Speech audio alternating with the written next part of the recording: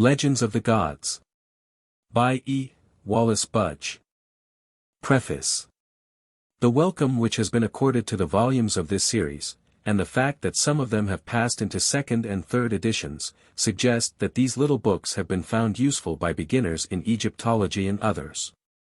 Hitherto the object of them has been to supply information about the religion, magic, language, and history of the ancient Egyptians, and to provide editions of the original texts from which such information was derived.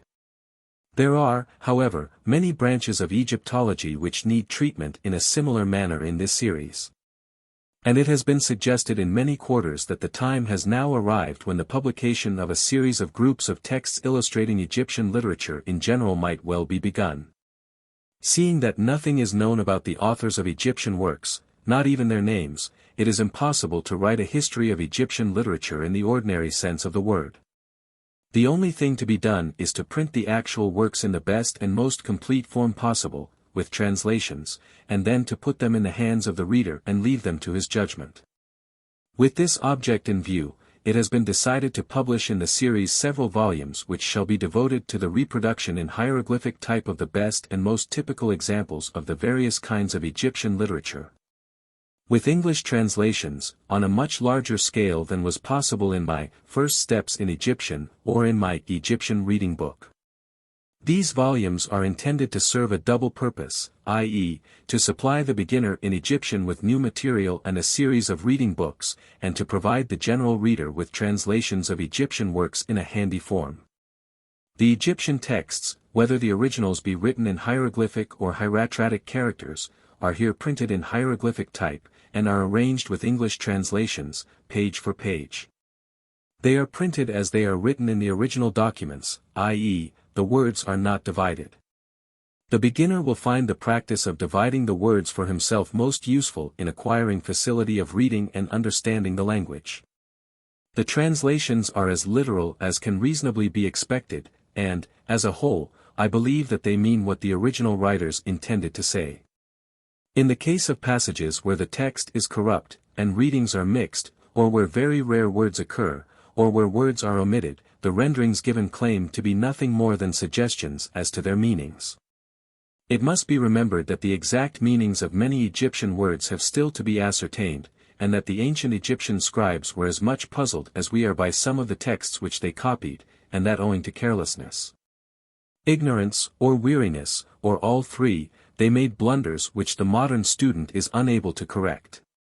In the introduction will be found brief descriptions of the contents of the Egyptian texts, in which their general bearing and importance are indicated, and references given to authoritative editions of texts and translations. E. Wallis Budge. British Museum. November 17, 1911. How do you find this book? Any thoughts about the book or the author? Any suggestion for improvement? Please take a moment to share your thoughts in a comment. If you like it, share it with your friends who might enjoy it as well. Subscribe to keep in touch. Visit CompleteAudiobooks.com for more quality content. Introduction. 1. The legend of the god Neb-Er-Tcher, and the history of creation. The text of the remarkable legend of the creation which forms the first section of this volume is preserved in a well-written papyrus in the British Museum, where it bears the number 10,188.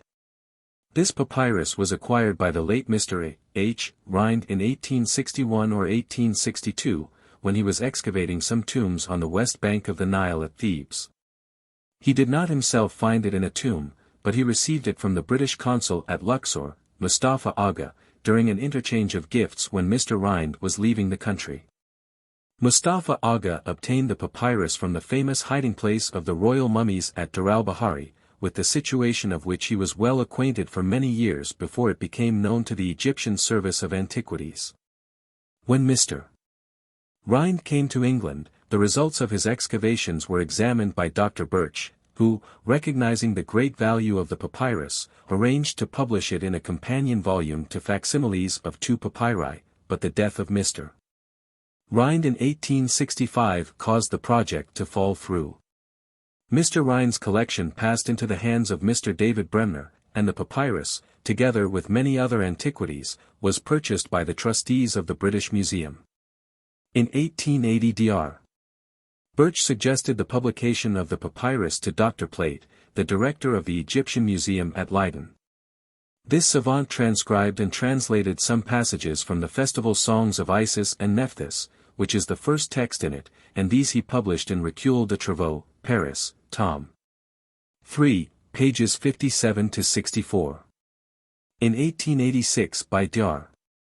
Birch's kindness I was allowed to work at the papyrus, and I published transcripts of some important passages and the account of the creation in the Proceedings of the Society of Biblical Archaeology, 1886-7, pages 11 to 26. The legend of the creation was considered by Dr. H. Brugsch to be of considerable value for the study of the Egyptian religion, and encouraged by him I made a full transcript of the papyrus, which was published in Archaeologia, Volume 52. London, 1891, with transliterations and translations. In 1910 I edited for the trustees of the British Museum the complete hieratic text with a revised translation. 2. The papyrus is about 16 feet 8 inches in length, and is 9 1/4 in width. It contains 21 columns of hieratic text which are written in short lines and are poetical in character, and 12 columns or pages of text written in long lines. The total number of lines is between 930 and 940. The text is written in a small, very black, but neat hand, and may be assigned to a time between the XXVth dynasty and the Ptolemaic period. The titles, catchwords, rubrics, names of Apep and his fiends, and a few other words, are written in red ink. There are 2 colophons. In the one we have a date, namely, the first day of the 4th month of the 12th year of Pharaoh Alexander, the son of Alexander, i.e., BC. 311, and in the other the name of the priest who either had the papyrus written, or appropriated it, namely, Nesmenu, or Nesamsu. The legend of the creation is found in the 3rd work which is given in the papyrus, and which is called the Book of Overthrowing Apep, the enemy of Ra, the enemy of Un-Nefer, i.e., Osiris. This work contained a series of spells which were recited during the performance of certain prescribed ceremonies, with the object of preventing storms, and dispersing rain clouds, and removing any obstacle, animate or inanimate, which could prevent the rising of the sun in the morning, or obscure his light during the day. The leader-in-chief of the hosts of darkness was a fiend called Apep who appeared in the sky in the form of a monster serpent, and, marshalling all the fiends of the Tuat, attempted to keep the sun god imprisoned in the kingdom of darkness. Right in the midst of the spells which were directed against Apep we find inserted the legend of the creation, which occurs in no other known Egyptian document, Colonel XXVI, L. 21, to Colonel XXVI, L. 6. Curiously enough a longer version of the legend is given a little farther on, Colonel Atenii, L. 20, to Colonel Zix, L. 6. Whether the scribe had 2 copies to work from, and simply inserted both, or whether he copied the short version and added to it as he went along, cannot be said. The legend is entitled, Book of Knowing the Evolutions of Ra, and of Overthrowing Apep. This curious book describes the origin not only of heaven and earth, and all therein, but also of God himself. In it the name of Apep is not even mentioned, and it is impossible to explain its appearance in the Apep ritual unless we assume that the whole book was regarded as a spell of the most potent character, the mere recital of which was fraught with deadly effect for Apep and his friends. The story of the creation is supposed to be told by the god Neb-Er-Tcher. This name means the Lord to the uttermost limit, and the character of the god suggests that the word limit refers to time and space, and that he was, in fact, the everlasting God of the universe. This God's name occurs in Coptic texts, and then he appears as one who possesses all the attributes which are associated by modern nations with God Almighty. Where and how Neb-Er-Tcher existed is not said, but it seems as if he was believed to have been an almighty and invisible power which filled all space. It seems also that a desire arose in him to create the world, and in order to do this he took upon himself the form of the god Khepra, who from first to last was regarded as the creator, par excellence, among all the gods known to the Egyptians. When this transformation of Neb-Er-Tcher into Khepra took place, the heavens and the earth had not been created, but there seems to have existed a vast mass of water, or world ocean, called Nu. And it must have been in this that the transformation took place. In this celestial ocean were the germs of all the living things which afterwards took form in heaven and on earth, but they existed in a state of inertness and helplessness. Out of this ocean Khepra raised himself, and so passed from a state of passiveness and inertness into one of activity. When Khepra raised himself out of the ocean Nu, he found himself in vast empty space, wherein was nothing on which he could stand. The second version of the legend says that Khepra gave being to himself by uttering his own name, and the first version states that he made use of words in providing himself with a place on which to stand. In other words, when Khepra was still a portion of the being of Neb-Er-Tcher, he spake the word Khepra, and Khepra came into being. Similarly, when he needed a place whereon to stand, he uttered the name of the thing, or place, on which he wanted to stand, and that thing, or place, came into being. This spell he seems to have addressed to his heart, or as we should say, will, so that Khepra willed this standing place to appear, and it did so forthwith. The first version only mentions a heart, but the second also speaks of a heart-soul as assisting Khepra in his first creative acts. And we may assume that he thought out in his heart what manner of thing he wished to create, and then by uttering its name caused his thought to take concrete form. This process of thinking out the existence of things is expressed in Egyptian by words which mean laying the foundation in the heart. In arranging his thoughts and their visible forms, Khepra was assisted by the goddess Mot, who is usually regarded as the goddess of law, order, and truth, and in late times was held to be the female counterpart of Thoth. The heart of the god Ra. In this legend, however, she seems to play the part of wisdom, as described in the book of Proverbs, 3, for it was by Mot that he laid the foundation. Having described the coming into being of Khepra and the place on which he stood, the legend goes on to tell of the means by which the first Egyptian triad, or trinity, came into existence. Khepra had, in some form, union with his own shadow, and so begot offspring, who proceeded from his body under the forms of the gods Shu and Tefnut. According to a tradition preserved in the pyramid texts, for this event took place at On, Heliopolis, and the old form of the legend ascribes the production of Shu and Tefnut to an act of masturbation. Originally these gods were the personifications of air and dryness, and liquids respectively, thus with their creation the materials for the construction of the atmosphere and sky came into being. Shu and Tefnut were united, and their offspring were Kheb, the earth god, and Nut, the sky goddess. We have now 5 gods in existence. Khepra, the creative principle, Shu, the atmosphere, Tefnut, the waters above the heavens, Nut, the sky goddess, and Kheb, the earth god. Presumably about this time the sun first rose out of the watery abyss of Nu, and shone upon the world and produced day. In early times the sun, or his light, was regarded as a form of Shu. The gods Kheb and Nut were united in an embrace, and the effect of the coming of light was to separate them. As long as the sun shone, i.e., as long as it was day, Nut, the sky goddess, remained in her place above the earth, being supported by Shu. But as soon as the sun set she left the sky and gradually descended until she rested on the body of the earth god, Kheb. The embraces of Kheb caused Nut to bring forth 5 gods at a birth, namely, Osiris, Horus, Set, Isis, and Nephthys. Osiris and Isis married before their birth, and Isis brought forth a son called Horus. Set and Nephthys also married before their birth, and Nephthys brought forth a son named Anpu, Anubis, though he is not mentioned in the legend. Of these gods Osiris is singled out for special mention in the legend, in which Khepra, speaking as Neb-Er-Tcher, says that his name is Osiris, who is the essence of the primeval matter of which he himself is formed. Thus Osiris was of the same substance as the great god who created the world according to the Egyptians, and was a reincarnation of his great-grandfather. This portion of the legend helps to explain the views held about Osiris as the great ancestral spirit, who when on earth was a benefactor of mankind, and who when in heaven was the savior of souls.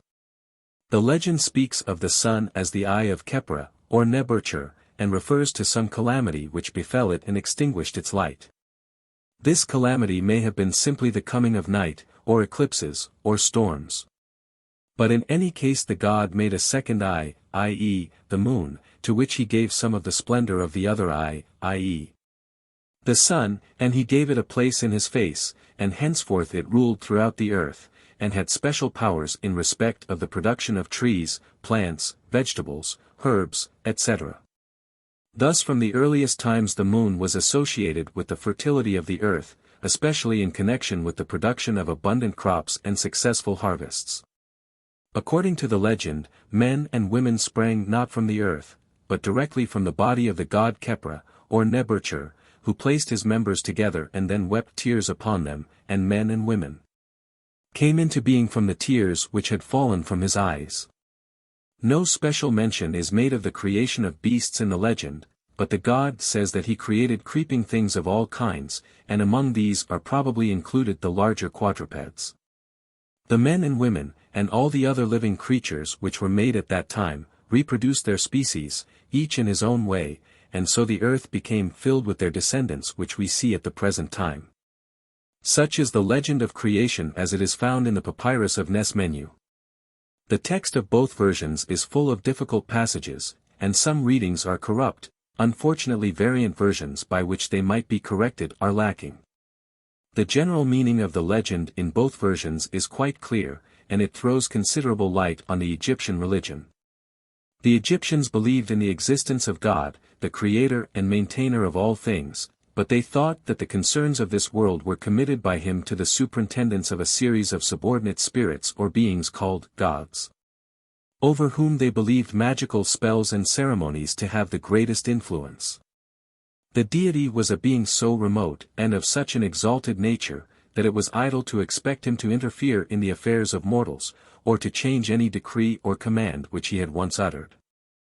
The spirits or gods, on the other hand, possessing natures not far removed from those of men, were thought to be amenable to supplications and flattery, and to wheedling and cajolery, especially when accompanied by gifts. It is of great interest to find a legend in which the power of God as the creator of the world and the sun and moon is so clearly set forth. Embedded in a book of magical spells devoted to the destruction of the mythological monster who existed solely to prevent the sun from rising and shining. 2. The legend of the destruction of mankind. The text containing the legend of the destruction of mankind is written in hieroglyphs, and is found on the four walls of a small chamber which is entered from the Hall of Columns, in the tomb of Seti I, which is situated on the west bank of the Nile at Thebes. On the wall facing the door of this chamber is painted in red the figure of the large cow of heaven. The lower part of her belly is decorated with a series of 13 stars, and immediately beneath it are the two boats of Ra, called Semketet and Manchet, or Sektet and Matet. Each of her four legs is held in position by two gods, and the god Shu, with outstretched uplifted arms, supports her body. The cow was published by Champollion, 5 without the text. This most important mythological text was first published and translated by Professor E. Neville in 1874. 6. It was republished by Bergman 7 and Bruch, 8 who gave a transcription of the text, with a German translation. Other German versions by Loth, 9 Bruch, 10 and Weidmann 11 have appeared, and a part of the text was translated into French by Lefebvre. 12. The latest edition of the text was published by Lefebvre. 13. Text of a second copy, very much mutilated, was published by Professor Neville, with a French translation in 1885. 14. The text printed in this volume is that of M. Lefebvre. The legend takes us back to the time when the gods of Egypt went about in the country, and mingled with men and were thoroughly acquainted with their desires and needs. The king who reigned over Egypt was Ra, the sun god, who was not, however, the first of the dynasty of gods who ruled the land. His predecessor on the throne was Hephaestos, who, according to Manetho, reigned 9,000 years, whilst Ra reigned only 992 years. Panodorus makes his reign to have lasted less than 100 years. Be this as it may, it seems that the self-created and self-begotten god Ra had been ruling over mankind for a very long time, for his subjects were murmuring against him, and they were complaining that he was old, that his bones were like silver. his body like gold, and his hair like lapis lazuli. When Ra heard these murmurings, he ordered his bodyguard to summon all the gods who had been with him in the primeval world ocean, and to bid them privately to assemble in the great house, which can be no other than the famous temple of Heliopolis. This statement is interesting, for it proves that the legend is of Heliopolitan origin, like the cult of Ra itself, and that it does not belong, at least in so far as it applies to Ra, to the pre-dynastic period. When Ra entered the great temple, the gods made obeisance to him, and took up their positions on each side of him, and informed him that they awaited his words. Addressing Nu, the personification of the world ocean, Ra bade them to take notice of the fact that the men and women whom his eye had created were murmuring against him. He then asked them to consider the matter and to devise a plan of action for him, for he was unwilling to slay the rebels without hearing what his gods had to say. In reply, the gods advised Ra to send forth his eye to destroy the blasphemers, for there was no eye on earth that could resist it, especially when it took the form of the goddess Hathor. Ra accepted their advice and sent forth his eye in the form of Hathor to destroy them, and, though the rebels had fled to the mountains in fear, the eye pursued them and overtook them and destroyed them. Hathor rejoiced in her work of destruction, and on her return was praised by Ra, for what she had done. The slaughter of men began at Suten-Henan, Heracleopolis, and during the night Hathor waded about in the blood of men. Ra asserted his intention of being master of the rebels, and this is probably referred to in the Book of the Dead, chapter 17, in which it is said that Ra rose as king for the first time in Suten-Henan.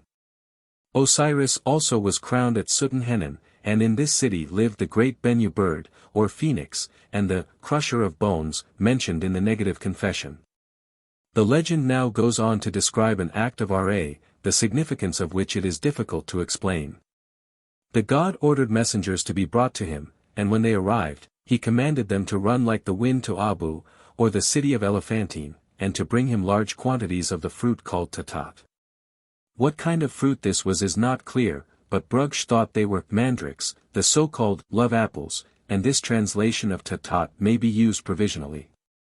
The mandrakes were given to Sekti, a goddess of Heliopolis, to crush and grind up, and when this was done they were mixed with human blood, and put in a large brewing of beer which the women slaves had made from wheat. In all they made 7,000 vessels of beer. When Ra saw the beer he approved of it, and ordered it to be carried up the river to where the goddess Hathor was still, it seems, engaged in slaughtering men.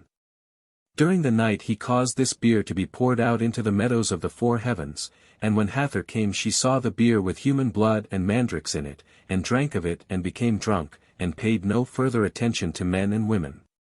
In welcoming the goddess, Ra called her Amit, i.e., beautiful one, and from this time onward beautiful women were found in the city of Amit, which was situated in the western delta, near Lake Mareotis. 15 Ra also ordered that in future at every one of his festivals vessels of sleep-producing beer should be made, and that their number should be the same as the number of the handmaidens of Ra. Those who took part in these festivals of Hathor and Ra drank beer in very large quantities, and under the influence of the beautiful women, i.e., the priestesses, who were supposed to resemble Hathor in their physical attractions, the festal celebrations degenerated into drunken and licentious orgies. Soon after this Ra complained that he was smitten with pain, and that he was weary of the children of men. He thought them a worthless remnant, and wished that more of them had been slain. The gods about him begged him to endure, and reminded him that his power was in proportion to his will. Ra was, however, unconsoled, and he complained that his limbs were weak for the first time in his life. Thereupon the god Nu told Shu to help Ra, and he ordered Nut to take the great god Ra on her back. Nut changed herself into a cow, and with the help of Shu, Ra got on her back. As soon as men saw that Ra was on the back of the cow of heaven, and was about to leave them, they became filled with fear and repentance, and cried out to Ra to remain with them and to slay all those who had blasphemed against him. But the cow moved on her way, and carried Ra to Heru-Behutet, a town of the nome of Mareotis, where in later days the right leg of Osiris was said to be preserved. Meanwhile darkness covered the land. When day broke the men who had repented of their blasphemies appeared with their bows, and slew the enemies of Ra. At this result Ra was pleased, and he forgave those who had repented because of their righteous slaughter of his enemies. From this time onwards human sacrifices were offered up at the festivals of Ra celebrated in this place, and at Heliopolis and in other parts of Egypt. After these things Ra declared to Nut that he intended to leave this world, and to ascend into heaven, and that all those who would see his face must follow him thither. Then he went up into heaven and prepared a place to which all might come. Then he said, Hetep Sekhet Aa, i.e., let a great field be produced, and straightway, Sekhet Hetep, or the field of peace, came into being. He next said, let there be reeds, Aru, in it, and straightway, Sekhet Aru, or the field of reeds, came into being. Sekhet Hetep was the Elysian fields of the Egyptians, and the field of reeds was a well-known section of it. Another command of the god Ra resulted in the creation of the stars, which the legend compares to flowers. Then the goddess Nut trembled in all her body, and Ra, fearing that she might fall, caused to come into being the 4 pillars on which the heavens are supported. Turning to Shu, Ra entreated him to protect these supports, and to place himself under Nut, and to hold her up in position with his hands. Thus Shu became the new sun god in the place of Ra, and the heavens in which Ra lived were supported and placed beyond the risk of falling, and mankind would live and rejoice in the light of the new sun. At this place in the legend a text is inserted called the chapter of the cow. It describes how the cow of heaven and the 2 boats of the sun shall be painted, and gives the positions of the gods who stand by the legs of the cow, and a number of short magical names, or formulae, which are inexplicable. The general meaning of the picture of the cow is quite clear. The cow represents the sky in which the boats of Ra sail, and her 4 legs are the 4 cardinal points which cannot be changed. The region above her back is the heaven in which Ra reigns over the beings who pass thereto from this earth when they die, and here was situated the home of the gods and the celestial spirits who govern this world.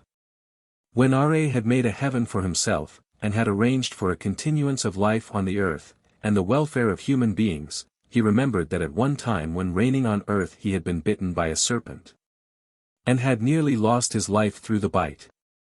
Fearing that the same calamity might befall his successor, he determined to take steps to destroy the power of all noxious reptiles that dwelt on the earth. With this object in view he told Thoth to summon Keb, the earth god, to his presence, and this god having arrived, Ra told him that war must be made against the serpents that dwelt in his dominions. He further commanded him to go to the god Nu, and to tell him to set a watch over all the reptiles that were in the earth and in water, and to draw up a writing for every place in which serpents are known to be, containing strict orders that they are to bite no one. Though these serpents knew that Ra was retiring from the earth, they were never to forget that his rays would fall upon them. In his place their father Keb was to keep watch over them, and he was their father forever. As a further protection against them Ra promised to impart to magicians and snake charmers the particular word of power, Hekau, with which he guarded himself against the attacks of serpents, and also to transmit it to his son Osiris. Thus those who are ready to listen to the formulae of the snake charmers shall always be immune from the bites of serpents, and their children also. From this we may gather that the profession of the snake charmer is very ancient, and that this class of magicians were supposed to owe the foundation of their craft to a decree of Ra himself. Ra next sent for the god Thoth, and when he came into the presence of Ra, he invited him to go with him to a distance, to a place called Tuat, i.e., Hell, or the other world, in which region he had determined to make his light to shine. When they arrived there he told Thoth, the scribe of truth, to write down on his tablets the names of all who were therein, and to punish those among them who had sinned against him. And he deputed to Thoth the power to deal absolutely as he pleased with all the beings in the Tuat. Ra loathed the wicked, and wished them to be kept at a distance from him. Thoth was to be his vicar, to fill his place, and place of Ra was to be his name. He gave him power to send out a messenger, Hab, so the ibis, Habi, came into being. All that Thoth would do would be good, Ken, therefore the Tekni bird of Thoth came into being. He gave Thoth power to embrace, On, the heavens, therefore the moon god, came into being. He gave Thoth power to turn back, Anan, the northern peoples, therefore the dog-headed ape of Thoth came into being. Finally Ra told Thoth that he would take his place in the sight of all those who were wont to worship Ra. And that all should praise him as God. Thus the abdication of Ra was complete. In the fragmentary texts which follow we are told how a man may benefit by the recital of this legend. He must proclaim that the soul which animated Ra was the soul of the Aged One, and that of Shu, Khnemu, He, and K, and then he must proclaim that he is Ra himself, and his word of power Heka. If he recites the chapter correctly he shall have life in the other world, and he will be held in greater fear there than here. A rubric adds that he must be dressed in new linen garments, and be well washed with Nile water. He must wear white sandals, and his body must be anointed with holy oil. He must burn incense in a censer, and a figure of Mot, truth, must be painted on his tongue with green paint. These regulations applied to the laity as well as to the clergy. 3. The Legend of Ra and Isis. The original text of this very interesting legend is written in the hieratic character on a papyrus preserved at Turin, and was published by Plate and Rossi in their corpus of Turin papyri. 16 French and German translations of it were published by Lefebvre, 17 and Weidmann 18 respectively, and summaries of its contents were given by Erman 19 and Maspero. 28 transcript of the hieratic text into hieroglyphics, with transliteration and translation, was published by me in 1895. 21. It has already been seen that the god Ra, when retiring from the government of this world, took steps through Thoth to supply mankind with words of power and spells with which to protect themselves against the bites of serpents and other noxious reptiles.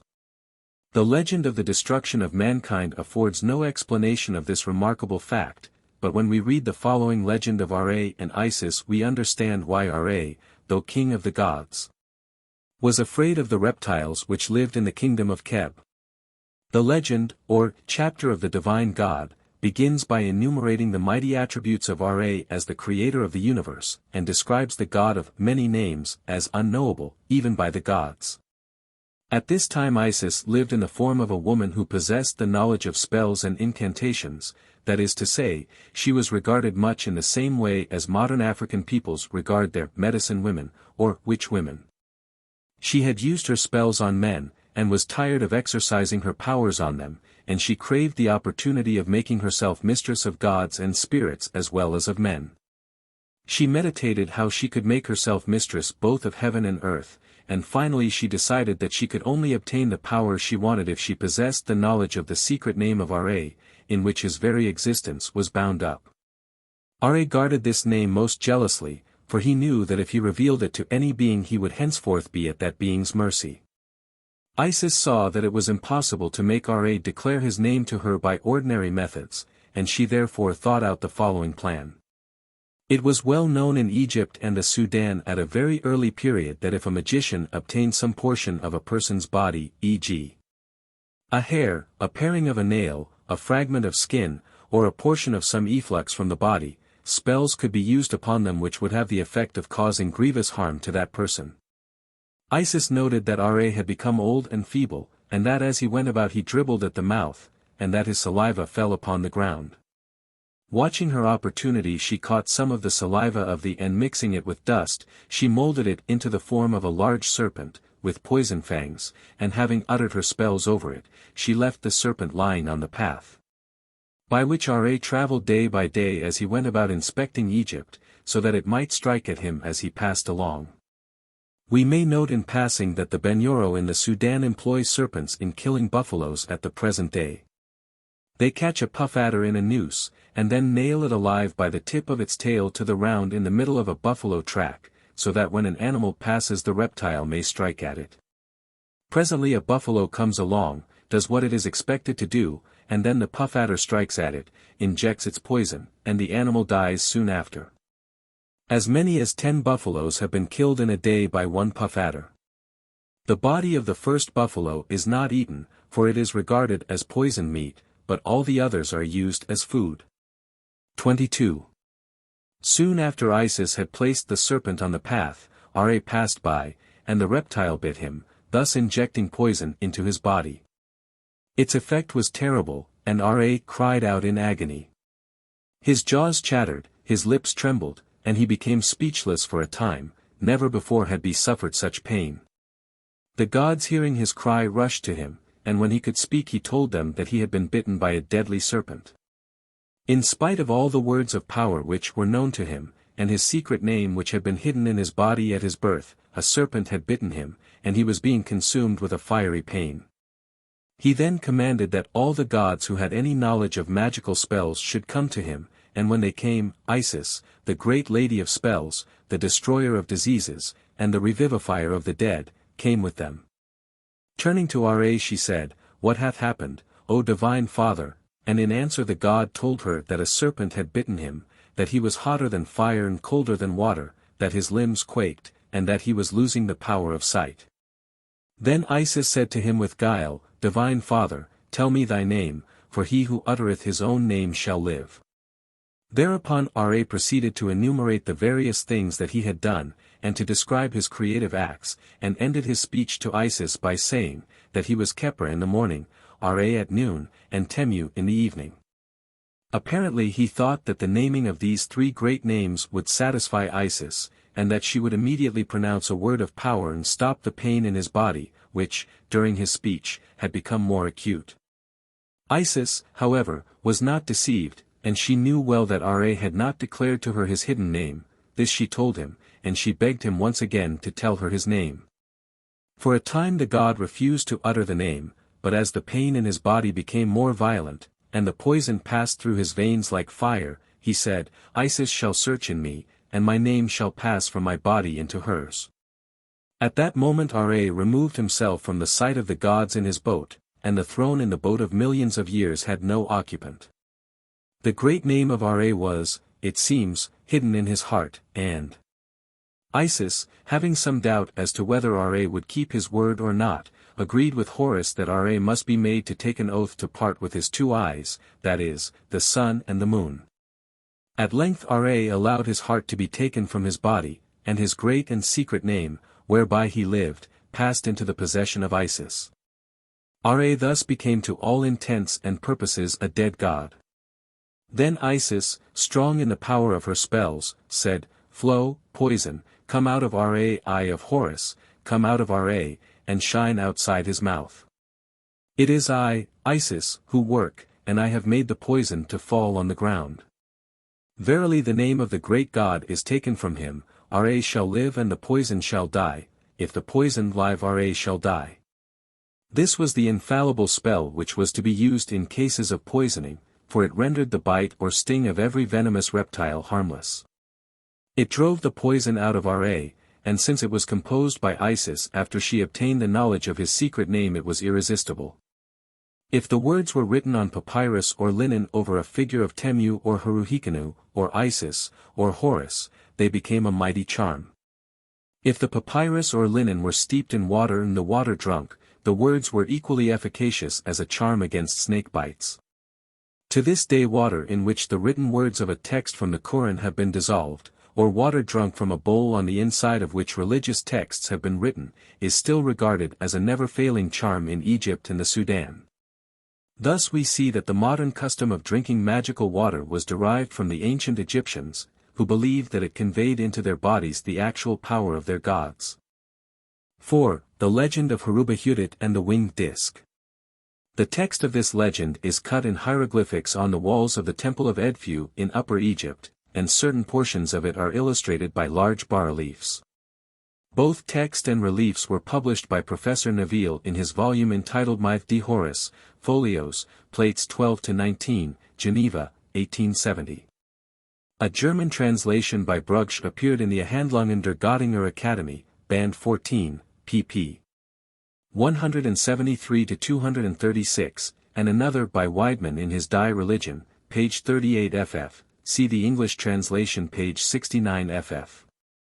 The legend, in the form in which it is here given, dates from the Ptolemaic period, but the matter which it contains is far older, and it is probable that the facts recorded in it are fragments of actual history, which the Egyptians of the late period tried to piece together in chronological order. We shall see as we read that the writer of the legend as we have it was not well acquainted with Egyptian history. And that in his account of the conquest of Egypt he has confounded one god with another. And mixed up historical facts with mythological legends to such a degree that his meaning is frequently uncertain. The great fact which he wished to describe is the conquest of Egypt by an early king, who, having subdued the peoples in the south, advanced northwards, and made all the people whom he conquered submit to his yoke. Now the king of Egypt was always called Horus, and the priests of Edfu wishing to magnify their local god, Horus of Behutet, or Horus of Edfu, attributed to him the conquests of this human, and probably pre-dynastic, king. We must remember that the legend assumes that Ra was still reigning on earth, though he was old and feeble, and had probably deputed his power to his successor, whom the legend regards as his son. In the 363rd year of his reign Harmachis 23 was in Nubia with his army with the intention of destroying those who had conspired against him, because of their conspiracy. Nubia is called Uaua to this day. From Nubia Harmachis sailed down the river to Edfu, where Heru-Behutet entered his boat, and told him that his foes were conspiring against him. Harmachis in answer addressed Heru-Behutet as his son, and commanded him to set out without delay and slay the wicked rebels. Then Heru-Behutet took the form of a great winged disk, and at once flew up into the sky, where he took the place of Ra, the old sun god. Plate I. Horus holding the hippopotamus fiend with chain and spear. Behind stand Isis and Heru-Behutet. Plate II. Horus driving his spear into the hippopotamus fiend, behind him stands one of his blacksmiths. Plate III. Horus driving his spear into the belly of the hippopotamus fiend as he lies on his back, behind stands one of his blacksmiths. Plate IV. Horus and Isis capturing the hippopotamus fiend. Looking down from the height of heaven he was able to discover the whereabouts of the rebels, and he pursued them in the form of a winged disk. Then he attacked them with such violence that they became dazed, and could neither see where they were going, nor hear, the result of this being that they slew each other, and in a very short time they were all dead. Thoth, seeing this, told Ra that because Horus had appeared as a great winged disk he must be called Heru-Behutet, and by this name Horus was known ever after at Edfu. Ra embraced Horus, and referred with pleasure to the blood which he had shed, and Horus invited his father to come and look upon the slain. Ra set out with the goddess Ashtoreth, to do this, and they saw the enemies lying fettered on the ground. The legend here introduces a number of curious derivations of the names of Edfu, and K, which are valueless, and which remind us of the derivations of place names propounded by ancient Semitic scribes. In gladness of heart Ra proposed a sail on the Nile, but as soon as his enemies heard that he was coming, they changed themselves into crocodiles and hippopotami, so that they might be able to wreck his boat and devour him. Plate V. Horus standing on the back of the hippopotamus fiend, and spearing him in the presence of Isis. Plate 6. The butcher priest slicing open the hippopotamus fiend. As the boat of the god approached them they opened their jaws to crush it, but Horus and his followers came quickly on the scene, and defeated their purpose. The followers of Horus here mentioned are called in the text Mesneu, i.e. blacksmiths, or workers in metal, and they represent the primitive conquerors of the Egyptians, who were armed with metal weapons, and so were able to overcome with tolerable ease the indigenous Egyptians, whose weapons were made of flint and wood. Horus and his blacksmiths were provided with iron lances and chains, and, being cast the chains over the monsters in the river, they drove their lances into their snouts, and slew 651 of them. Because Horus gained his victory by means of metal weapons, Ra decreed that a metal statue of Horus should be placed at Edfu, and remain there forever, and a name was given to the town to commemorate the great battle that had taken place there. Ra applauded Horus for the mighty deeds which he had been able to perform by means of the spells contained in the Book of Slaying the Hippopotamus. Horus then associated with himself the goddesses Utchet and Nekhabet, who were in the form of serpents, and, taking his place as the winged disk on the front of the boat of Ra, destroyed all the enemies of Ra wheresoever he found them. When the remnant of the enemies of Ra saw that they were likely to be slain, they doubled back to the south, but Horus pursued them, and drove them down the river before him as far as Thebes. One battle took place at Chetmet, and another at Dendra, and Horus was always victorious. The enemies were caught by chains thrown over them, and the deadly spears of the blacksmiths drank their blood.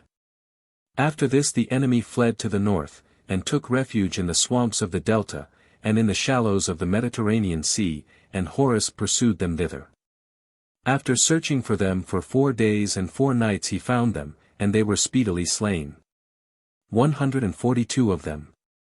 And a male hippopotamus were dragged on to the boat of Ra, and there Horus dug out their entrails, and hacked their carcasses in pieces, which he gave to his blacksmiths and the gods who formed the crew of the boat of Ra.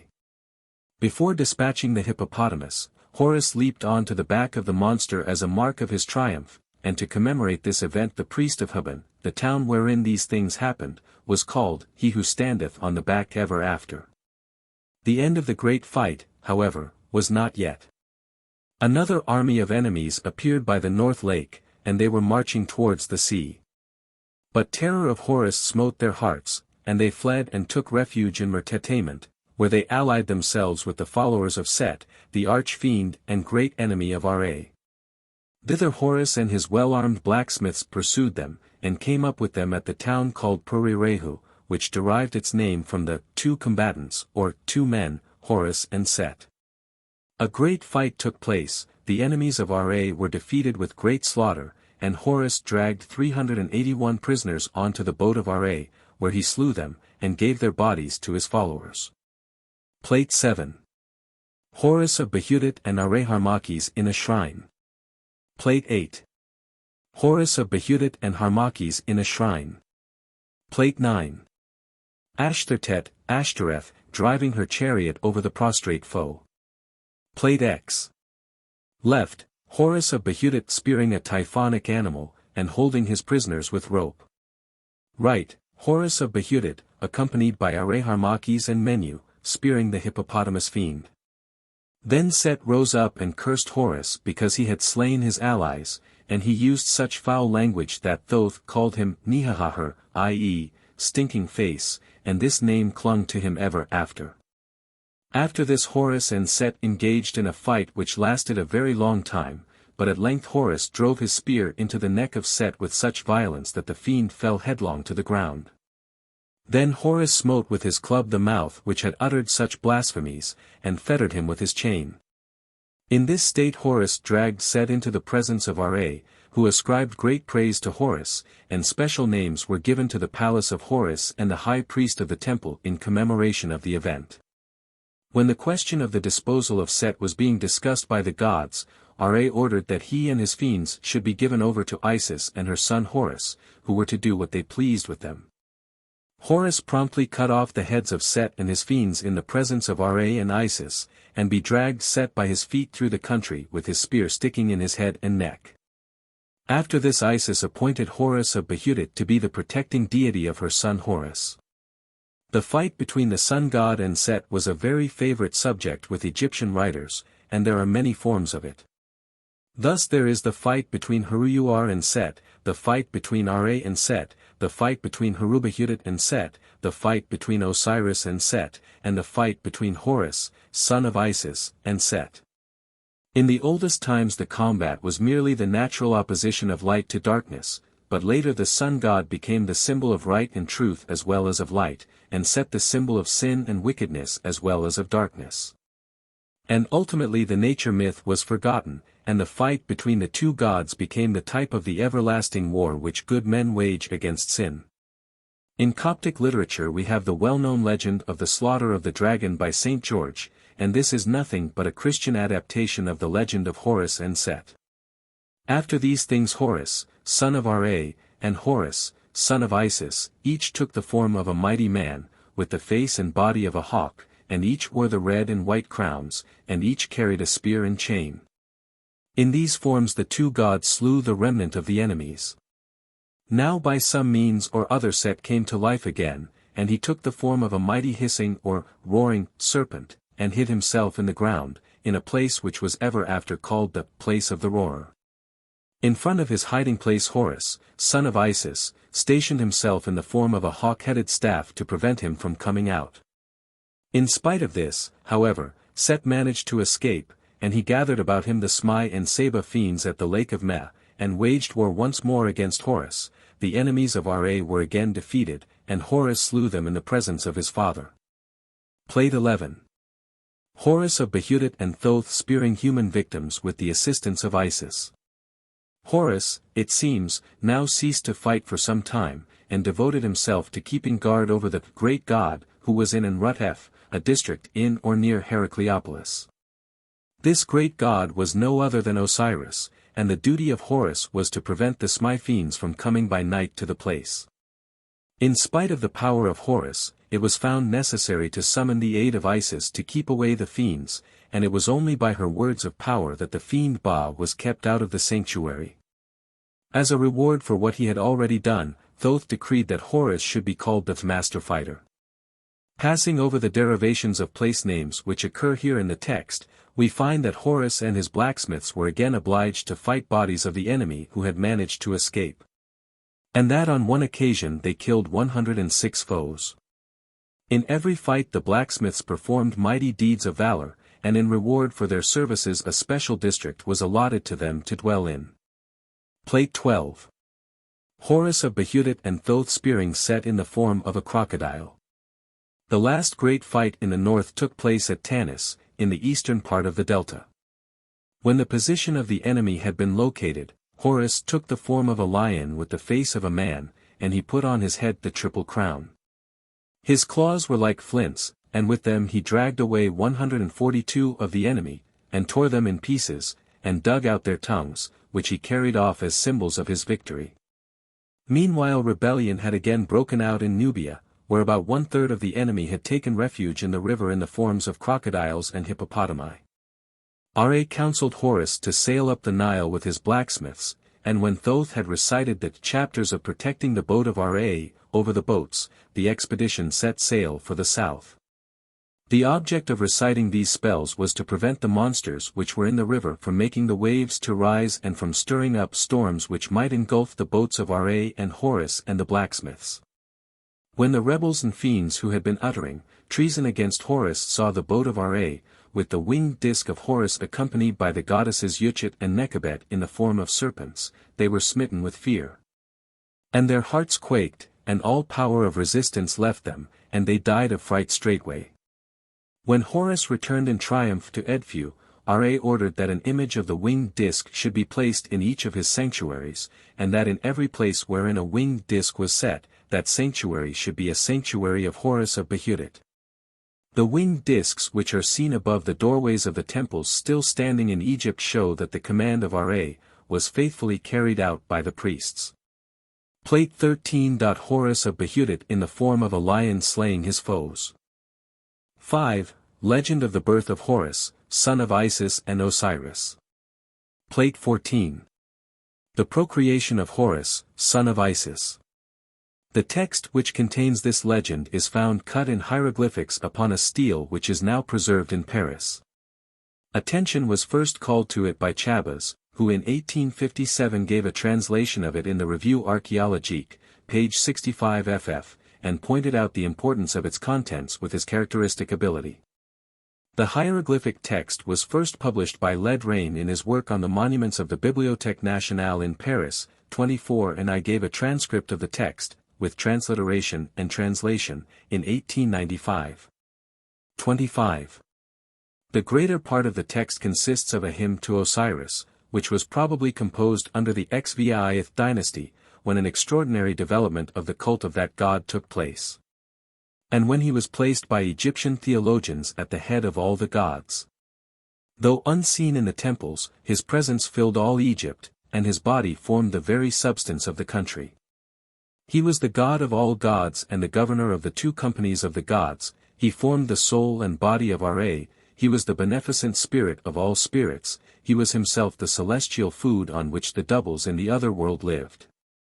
He was the greatest of the gods in On, Heliopolis, Memphis, Heracleopolis, Hermopolis, Abydos, and the region of the first cataract, and so He embodied in his own person the might of Ar-Atem, Apis and Ptah, the Horus gods, Thoth and Khnemu, and his rule over Osiris and Abydos continued to be supreme, as it had been for many, many hundreds of years.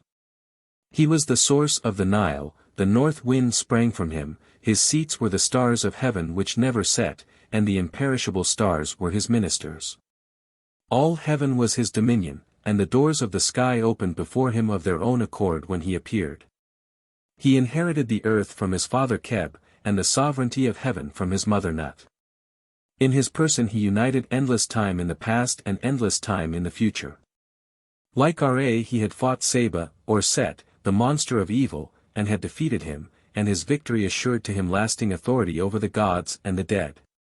He exercised his creative power in making land and water, trees and herbs, cattle and other four-footed beasts, birds of all kinds, and fish and creeping things, even the waste spaces of the desert owed allegiance to him as the creator.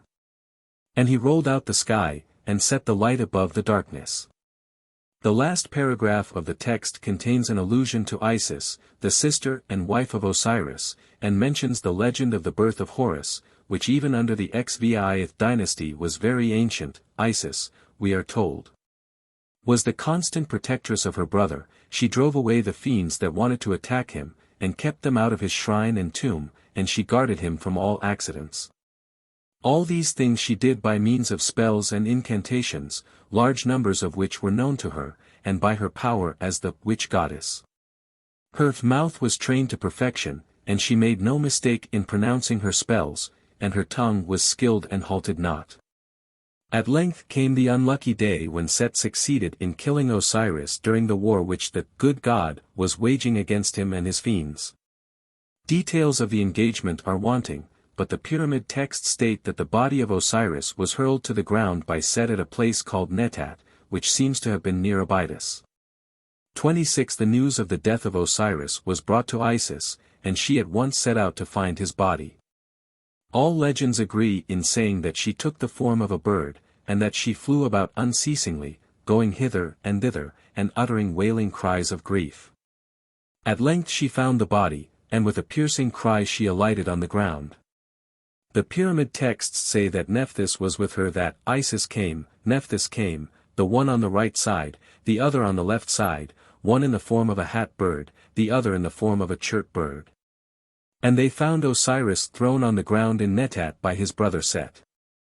The late form of the legend goes on to say that Isis fanned the body with her feathers, and produced air, and that at length she caused the inert members of Osiris to move, and drew from him his essence, wherefrom she produced her child Horus.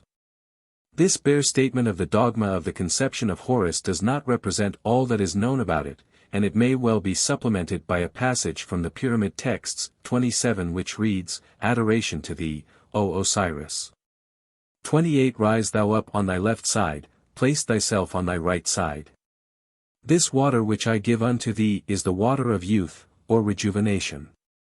Adoration to thee, O Osiris. Rise thou up on thy left side, place thyself on thy right side. This bread which I have made for thee is warmth. Adoration to thee, O Osiris. The doors of heaven are open to thee, the doors of the streams are thrown wide open to thee. The gods in the city of Pe come, to thee, Osiris, at the sound, or voice, of the supplication of Isis and Nephthys. Thy elder sister took thy body in her arms, she chafed thy hands, she clasped thee to her breast, when she found thee, lying, on thy side on the plain of Netat. Plate 15. And in another place we read, 29, Thy two sisters, Isis and Nephthys, came to thee, Kamert, in thy name of Kamuar, Yuchetert, in thy name of Yuchuar. Isis and Nephthys weave magical protection for thee in the city of Sot, for thee their lord, in thy name of Lord of Sot, for their God, in thy name of God. They praise thee, go not thou far from them in thy name of Tua. They present offerings to thee, be not wroth in thy name of Chentru. Thy sister Isis cometh to thee rejoicing in her love for thee. 30 Thou hast union with her, thy seed entereth her. She conceiveth in the form of the star Septet, Sothis. Horus September issueth from thee in the form of Horus, dweller in the star Septet. Thou makest a spirit to be in him in his name, spirit dwelling in the god Chentru. He avengeth thee in his name of Horus, the son who avenged his father.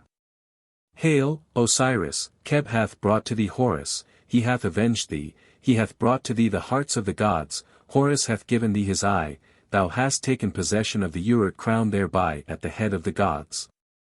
Plate 16. The stele recording the casting out of a devil from the princess of Bekhten. Horus hath presented to thee thy members, he hath collected them completely, there is no disorder in thee. Thoth hath seized thy enemy and hath slain him and those who were with him. The above words are addressed to dead kings in the pyramid texts, and what the gods were supposed to do for them was believed by the Egyptians to have been actually done for Osiris. These extracts are peculiarly valuable, for they prove that the legend of Osiris which was current under the Xviith dynasty was based upon traditions which were universally accepted in Egypt under the Vth and Vth dynasties.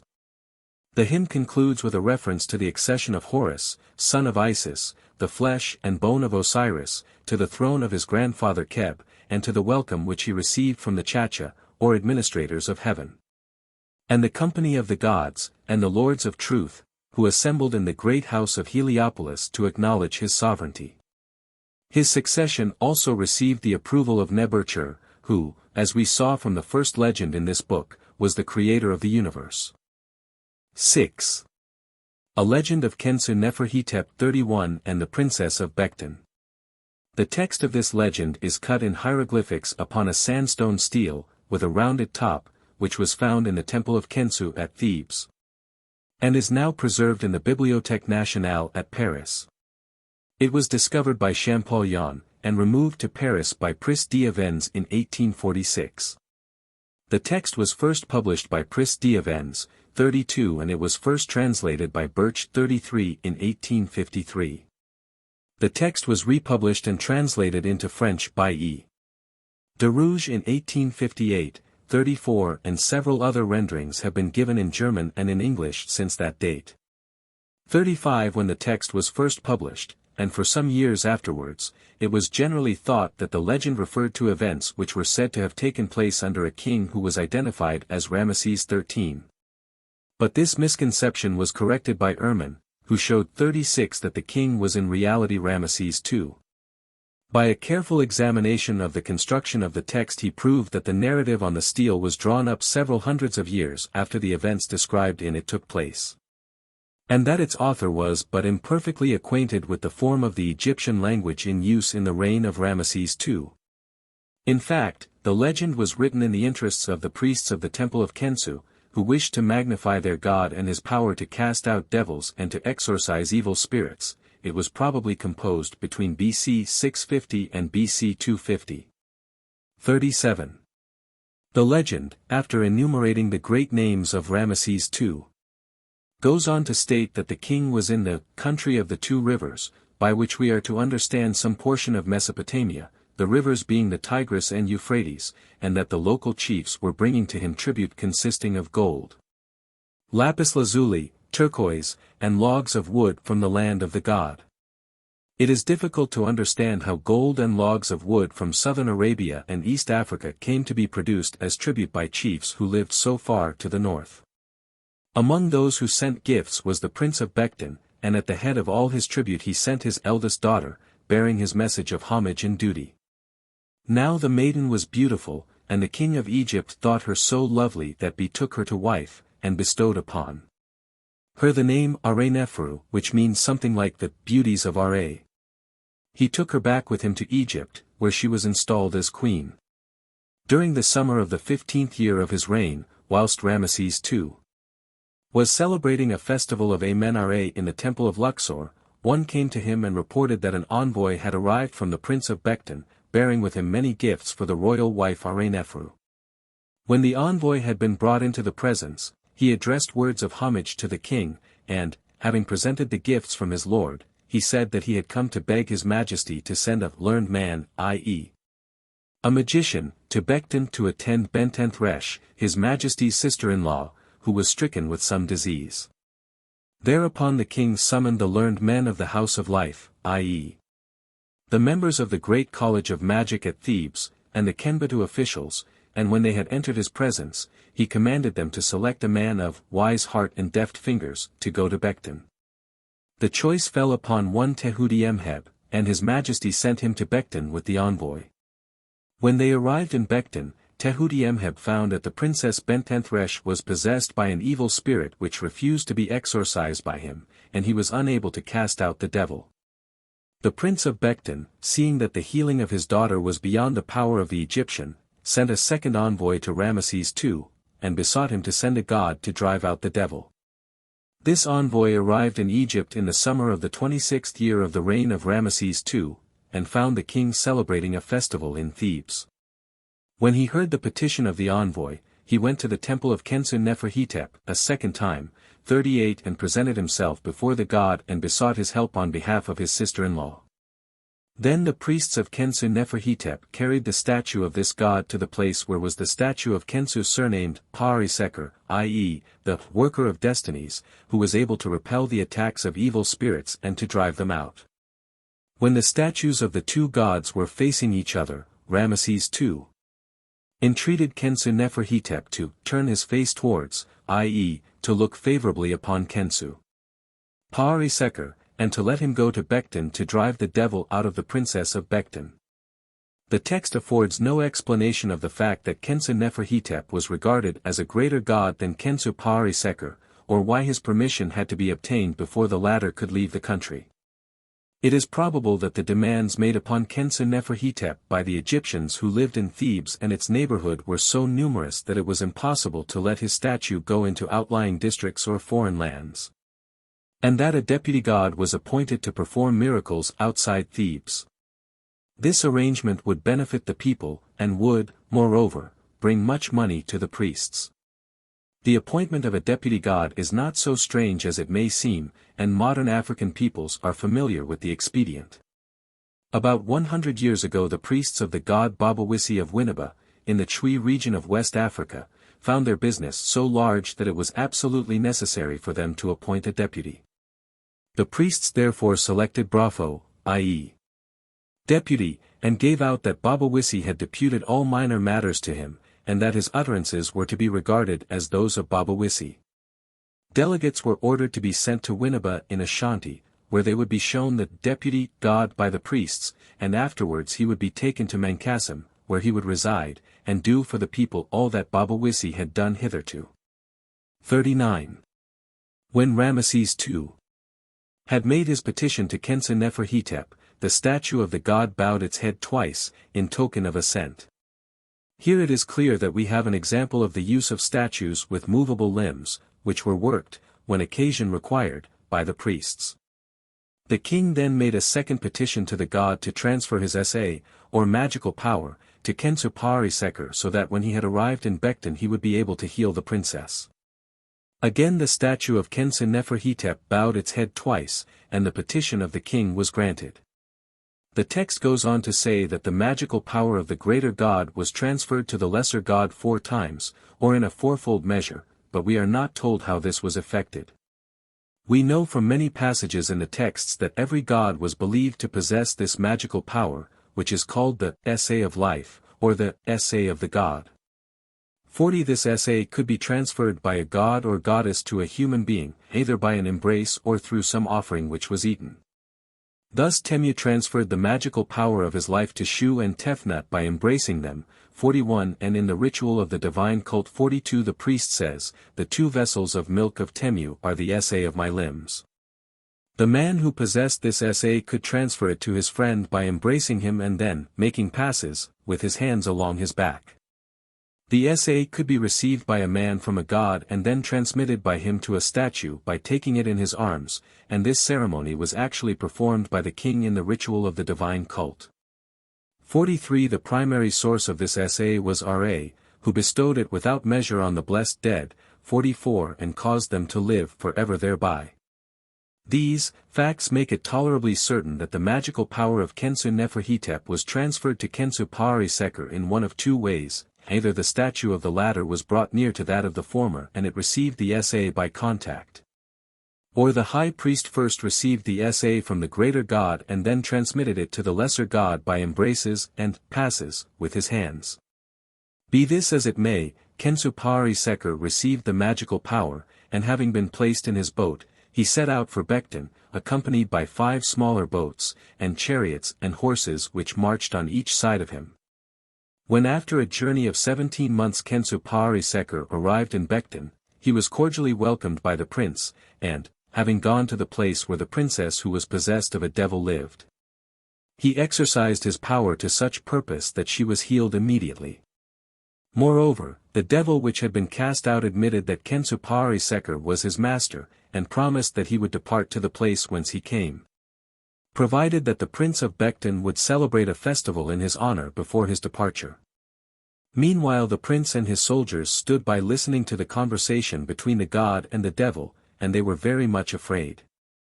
Following the instructions of Khensu-Ptah the prince made a great feast in honor of the supernatural visitors, and then the devil departed to the place which he loved, and there was general rejoicing in the land. The prince of Bekhten was so pleased with the Egyptian god that he determined not to allow him to return to Egypt. When the statue of Khensu-Ptah had been in Bekhten for 3 years and 9 months, the prince in a vision saw the god, in the form of a golden hawk, come forth from his shrine, and fly up into the air and direct his course to Egypt. Realizing that the statue of the god was useless without its indwelling spirit, the prince of Bekhten permitted the priests of Khensu-Ptah to depart with it to Egypt, and dismissed them with gifts of all kinds. In due course they arrived in Egypt and the priests took their statue to the temple of Khensu Nefer-Hetep, and handed over to that god all the gifts which the prince of Bekhten had given them, keeping back nothing for their own god. After this Khensu-Ptah returned to his temple in peace, in the 33rd year of the reign of Ramesses II, having been absent from it about 8 years. 7. A legend of Khnemu and of a 7 years famine. The text of this most interesting legend is found in hieroglyphics on one side of a large rounded block of granite some 8 or 9 feet high, which stands on the southeast portion of Sahel. A little island lying in the first cataract, 2 or 3 miles to the south of Elephantine Island and the modern town of Aswan. The inscription is not cut into the rock in the ordinary way, but was stunned on it with a blunted chisel, and is, in some lights, quite invisible to anyone standing near the rock, unless he is aware of its existence.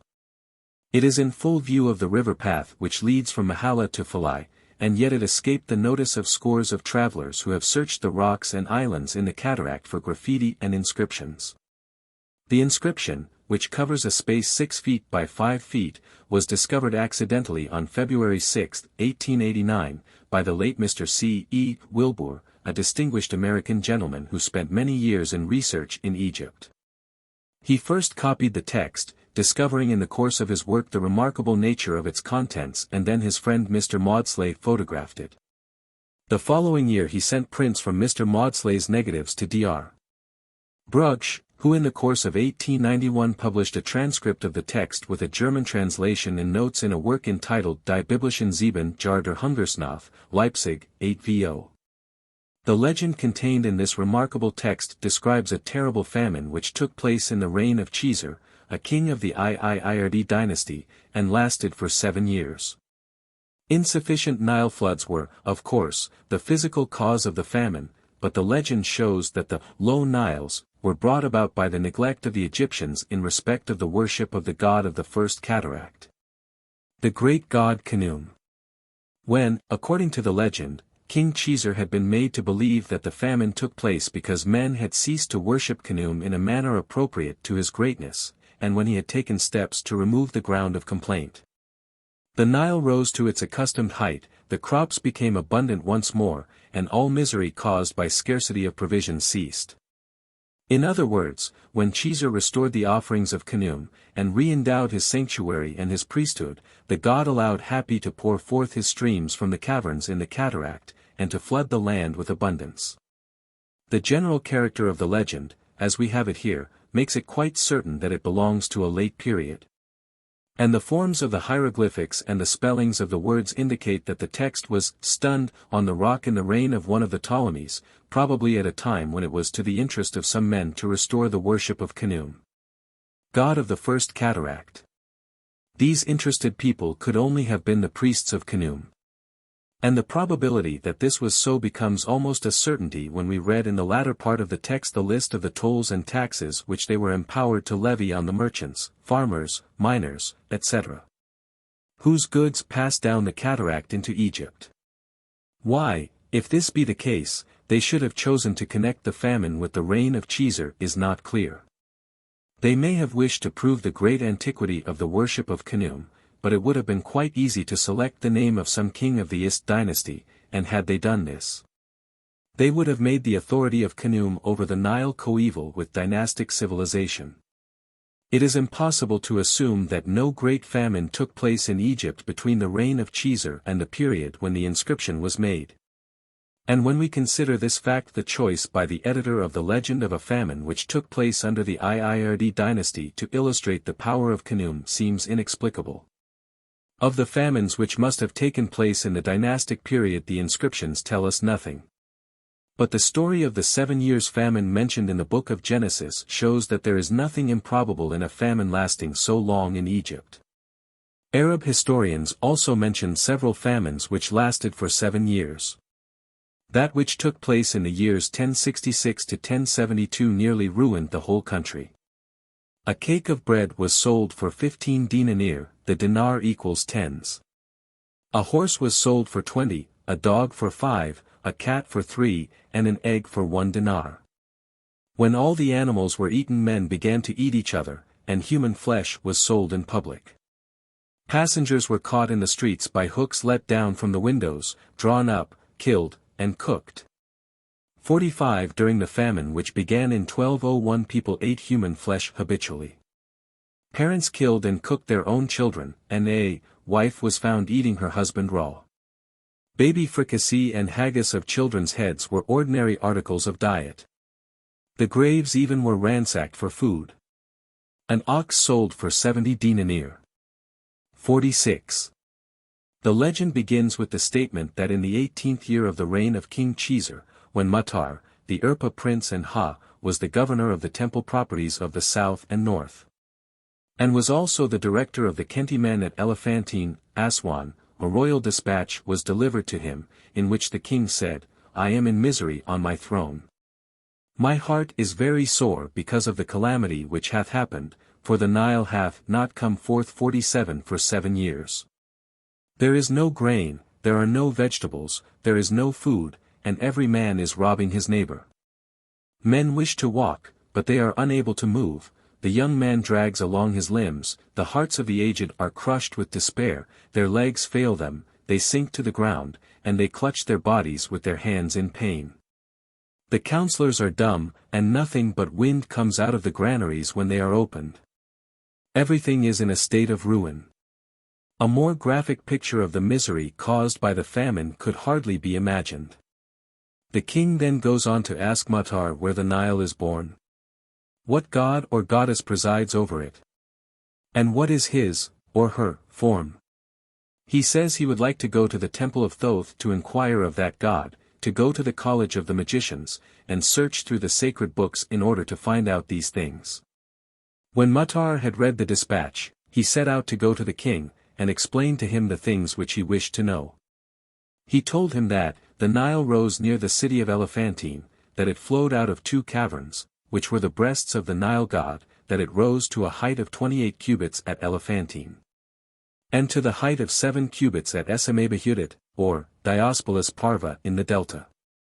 He who controlled the Nile was Khnemu, and when this god drew the bolt of the doors which shut in the stream, and smote the earth with his sandals, the river rushed forth. Mutar also described to the king the form of Khnemu, which was that of Shu, and the work which he did, and the wooden house in which he lived, and its exact position, which was near the famous granite quarries. The gods who dwelt with Khnemu were the goddess September, Sothis, or the dog star, the goddess Ankhet, Hap, or Hep, the Nile god, Shu, Keb, Nut, Osiris, Isis, Nephthys, and Horus. Thus we see that the priests of Khnemu made him to be the head of a company of gods.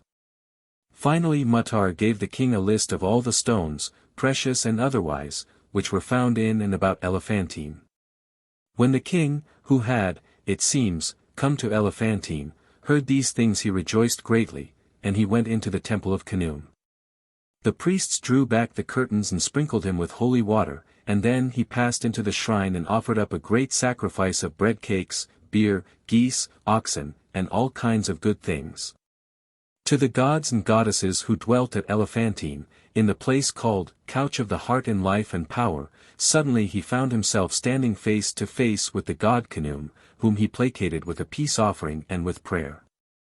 Then the god opened his eyes, and bent his body towards the king, and spake to him mighty words, saying, I am Khnemu, who made thee. My hands knitted together thy body and made it sound, and I gave thee thy heart. Khnemu then went on to complain that, although the ground under the king's feet was filled with stones and metal, men were too inert to work them and to employ them in repairing or rebuilding of the shrines of the gods, or in doing what they ought to do for him, their Lord and Creator. These words were, of course, meant as a rebuke for the king, who evidently, though it is not so stated in the text, was intended by Khnemu to undertake the rebuilding of his shrine without delay. The god then went on to proclaim his majesty and power, and declared himself to be Nu, the celestial ocean, and the Nile god, who came into being at the beginning, and riseth at his will to give health to him that laboureth for Khnemu. He described himself as the father of the gods, the governor of the earth and of men, and then he promised the king to make the Nile rise yearly, regularly, and unceasingly, to give abundant harvests, to give all people their heart's desire, to make misery to pass away, to fill the granaries, and to make the whole land of Egypt yellow with waving fields of full ripe grain. When the king, who had been in a dream, heard the god mention crops, he woke up, and his courage returned to him. And having cast away despair from his heart he issued a decree by which he made ample provision for the maintenance of the worship of the god in a fitting state. In this decree, the first copy of which was cut upon wood, the king endowed Khnemu with 20 skoinoi of land on each side of the river, with gardens, etc. It was further enacted that every man who drew water from the Nile for his land should contribute a portion of his crops to the god. Fishermen, fowlers, and hunters were to pay an octroi duty of 1/10 of the value of their catches when they brought them into the city, and a tithe of the cattle was to be set apart for the daily sacrifice. The masters of caravans coming from the Sudan were to pay a tithe also, but they were not liable to any further tax in the country northwards. Every metal worker, or crusher, miner, mason, and handicraftsman of every kind, was to pay to the temple of the god 1/10 of the value of the material produced or worked by his labor. The decree provided also for the appointment of an inspector whose duty it would be to weigh the gold, silver and copper which came into the town of Elephantine, and to assess the value both of these metals and of the precious stones, etc., which were to be devoted to the service of Khnemu. All materials employed in making the images of the gods, and all handicraftsmen employed in the work were exempted from tithing. In short, the worship of the god and his company was to be maintained according to ancient use and wont, and the people were to supply the temple with everything necessary in a generous spirit and with a liberal hand. He who failed in any way to comply with the enactments was to be beaten with the rope, and the name of Cheeser was to be perpetuated in the temple. 8. The legend of the death and resurrection of Horus, and other magical texts. The magical and religious texts of the Egyptians of all periods contain spells intended to be used against serpents, scorpions, and noxious reptiles of all kinds. And their number, and the importance which was attached to them, suggest that Egypt must always have produced these pests in abundance, and that the Egyptians were always horribly afraid of them. The text of Unas, which was written towards the close of the Vth dynasty, contains many such spells, and in the Theban and Sate books of the dead several chapters consist of nothing but spells and incantations, many of which are based on archaic texts, against crocodiles, serpents, and other deadly reptiles, and insects of all kinds. All such creatures were regarded as incarnations of evil spirits, which attack the dead as well as the living. And therefore it was necessary for the well-being of the former that copies of spells against them should be written upon the walls of tombs, coffins, funerary amulets, etc. The gods were just as open to the attacks of venomous reptiles as man, and Ra, himself, the king of the gods, nearly died from the poison of a snake bite. Now the gods were, as a rule, able to defend themselves against the attacks of Set and his fiends, and the poisonous snakes and insects which were their emissaries, by virtue of the fluid of life, which was the peculiar attribute of divinity. And the efforts of Egyptians were directed to the acquisition of a portion of this magical power, which would protect their souls and bodies and their houses and cattle, and other property, each day and each night throughout the year. When a man cared for the protection of himself only he wore an amulet of some kind, in which the was localized. When he wished to protect his house against invasion by venomous reptiles he placed statues containing thee in niches in the walls of various chambers, or in some place outside but near the house. Or buried them in the earth with their faces turned in the direction from which he expected the attack to come. Towards the close of the XXVth dynasty, when superstition in its most exaggerated form was general in Egypt, it became the custom to make house talismans in the form of small stone stelae, with rounded tops, which rested on bases having convex fronts. Plate 17. The Metternich stele, obverse. Plate 18. The Metternich stele, reverse. On the front of such a talisman was sculptured in relief a figure of Horus the child, Harpocrates, standing on two crocodiles, holding in his hands figures of serpents, scorpions, a lion, and a horned animal. Each of these being a symbol of an emissary or ally of Set, the god of evil. Above his head was the head of Bes, and on each side of him were solar symbols, i.e., the lily of Nefer-Hetep, figures of Ra and Harmakhis, the eyes of Ra, the sun and moon, etc. The reverse of the stele and the whole of the base were covered with magical texts and spells, and when a talisman of this kind was placed in a house, it was supposed to be directly under the protection of Horus and his companion gods, who had vanquished all the hosts of darkness and all the powers of physical and moral evil. Many examples of this talisman are to be seen in the great museums of Europe, and there are several fine specimens in the Third Egyptian Room in the British Museum. They are usually called Sippi of Horus. The largest and most important of all these Sippi is that which is commonly known as the Metternich stele, because it was given to Prince Metternich by Muhammad Ali Pasha. It was dug up in 1828 during the building of a cistern in a Franciscan monastery in Alexandria, and was first published, with a translation of a large part of the text, by Professor Golnischev. 48. The importance of the stele is enhanced by the fact that it mentions the name of the king in whose reign it was made, viz., Nectanebus I, who reigned from BC 378 to BC 360. The obverse, reverse, and two sides of the Metternich stele have cut upon them nearly 300 figures of gods and celestial beings. These include figures of the great gods of heaven, earth, and the other world, figures of the gods of the planets and the decans, figures of the gods of the days of the week, of the weeks, and months, and seasons of the year, and of the year. Besides these there are a number of figures of local forms of the gods which it is difficult to identify.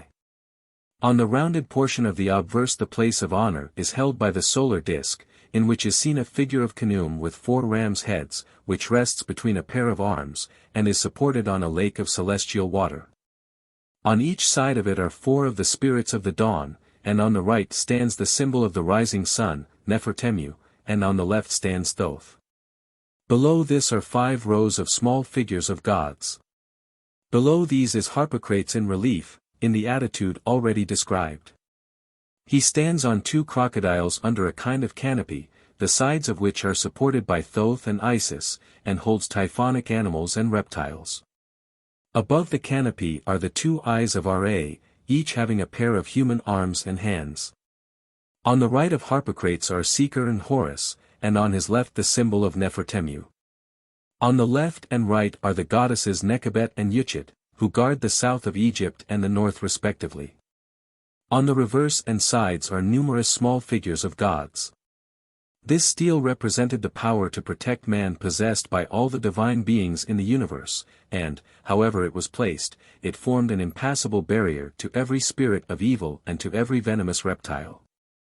The spells, which are cut in hieroglyphics on all the parts of the steel not occupied by figures of gods, were of the most potent character, for they contained the actual words by which the gods vanquished the powers of darkness and evil. These spells form the texts which are printed on page 142 ff, and may be thus summarized. The first spell is an incantation directed against reptiles and noxious creatures in general. The chief of these was Apep, the great enemy of Ra, who took the form of a huge serpent that resembled the intestines, and the spell doomed him to decapitation, and burning and backing in pieces. These things would be effected by Serket, the scorpion goddess. The second part of the spell was directed against the poison of Apep, and was to be recited over anyone who was bitten by a snake. When uttered by Horus it made Apep to vomit, and when used by a magician properly qualified would make the bitten person to vomit, and so free his body from the poison. The next spell is directed to be said to the cat, i.e. a symbol of the daughter of Ra, or Isis, who had the head of Ra, the eyes of the Urias, the nose of Thoth, the ears of Neb-Er-Tcher, the mouth of Tem, the neck of Neheb-Ka, the breast of Thoth, the heart of Ra, the hands of the gods. The belly of Osiris, the thighs of Menthu, the legs of Khensu, the feet of Amen-Horus, the haunches of Horus, the soles of the feet of Ra, and the bowels of Mayurit. Every member of the cat contained a god or goddess, and she was able to destroy the poison of any serpent, or scorpion, or reptile, which might be injected into her body. The spell opens with an address to Ra, who is entreated to come to his daughter, who has been stung by a scorpion on a lonely road, and to cause the poison to leave her body.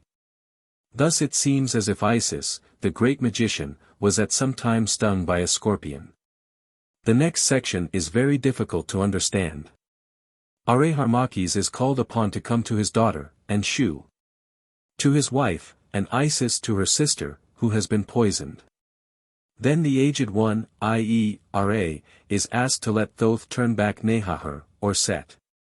Osiris is in the water, but Horus is with him, and the great beetle overshadows him, and every evil spirit which dwells in the water is adjured to allow Horus to proceed to Osiris. Ra, Sekhet, Thoth, and Heka, this last named being the spell personified, are the four great gods who protect Osiris, and who will blind and choke his enemies, and cut out their tongues. The cry of the cat is again referred to, and Ra is asked if he does not remember the cry which came from the bank of Nedet. The allusion here is to the cries which Isis uttered when she arrived at Nedet near Abydos, and found lying there the dead body of her husband. At this point on the steel the spells are interrupted by a long narrative put into the mouth of Isis, which supplies us with some account of the troubles that she suffered, and describes the death of Horus through the sting of a scorpion. Isis, it seems, was shut up in some dwelling by Set after he murdered Osiris, probably with the intention of forcing her to marry him, and so assist him to legalize his seizure of the kingdom. Isis, as we have already seen, had been made pregnant by her husband after his death, and Thoth now appeared to her, and advised her to hide herself with her unborn child, and to bring him forth in secret. And he promised her that her son should succeed in due course to his father's throne. With the help of Thoth she escaped from her captivity, and went forth accompanied by the 7 scorpion goddesses, who brought her to the town of Persue, on the edge of the reed swamps. She applied to a woman for a night's shelter, but the woman shut her door in her face. To punish her one of the scorpion goddesses forced her way into the woman's house, and stung her child to death. The grief of the woman was so bitter and sympathy compelling that Isis laid her hands on the child, and, having uttered one of her most potent spells over him, the poison of the scorpion ran out of his body, and the child came to life again. The words of the spell are cut on the steel, and they were treasured by the Egyptians as an infallible remedy for scorpion stings. When the woman saw that her son had been brought back to life by Isis, she was filled with joy and gratitude, and, as a mark of her repentance, she brought large quantities of things from her house as gifts for Isis. And they were so many that they filled the house of the kind, but poor, woman who had given Isis shelter. Now soon after Isis had restored to life the son of the woman who had shown churlishness to her, a terrible calamity fell upon her, for her beloved son Horus was stung by a scorpion and died. The news of this event was conveyed to her by the gods, who cried out to her to come to see her son Horus, whom the terrible scorpion Behutet had killed. Isis, stabbed with pain at the news, as if a knife had been driven into her body, ran out distraught with grief. It seems that she had gone to perform a religious ceremony in honor of Osiris in a temple near Hetep, leaving her child carefully concealed in Bekhten. During her absence the scorpion Behutet, which had been sent by Set, forced its way into the biding place of Horus, and there stung him to death. When Isis came and found the dead body, she burst forth in lamentations, the sound of which brought all the people from the neighboring districts to her side. As she related to them the history of her sufferings they endeavored to console her, and when they found this to be impossible they lifted up their voices and wept with her.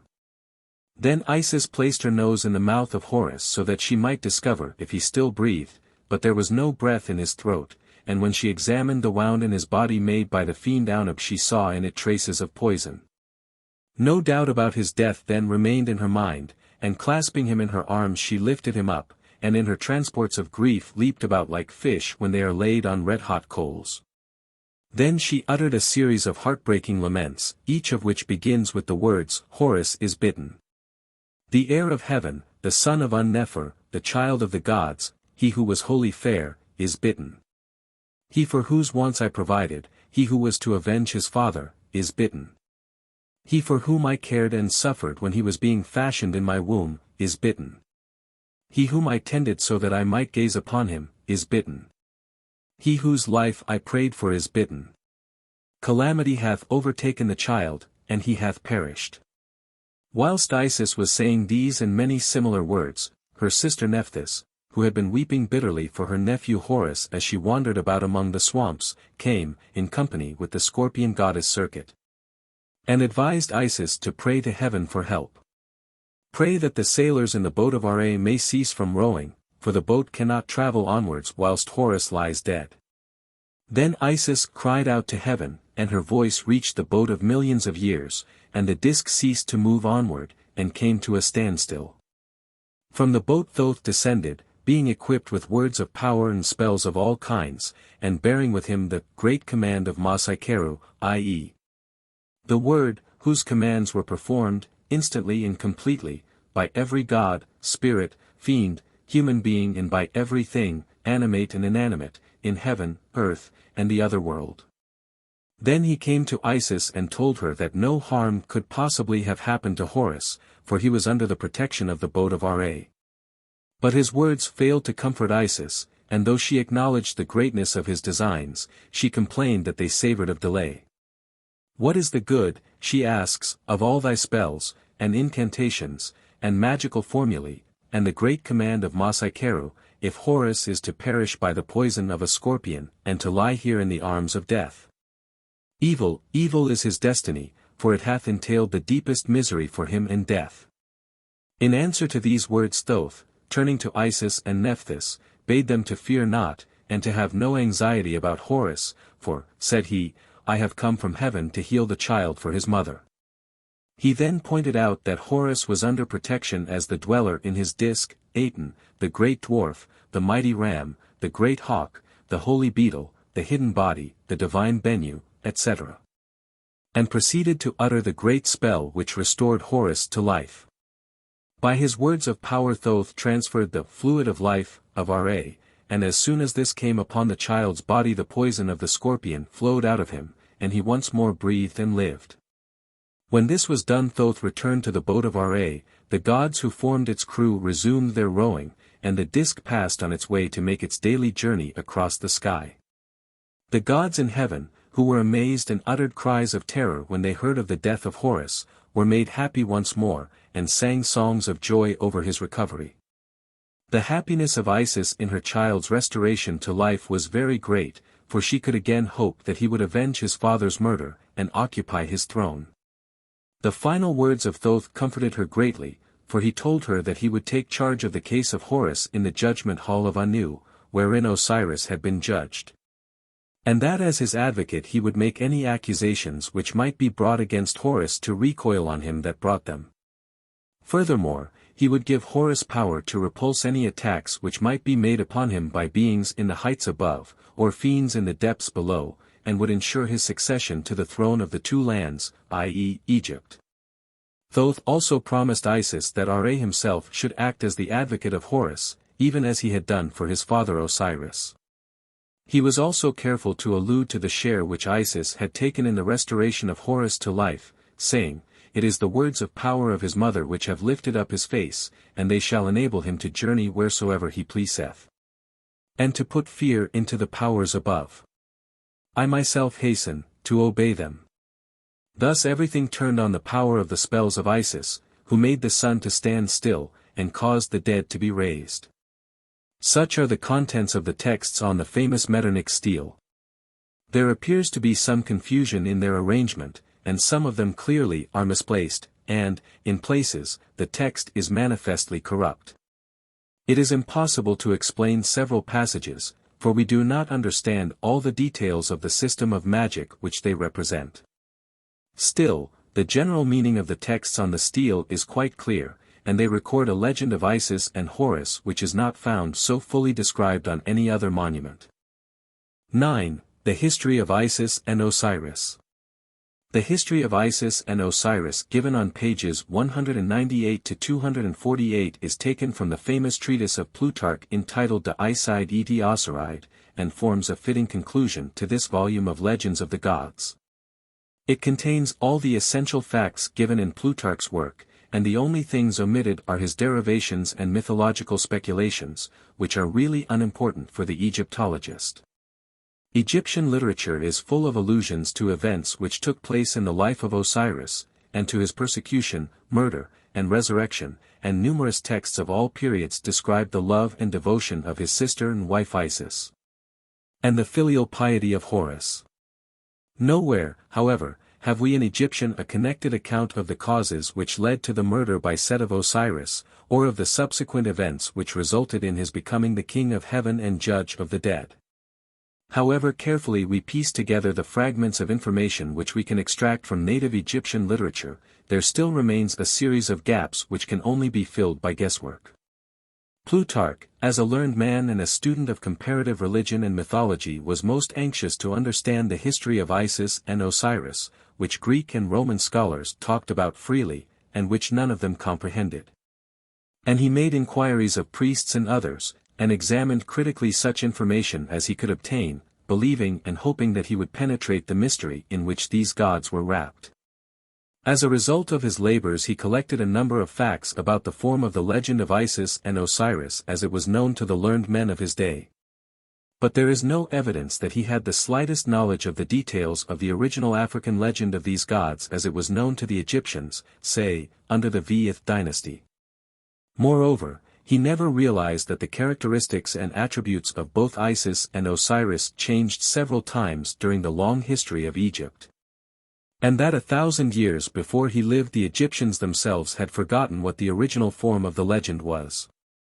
They preserved a number of ceremonies, and performed very carefully all the details of an ancient ritual at the annual commemoration festival of Osiris which was held in November and December.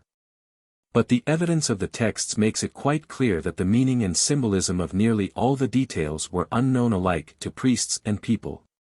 An important modification of the cult of Isis and Osiris took place in the 3rd century before Christ, when the Ptolemies began to consolidate their rule in Egypt. A form of religion which would be acceptable both to Egyptians and Greeks had to be provided, and this was produced by modifying the characteristics of Osiris and calling him Sarapis, and identifying him with the Greek Pluto. To Isis were added many of the attributes of the great Greek goddesses, and into her worship were introduced mysteries derived from non-Egyptian cults, which made it acceptable to the people everywhere. Had a high priest of Osiris who lived at Abydos under the Xvith dynasty witnessed the celebration of the great festival of Isis and Osiris in any large town in the 1st century before Christ, it is tolerably certain that he would have regarded it as a lengthy act of worship of strange gods, in which there appeared, here and there, ceremonies and phrases which reminded him of the ancient Abydos ritual. When the form of the cult of Isis and Osiris introduced by the Ptolemies into Egypt extended to the great cities of Greece and Italy, still further modifications took place in it, and the characters of Isis and Osiris were still further changed.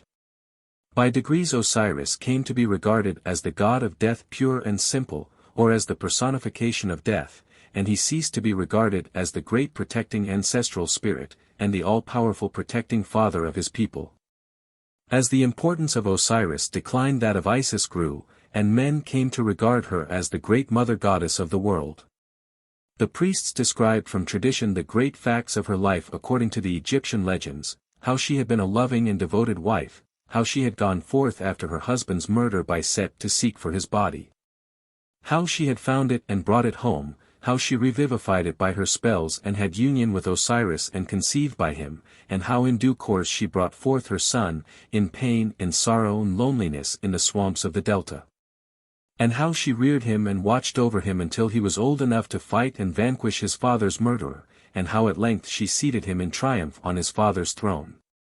These things endeared Isis to the people everywhere, and as she herself had not suffered death like Osiris, she came to be regarded as the eternal mother of life and of all living things.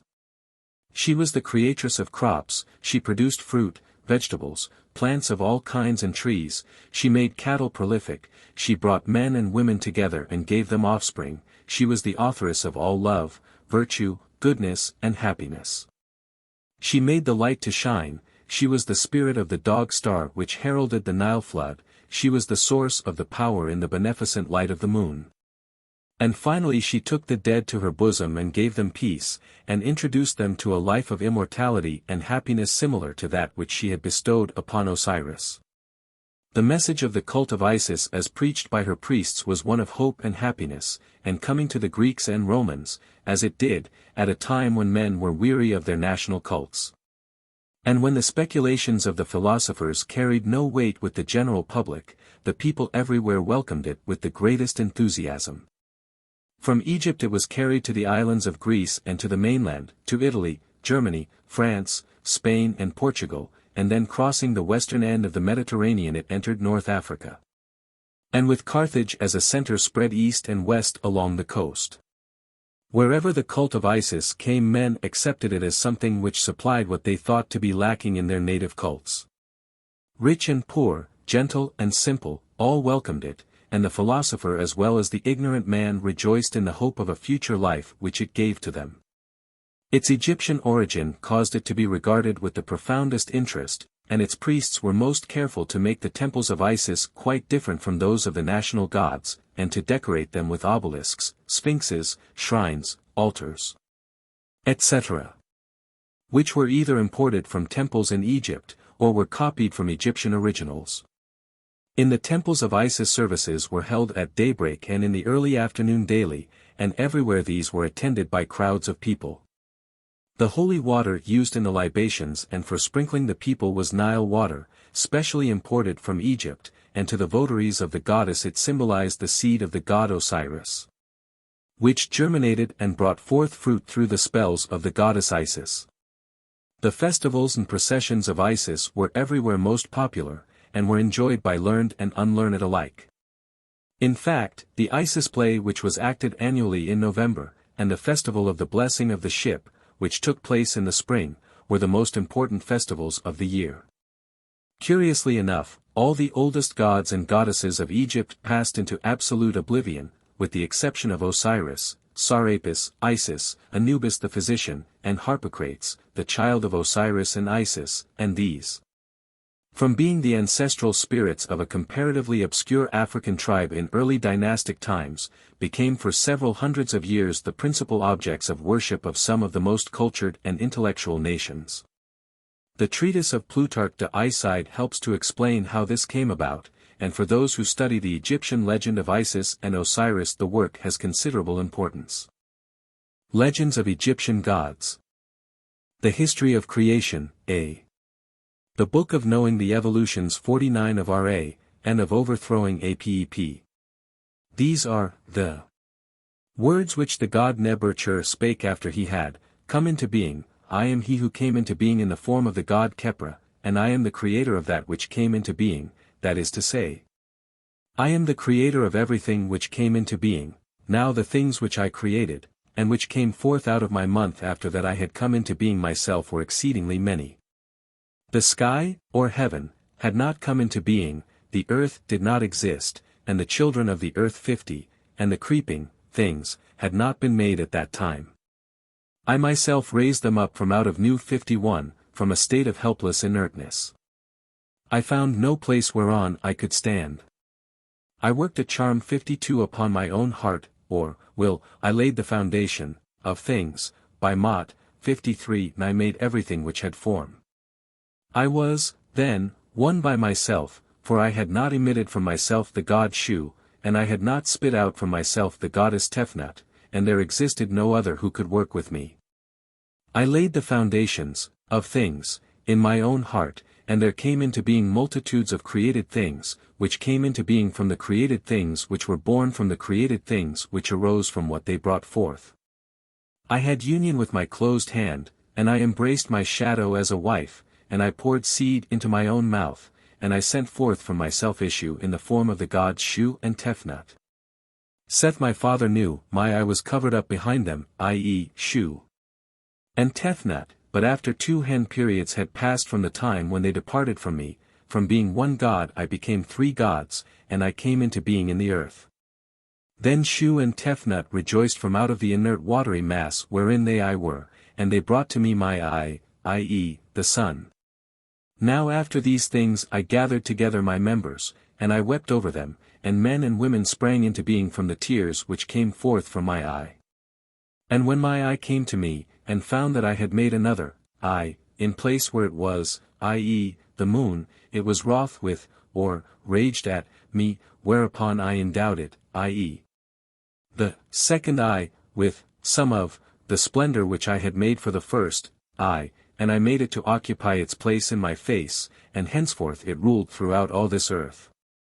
When there fell on them their moment 54 through plant-like clouds, I restored what had been taken away from them, and I appeared from out of the plant-like clouds. I created creeping things of every kind, and everything which came into being from them. Shu and Tefnut brought forth, Seb and Nut. And Seb and Nut brought forth Osiris, and Heru-Behutet 55 and Set, and Isis, and Nephthys 56 at one birth, one after the other, and they produced their multitudinous offspring in this earth.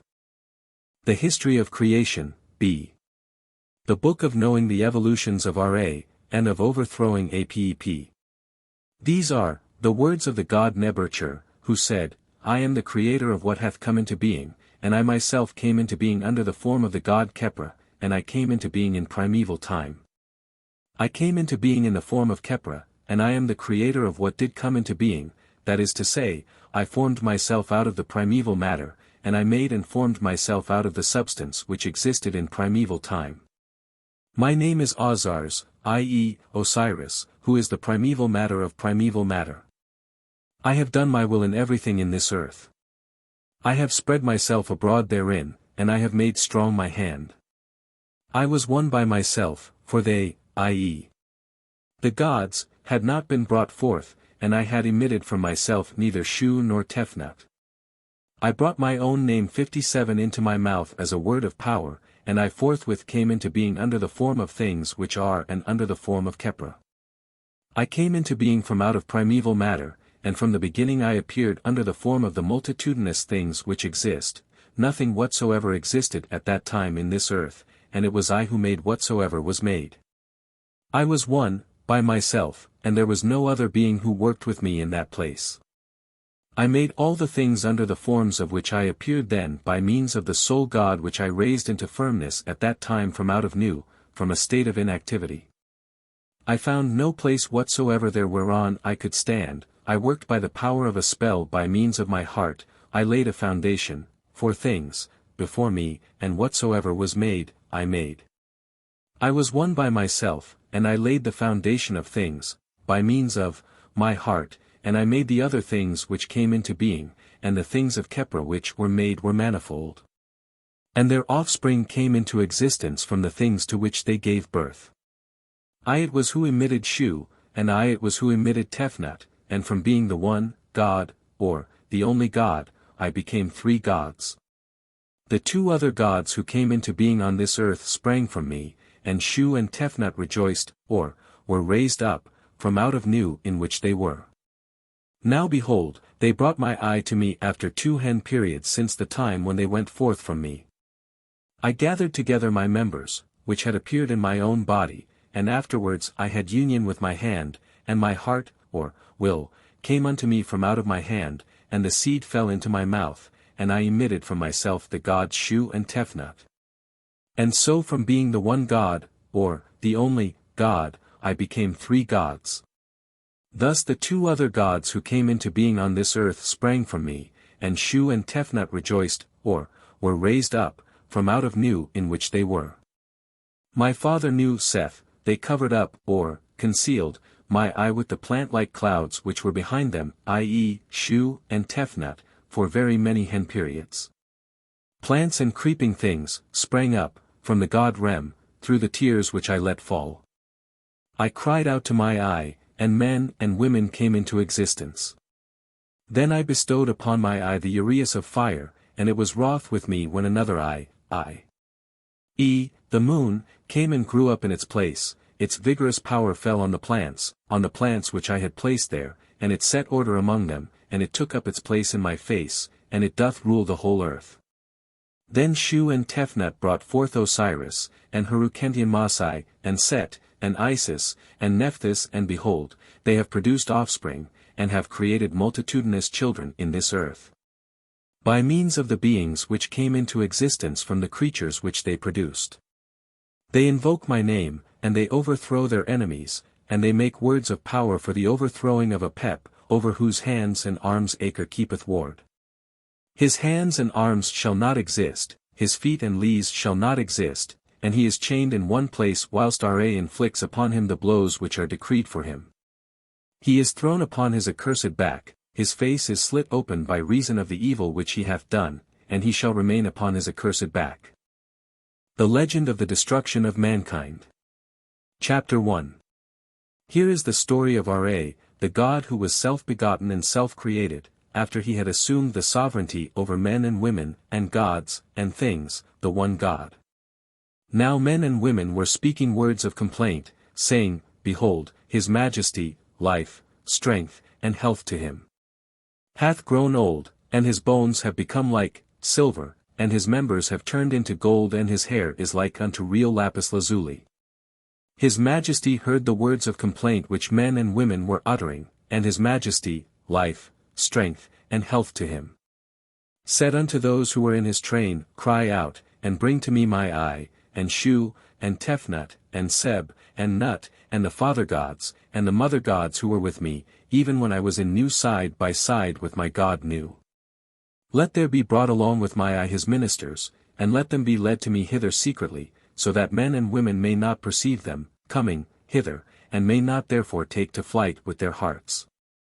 Come thou 58 with them to the great house, and let them declare their plans, or, arrangements, fully, for I will go from Nu into the place wherein I brought about my own existence, and let those gods be brought unto me there.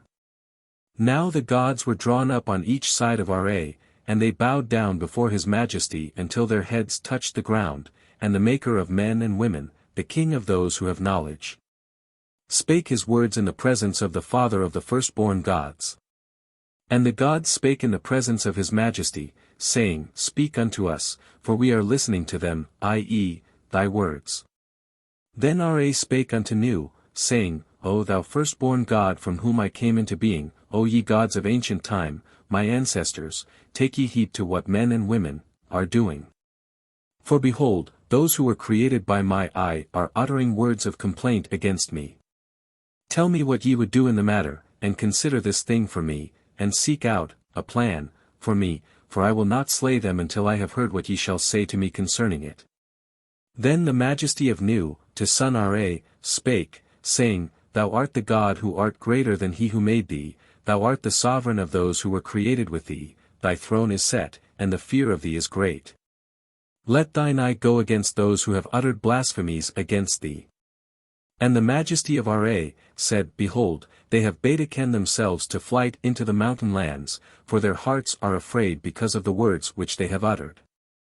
Then the god spake in the presence of his majesty, saying, Let thine eye go forth and let it destroy for thee those who revile thee with words of evil.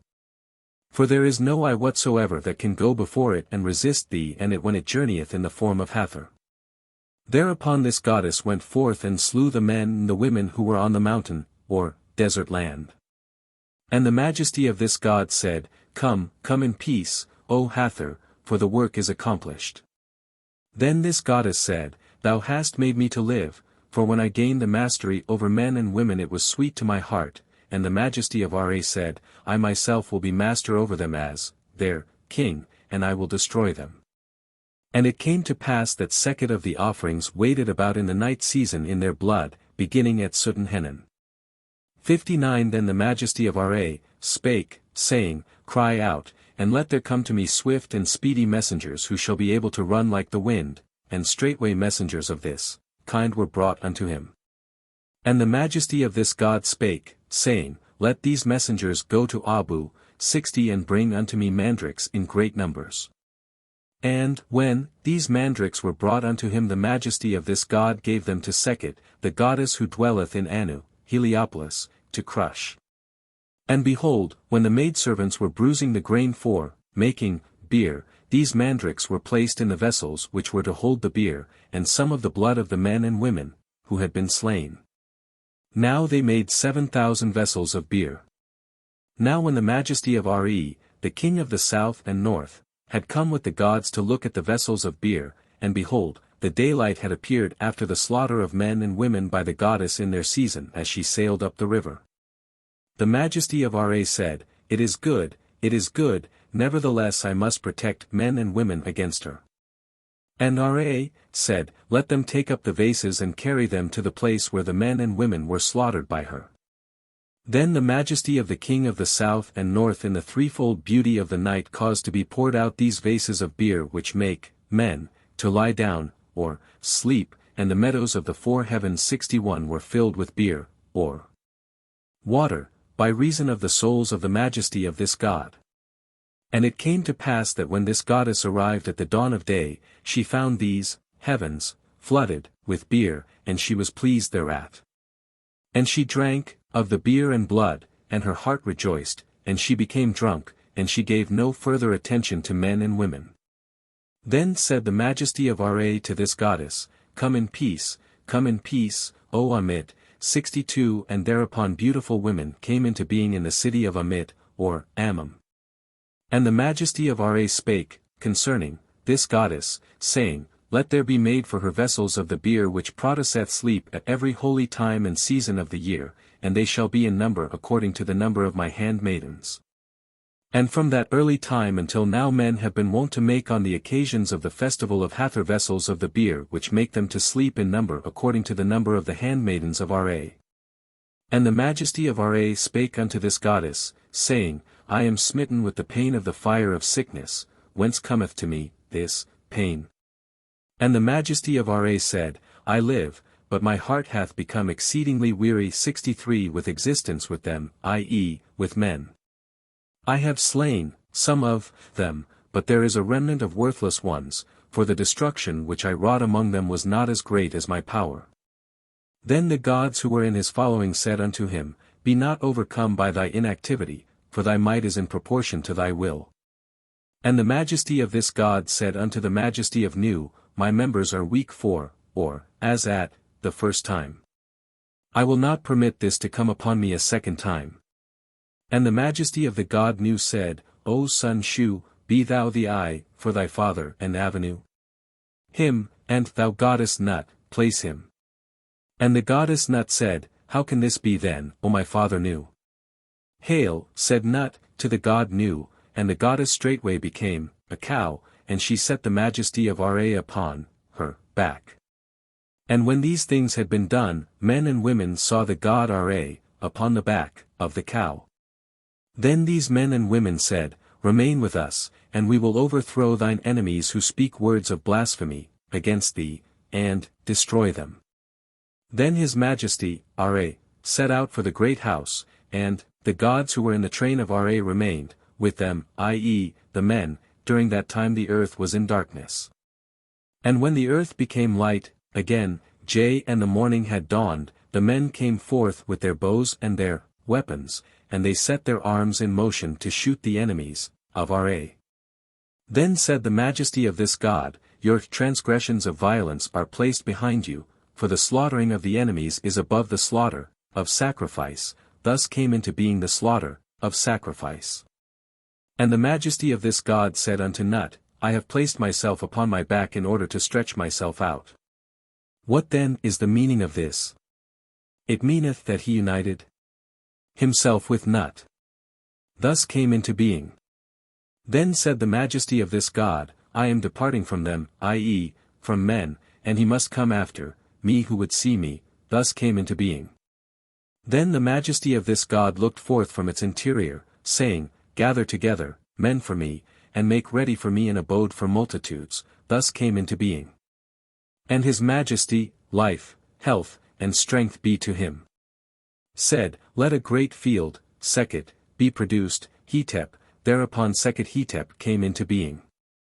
And the god said, I will gather herbs, Eret, therein, thereupon Sekhetaru came into being. And the god said, I will make it to contain as dwellers things, Kaith, like stars of all sorts, thereupon the stars, Akeka, came into being. Then the goddess Nut trembled because of the height. And the majesty of Ra said, I decree that supports be to bear, the goddess up, thereupon the props of heaven, came into being.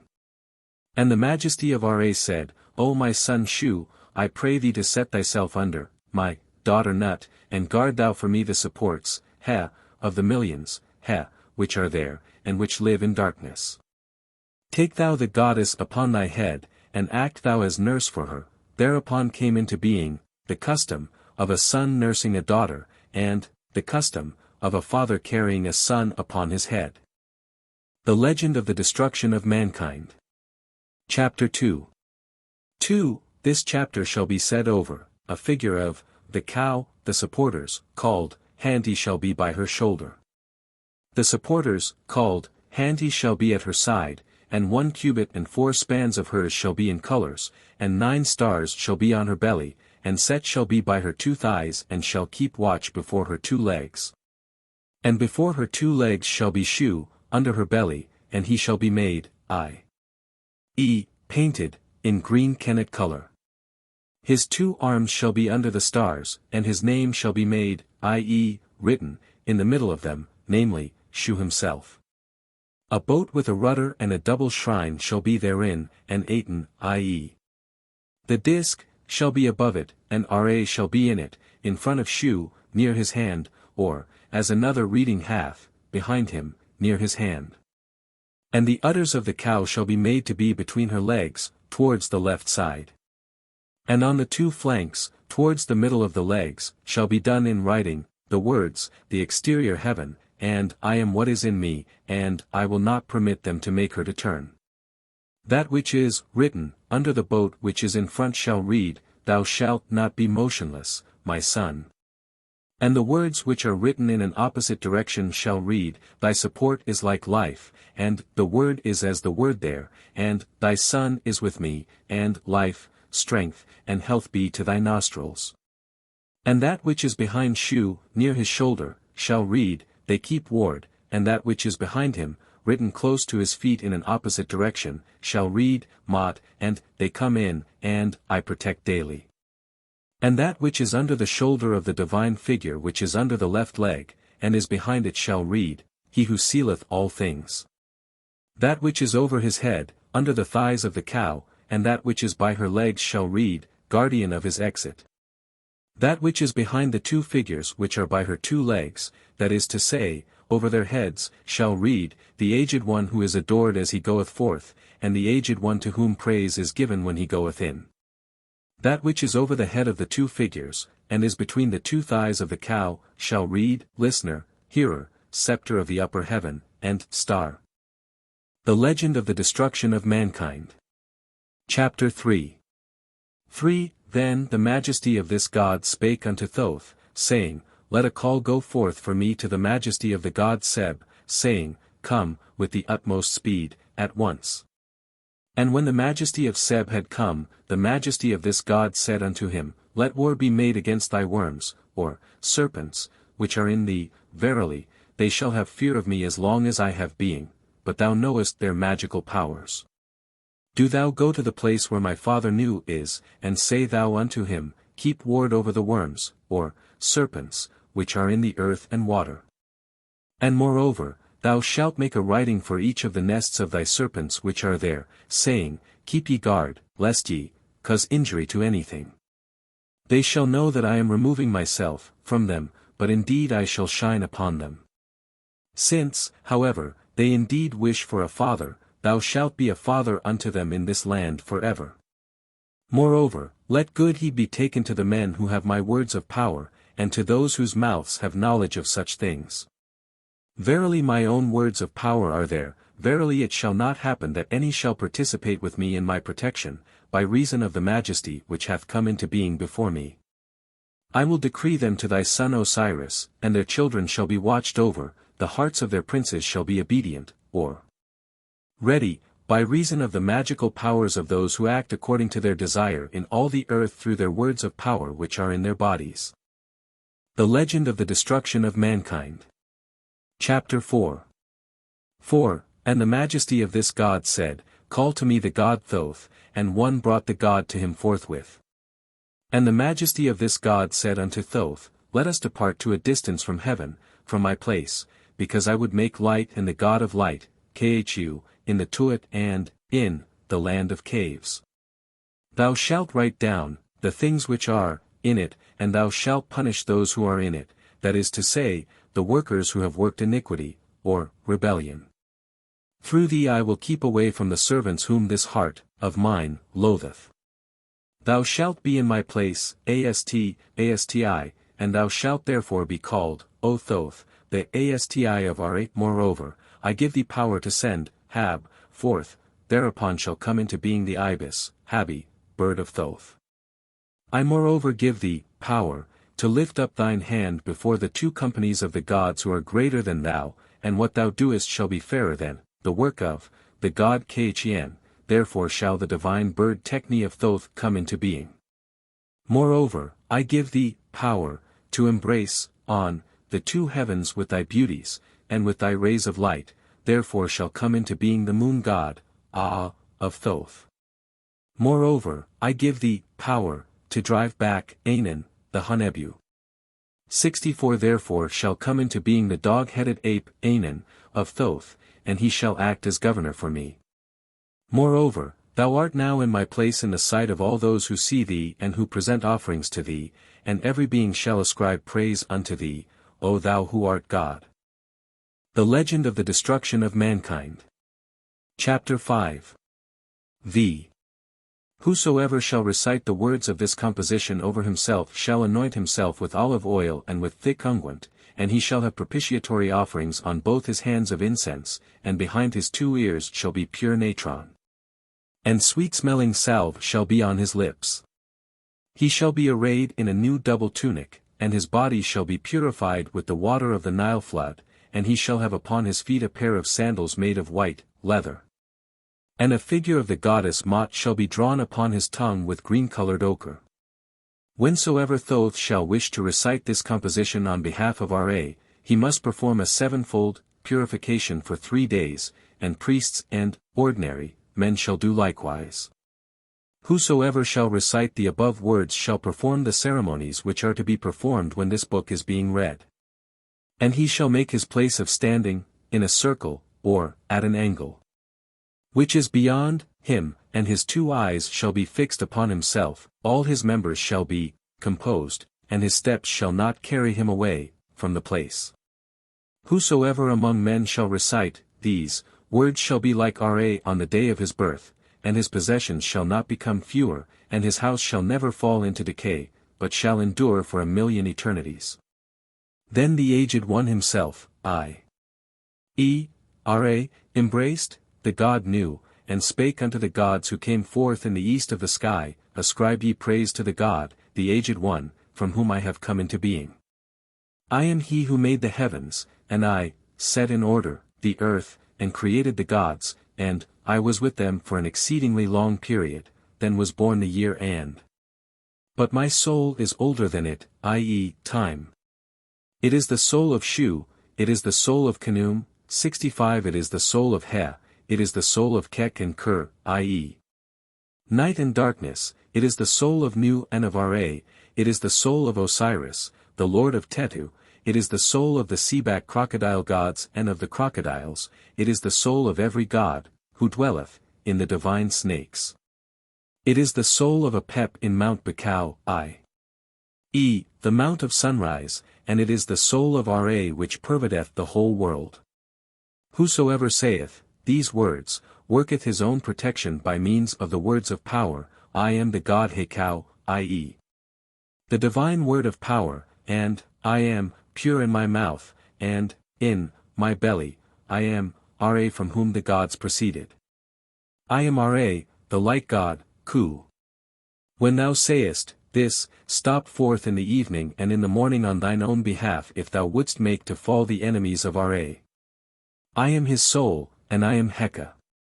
Hail, thou Lord of eternity, thou Creator of everlastingness, who bringest to naught the gods who came forth from Ra, thou Lord of thy God, thou Prince who didst make what made thee, who art beloved by the fathers of the gods. On whose head are the pure words of power, who didst create the woman, Erpet, that standeth on the south side of thee, who didst create the goddess who hath her face on her breast, and the serpent which standeth on his tail. With her eye on his belly, and with his tail on the earth, to whom Thoth giveth praises, and upon whom the heavens rest, and to whom Shu stretcheth out his two hands, deliver thou me from those two great gods who sit in the east of the sky. Who act as wardens of heaven and as wardens of earth, and who make firm the secret places, and who are called Ea-Yusu, and Perephermasainu. Moreover, there shall be, a purifying on the day of the month. Even according to the performance of the ceremonies in the oldest time. Whosoever shall recite this chapter shall have life in Neb-Er-Tcher, i.e. underworld, and the fear of him shall be much greater than it was formerly, upon earth, and they shall say, Thy names are eternity and everlastingness. They are called, Openfnam Tayut Apu, and Rekwa Tut, En Neder-Pui En Raaf Hershafu. I am he who hath strengthened the boat with the company of the gods, and his Shinit, and his gods, by means of words of power. The legend of Ra and Isis. The chapter of the divine, or, mighty, God, who created himself, who made the heavens and the earth, and the breath of life, and fire, and the gods, and men, and beasts, and cattle, and reptiles, and the fowl of the air.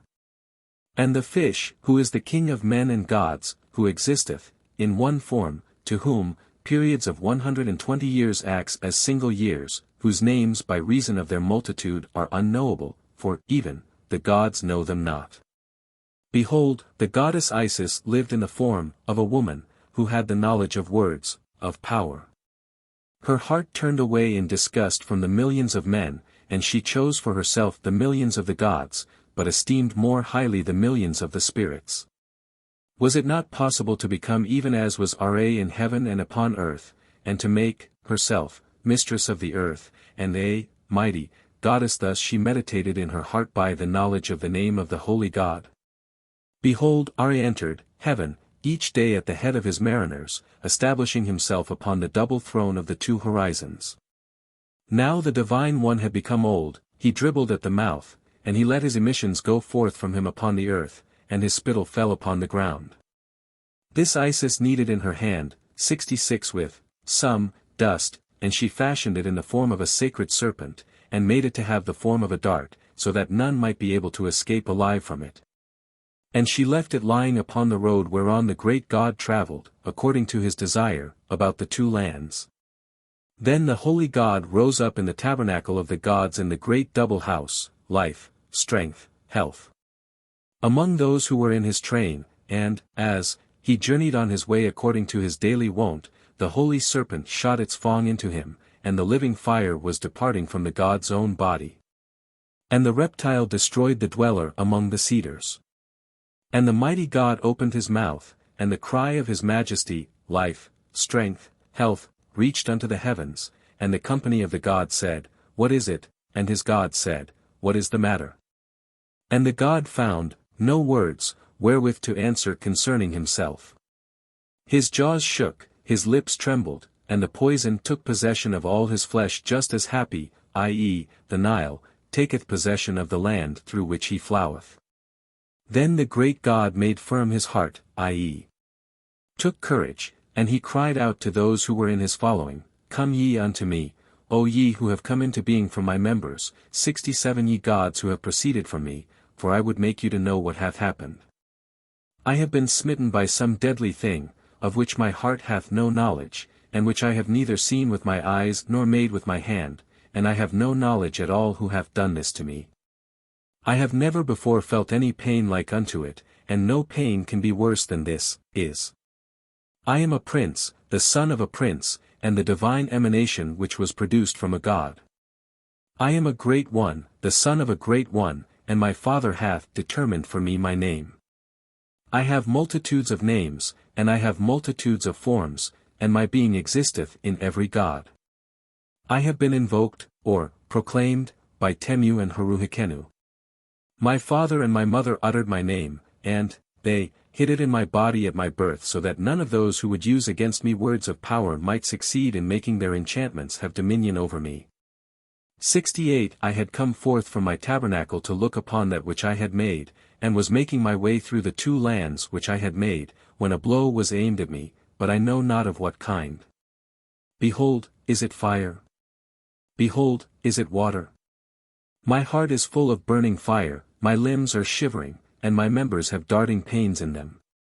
Let there be brought unto me my children the gods, who possess words of magic, whose mouths are cunning, in uttering them, and whose powers reach up to heaven. Then his children came unto him, and every god was there with his cry of lamentation.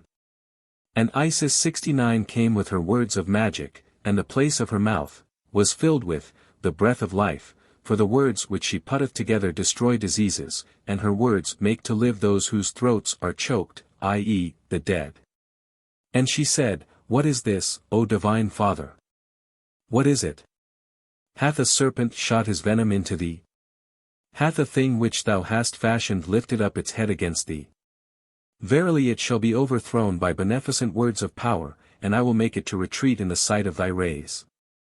The holy God opened his mouth, saying, I was going along the road and passing through the 2 lands of my country, for my heart wished to look upon what I had made, when I was bitten by a serpent which I did not see. Behold, is it fire? Behold, is it water? I am colder than water, I am hotter than fire, all my members sweat, I myself quake, mine eye is unsteady. I cannot look at the heavens, and water forceth itself on my face as in the time of the inundation. 70 And Isis said unto Ra, O my divine Father, tell me thy name, for he who is able to pronounce his name liveth. And Ra said, I am the maker of the heavens and the earth, I have knit together the mountains, and I have created everything which existeth upon them. I am the maker of the waters, and I have made Metuar to come into being. I have made the bull of his mother, and I have made the joys of love to exist. I am the maker of heaven, and I have made to be hidden the 2 gods of the horizon, and I have placed the souls of the gods within them. I am the being who openeth his eyes and the light cometh, I am the being who shutteth his eyes and there is darkness. I am the being who giveth the command, and the waters of happy, the Nile, burst forth, I am the being whose name the gods know not. I am the maker of the hours and the creator of the days. I am the opener, i.e., inaugurator, of the festivals, and the maker of the floods of water. I am the creator of the fire of life whereby the works of the houses are caused to come into being. I am Khepra in the morning, and Ra, at the time of his culmination, i.e., noon, and Khnemu in the evening. 71 Nevertheless the poison was not driven from its course, and the great God felt no better. Then Isis said unto Ra, Among the things which thou hast said unto me thy name hath not been mentioned. O declare thou it unto me, and the poison shall come forth, for the person who hath declared his name shall live. Meanwhile the poison burned with blazing fire and the heat thereof was stronger than that of a blazing flame. Then the majesty of Ra said, I will allow myself to be searched through by Isis, and my name shall come forth from my body and go into hers. Then the Divine One hid himself from the gods, and the throne in the boat of millions of years 72 was empty. And it came to pass that when it was the time for the heart to come forth from the god, she said unto her son Horus, the great god shall bind himself by an oath to give his 2 eyes.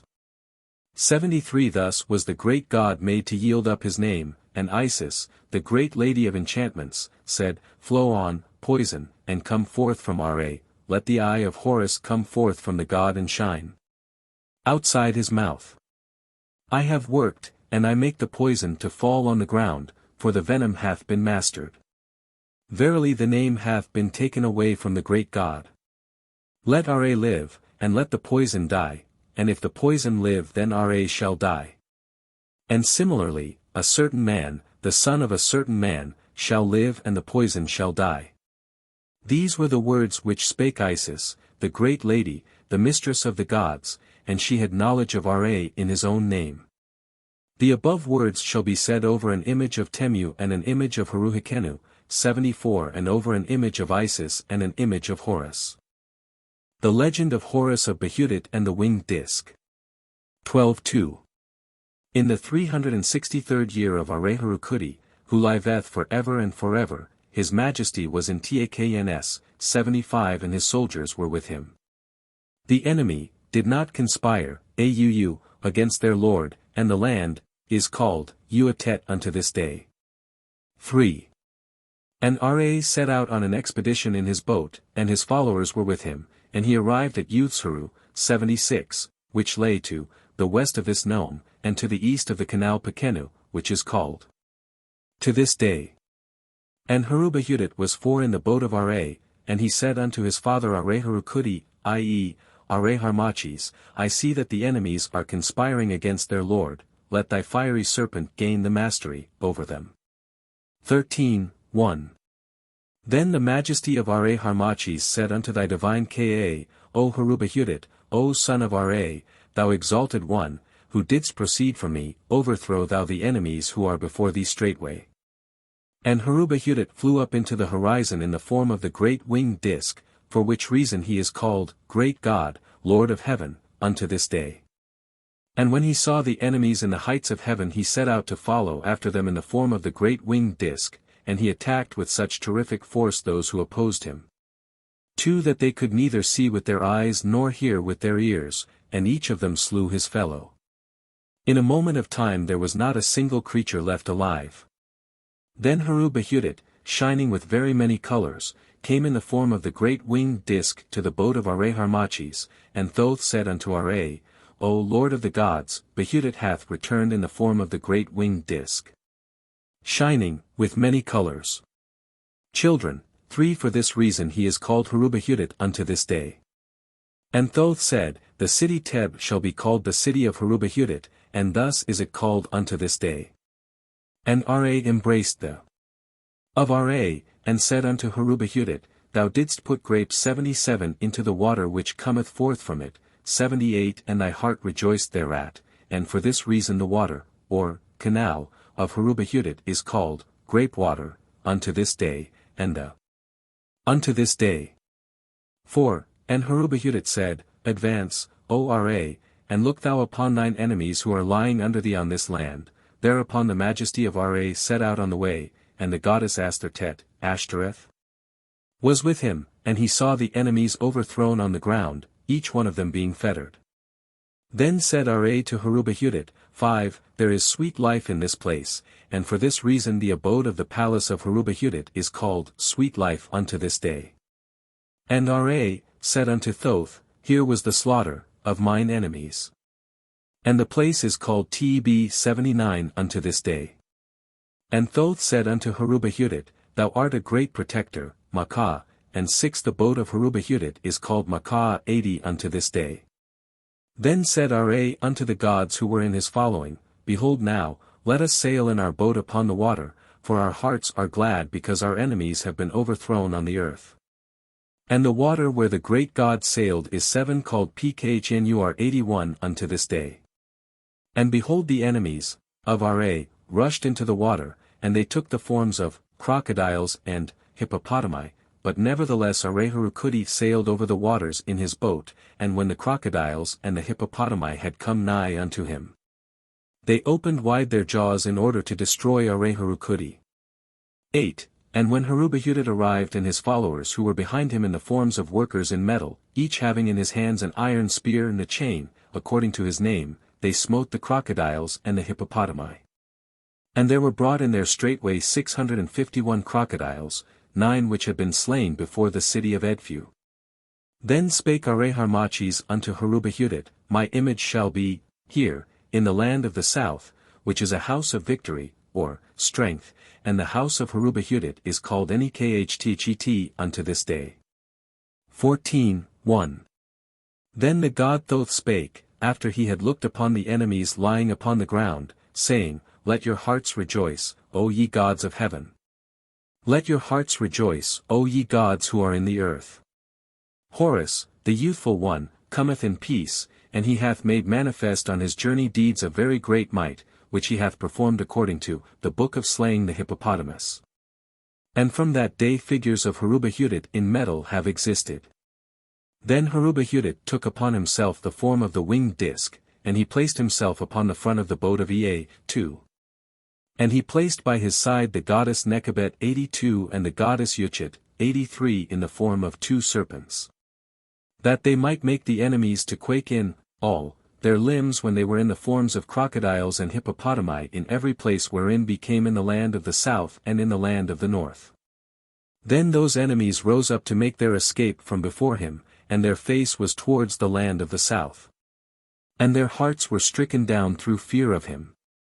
And Heru-Behutet was at the back, or side, of them in the boat of Ra, and there were in his hands a metal lance and a metal chain, and the metal workers who were with their lord were equipped 3 for fighting with lances and chains. And Heru-Behutet saw them 84 to the southeast of the city of Ust, Thebes, some distance away. Then Ra said to Thoth, Those enemies shall be smitten with blows that kill.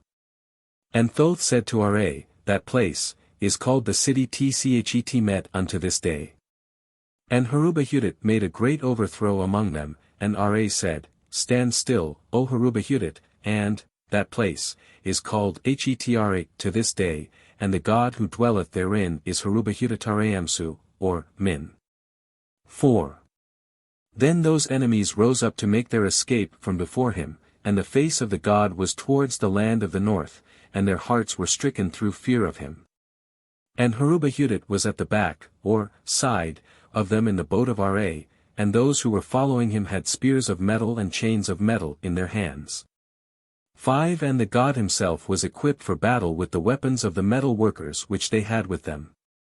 And he passed a whole day before he saw them to the northeast of the nome of Tentera, Dendra. Then Ra said unto Thoth, The enemies are resting, their lord. 6. And the majesty of Osiris said to Heru-Behutet, Thou art my exalted son who didst proceed from Nut. The courage of the enemies hath failed in a moment. And Heru-Behutet made great slaughter among them. And Thoth said, The winged disk shall be called, in the name of this Aat, 7 and is called Heru-Behutet, its mistress. His name is to the south in the name of this god, and the acacia and the sycamore shall be the trees of the sanctuary. Then the enemies turned aside to flee from before him, and their faces were, towards the north, and they went, to ate the swamps of Utuar, i.e., the Mediterranean, and, their courage failed through fear of him. And Heru-Behutet was at the back, or, side, of them in the boat of Ra, and the metal spear was in his hands, and those who were in his following were equipped with the weapons for battle of the metal workers. 9. And the god spent 4 days and 4 nights in the water in pursuit of them, but he did not see one of the enemies, who fled from before him in the water in the forms of crocodiles and hippopotami. At length he found them and saw them. And Ra said unto Horus of Heaven, O winged disk, thou great God and Lord of heaven, seize thou them, and he hurled his lance after them, and he slew them, and worked a great overthrow of them. And he brought 142 enemies to the forepart of the boat, of Ra, and with them was a male hippopotamus 11 which had been among those enemies. And he hacked them in pieces with his knife, and he gave their entrails to those who were in his following, and he gave their carcasses to the gods and goddesses who were in the boat of Ra on the river bank of the city of Heru. Then Ra said unto Thoth, 12 See what mighty things Heru-Behutet hath performed in his deeds against the enemies, verily he hath smitten them. And of the male hippopotamus he hath opened the mouth, and he hath speared it, and he hath mounted upon its back. Then said Thoth to Ra, Horus shall be called, winged disk, great God, 13 smiter of the enemies in the town of Heru from this day forward, and he shall be called, he who standeth on the back and prophet of this God, from this day forward. These are the things which happened in the lands of the city of Heru, in a region which measured 342 measures on the south, and on the north, on the west, and on the east. 15:1. Then the enemies rose up before him by the lake of the north, and their faces were set towards Utuar 85 which they desired to reach by sailing. But the gods smote their hearts and they turned and fled in the water, and they directed their course to the water of the nome of Mer-Tet. And they gathered themselves together in the water of Mer-Tet in order to join themselves with the enemies, who serve, Set and who are in this region. And Heru-Behutet followed them, being equipped with all his weapons of war to fight against them. 2. And Heru-Behutet made a journey in the boat of Ra, together with the great god who was in his boat with those who were his followers, and he pursued them on the lake of the north twice. And passed 1 day and 1 night sailing down the river in pursuit of them before he perceived and overtook them, for he knew not the place where they were. Then he arrived at the city of Purahu. And the majesty of Ra said unto Heru-Behutet, What hath happened to the enemies? They have gathered together themselves in the water to the west of the nome of Mer-Tet in order to unite themselves with the enemies, who serve, Set, and who are in this region, 3 at the place where are our staff and scepter. And Thoth said unto Ra, Just in the nome of Mer-Tet is called Useb because of this unto this day, and the lake which is in it is called Tempt. Then Heru-Behutet spake in the presence of his father Ra, saying, I beseech thee to set thy boat against them, so that I may be able to perform against them that which Ra willeth, and this was done. Then he made an attack upon them on the lake which was at the west of this district, and he perceived them on the bank of the city, which belongeth to the lake of Mer-Tet. 4. Then Heru-Behutet made an expedition against them, and his followers were with him, and they were provided with weapons of all kinds for battle, and he wrought a great overthrow among them, and he brought in 381 enemies. And he slaughtered them in the forepart of the boat of Ra, 5 and he gave one of them to each of those who were in his train. Then Set rose up and came forth, and raged loudly with words of cursing and abuse because of the things which Heru-Behutet had done in respect of the slaughter of the enemies. And Ra said unto Thoth, This fiend Neha-Hara uttereth words at the top of his voice because of the things which 6 Heru-Behutet hath done unto him, and Thoth said unto Ra, Cries of this kind shall be called Neha-Hara unto this day. And Heru-Behutet did battle with the enemy for a period of time, and he hurled his iron lance at him, and he throw him down on the ground in this region, 7 which is called Pariredu unto this day. Then Heru-Behutet came and brought the enemy with him, and his spear was in his neck, and his chain was round his hands and arms, and the weapon of Horus had fallen on his mouth and had closed it.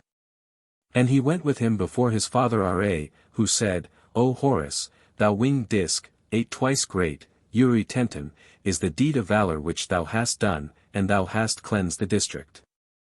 And Ra said unto Thoth, The palace of Heru-Behutet shall be called, Lord of the district which is cleansed, because of this, and, thus is it called, unto this day. And the name of the priest thereof is called Heru-Behutet unto this day. 9. And Ra said unto Thoth, Let the enemies and Set be given over to Isis and her son Horus, and let them work all their heart's desire upon them. And she and her son Horus set themselves in position with their spears in him at the time when there was storm, or disaster, in the district, and the lake of the god was 10 called Shnaha from that day to this. Then Horus the son of Isis cut off the head of the enemy, Set, and the heads of his fiends in the presence of Father Ra and of the great company of the gods. And he dragged him by his feet through his district with his spear driven through his head and back. And Ra said unto Thoth, 11 Let the son of Osiris drag the being of disaster through his territory. And Thoth said, It shall be called Ath, and this hath been the name of the region from that day to this. And Isis, the divine lady, spake before Ra, saying, Let the exalted winged disk become the amulet of my son Horus, who hath cut off the head of the enemy and the heads of his fiends. 16:1. Thus Heru-Behutet and Horus, the son of Isis, slaughtered that evil enemy, and his fiends, and the inert foes, and came forth with them to the water on the west side of this district.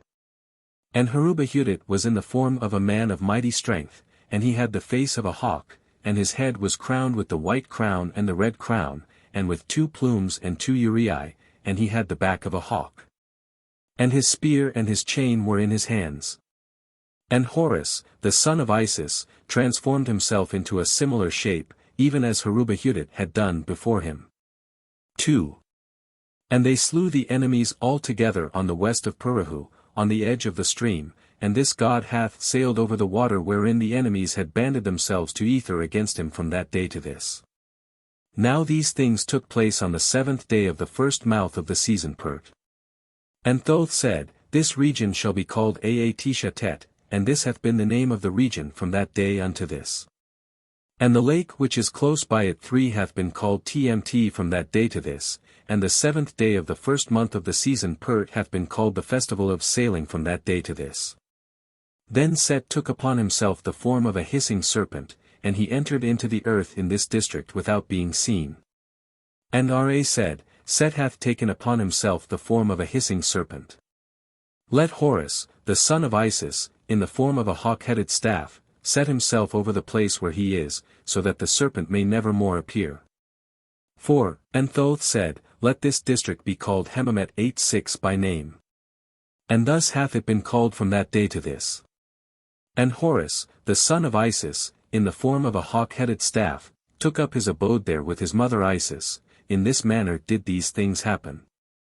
Then the boat of Ra arrived at the town of Hetaha. 5 Its forepart was made of palm wood, and the hind part was made of acacia wood. Thus the palm tree and the acacia tree have been sacred trees from that day to this. Then Heru-Behutet embarked in the boat of Ra, after he had made an end of fighting, and sailed, and Ra said unto Thoth, Let this boat be called. And thus hath it been called from that day to this. 6 And these things have been done in commemoration in this place from that day to this.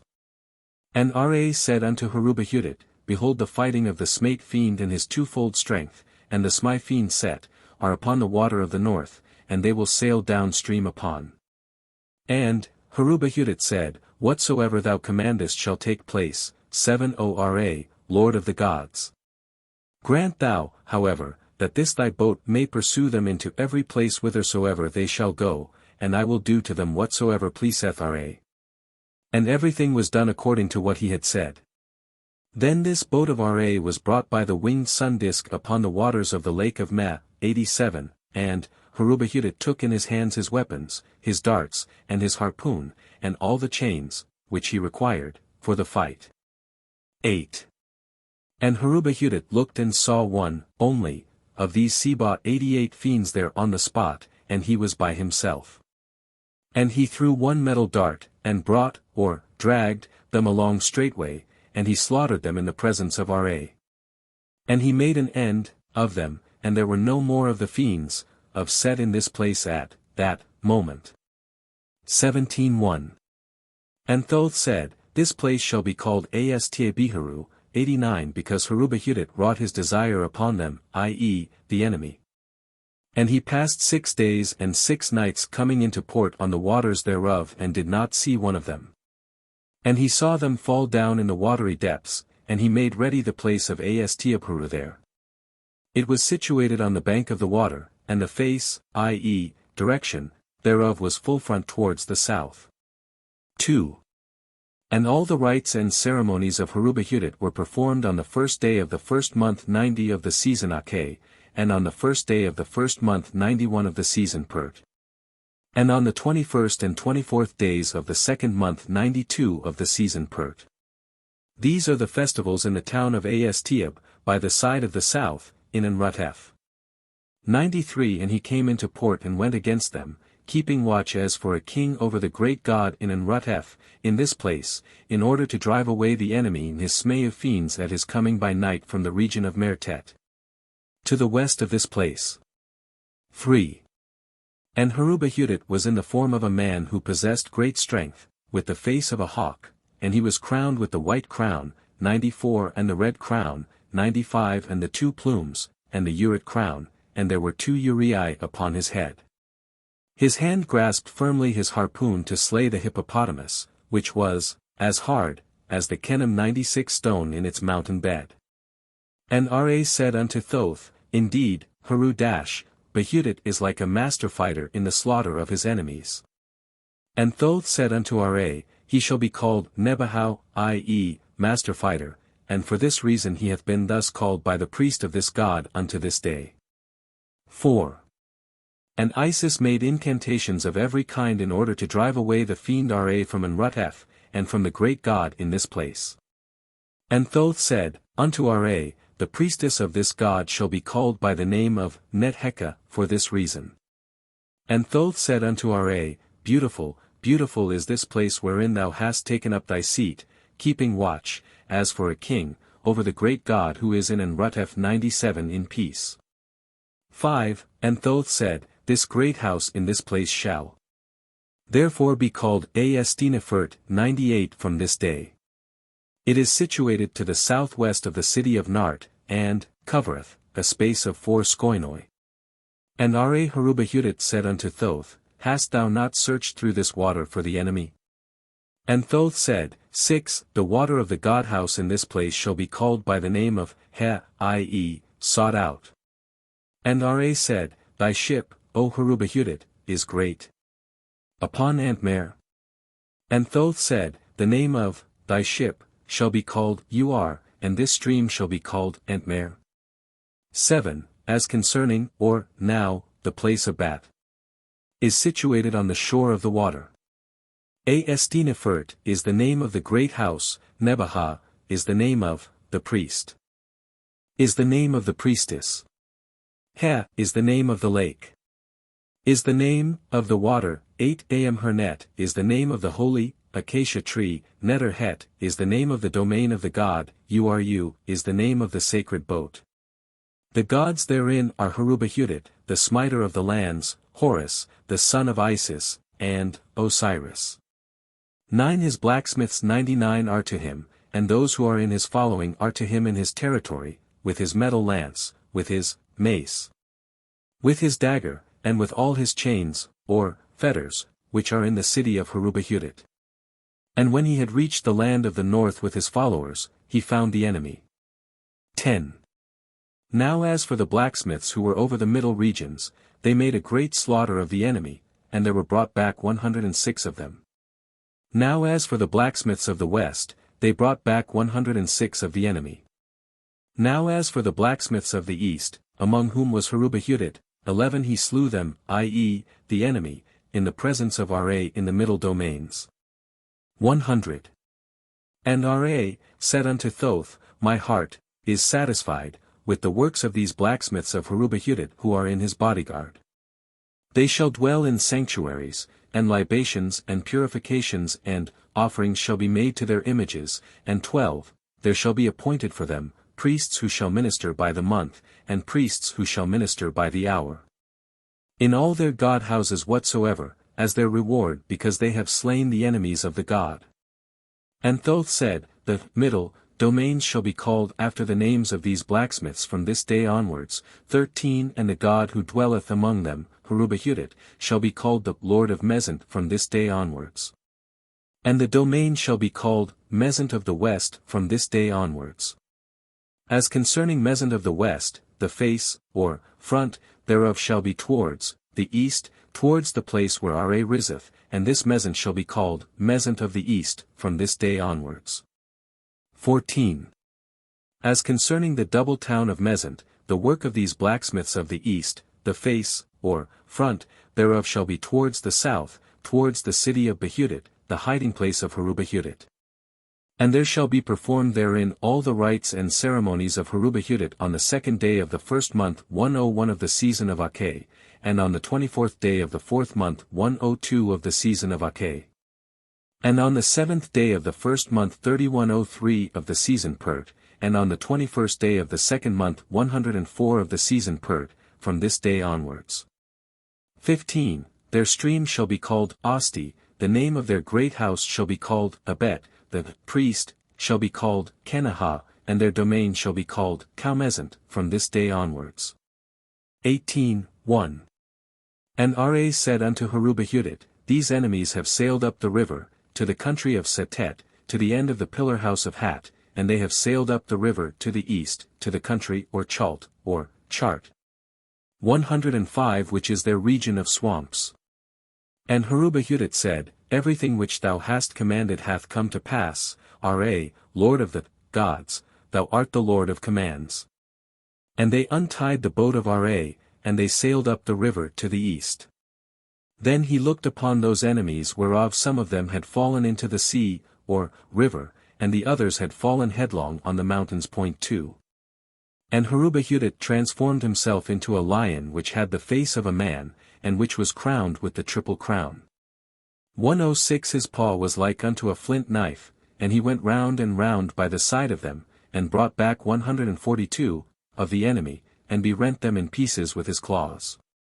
He tore out their tongues, and their blood flowed on the ridges of the land in this place, and he made them the property of those who were in his following, whilst he was upon the mountains. And Ra said unto Thoth, Behold, Heru-Behutet is like unto a lion in his lair, when he is on the back of the enemy who have given unto him their tongues. 3. And Thoth said, This domain shall be called Khensu, and it shall, also, be called Chalt, or Chart, from this day onwards. And the bringing of the tongues from the remote places of Chalt, or Chart, shall be commemorated, from this day onwards. And this god shall be called Heru-Behutet, Lord of Mezent, from this day onwards. And Ra said unto Heru-Behutet, Let us sail to the south up the river, and let us smite the enemies, who are, in the forms of crocodiles and hippopotami in the face of Egypt. 4. And Heru-Behutet said, Thy divine Ka, O Ra, Lord of the gods. Let us sail up the river against the remainder 1/3 of the enemies who are in the water, or river. Then Thoth recited the chapters of protecting the boat, of Ra, and the boats of the blacksmiths, 5, which he used, for making tranquil the sea at the moment when a storm was raging on it. And Ra said unto Thoth, Have we not journeyed throughout the whole land? Shall we not journey cover the whole sea in like manner? And Thoth said, This water shall be called the Sea of Journeying, from this day onward. And they sailed about over the water during the night, 6 and they did not see any of those enemies at all. Then they made a journey forth and arrived in the country of Tosti, 107 at the town of Shas-Tet, and he perceived the most able of their enemies in the country of Ua, 108 and they were uttering treason against Horus their lord. 7 And Heru-Behutet changed his form into that of the winged disk, and took his place, above the bow of the boat of Ra. And he made the goddess Nekhabit 109 and the goddess Watchet 110 to be with him in the form of serpents, so that they might make the Seba fiends to quake in, all, their limbs, or, bodies. Their boldness, i.e. that of the fiends, subsided through the fear of him, they made no resistance whatsoever, and they died straightway. 8 Then the gods who were in the following of the boat of Heru-Behutet said, Great, great is that which he hath done among them by means of the 2 serpent goddesses, 111 For he hath overthrown the enemy by means of their fear of him. And Ra Heru-Behutet said, The great one of the 2 serpent goddesses of Heru-Behutet shall be called Ur-Uachti 112 from this day onwards. 19. 1. And Heru-Behutet travelled on in his boat, and landed at the city of Thesheru, Apollinopolis Magna. And Thoth said, The being of light who hath come forth from the horizon hath smitten the enemy in the form which he hath made, and he shall be called being of light who hath come forth from the horizon from this day onwards. 113. And Ra Heru-Behutet, Ra Harmachis, said to Thoth, thou shalt make this winged disk to be in every place wherein I seat myself, or, dwell, and in, all, the seats of the gods in the south. And in, all, the seats of the gods in the land of the north. In the country of Horus, too, that it may drive away the evil ones from their domains. Then Thoth made the image of the winged disk to be in every sanctuary and in every temple, where they now are, wherein are all the gods and all the goddesses from this day onwards. Now through the winged disk which is on the temple buildings of all the gods and all the goddesses of the land of the lily, 114, and the land of the papyrus, 115, these buildings, become shrines of Heru-Behutet. As concerning Heru-Behutet, the great god, the Lord of heaven, the president of the Ater of the south, 116 he it is who is made to be on the right hand. This is Heru-Behutet III on whom the goddess Nekhebit is placed in the form of a serpent, or, Urias. As concerning Heru-Behutet, the great god, the Lord of heaven, the Lord of Mezent, the president of the Ater of the north, 117 he it is who is made to be on the left hand. This Heru-Behutet on whom the goddess Watchet is placed is in the form of a serpent. As concerning Heru-Behutet, the great god, the Lord of heaven, the Lord of Mezent, the president of the two Aturti of the south and north, Heru-Kuti said it, i.e., the winged disk, in his every place, to overthrow the enemies in every place wherein they are. And he shall be called president of the two Aturti of the south and north because of this from this day onwards. 118. A hymn to Osiris and a legend of the origin of Horus. 1. Homage to thee, Osiris, Lord of eternity, King of the gods, whose names are manifold, whose transformations are sublime, whose form is hidden in the temples, whose Ka is holy, the governor of Tetut, 119 the mighty one of possessions. 2 in the shrine, 120 the Lord of praises, 121 in the nome of Anech, 122 president of the chief of food in Anu, 123 Lord who art commemorated in the town of Madi, 124 the mysterious, or, hidden, soul, the Lord of Kerit. 125 the sublime one in white wall, 126 the soul of Ra, and, his very body, who hast thy dwelling in 3 Khensu, 127 the beneficent one, who art praised in Nart, 128 who makest to rise up thy soul. Lord of the great house in the city, 129 of the 8 gods, 130, who inspirest, great terror in Shas-Hetep, 131 Lord of eternity, governor of Abtu, Abydos. Thy seat, or, domain, reacheth far into Tachezert, 132 and thy name is firmly established in the mouth, of men.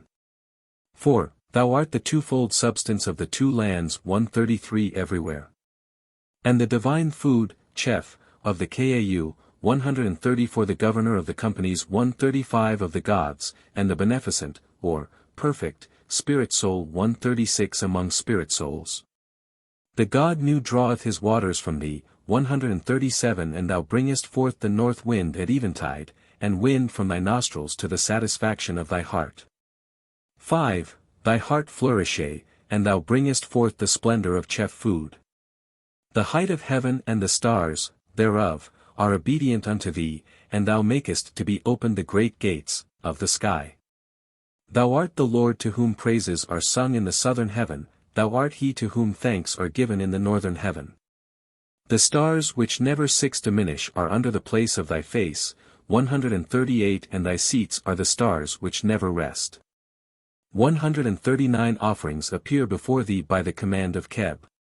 The companies of the gods ascribe praise unto thee, the star gods of the Tuat smell the earth before thee, 140 the domains, make, bowings, before thee, and the ends of the earth make supplication to thee 7, when, they see thee. Those who are among the holy ones are in terror of him, and the 2 lands, all of them, make acclamations to him when they meet his majesty. Thou art a shining noble at the head of the nobles, permanent in thy high rank, stablished in thy sovereignty, the beneficent power of the company of the gods. Well-pleasing is thy face, 8 and thou art beloved by him that seeth thee. Thou settest the fear of thee in all lands, and because of their love for thee, men hold thy name to be preeminent. Every man mocketh offerings unto thee, and thou art the Lord who is commemorated in heaven and upon earth. Manifold are the cries of acclamation to thee in the WAC 141 festival, and the 9 lands shout joyously to thee with one accord. Thou art the eldest, the first of thy brethren, the prince of the company of the gods, and the stablisher of truth throughout the 2 lands.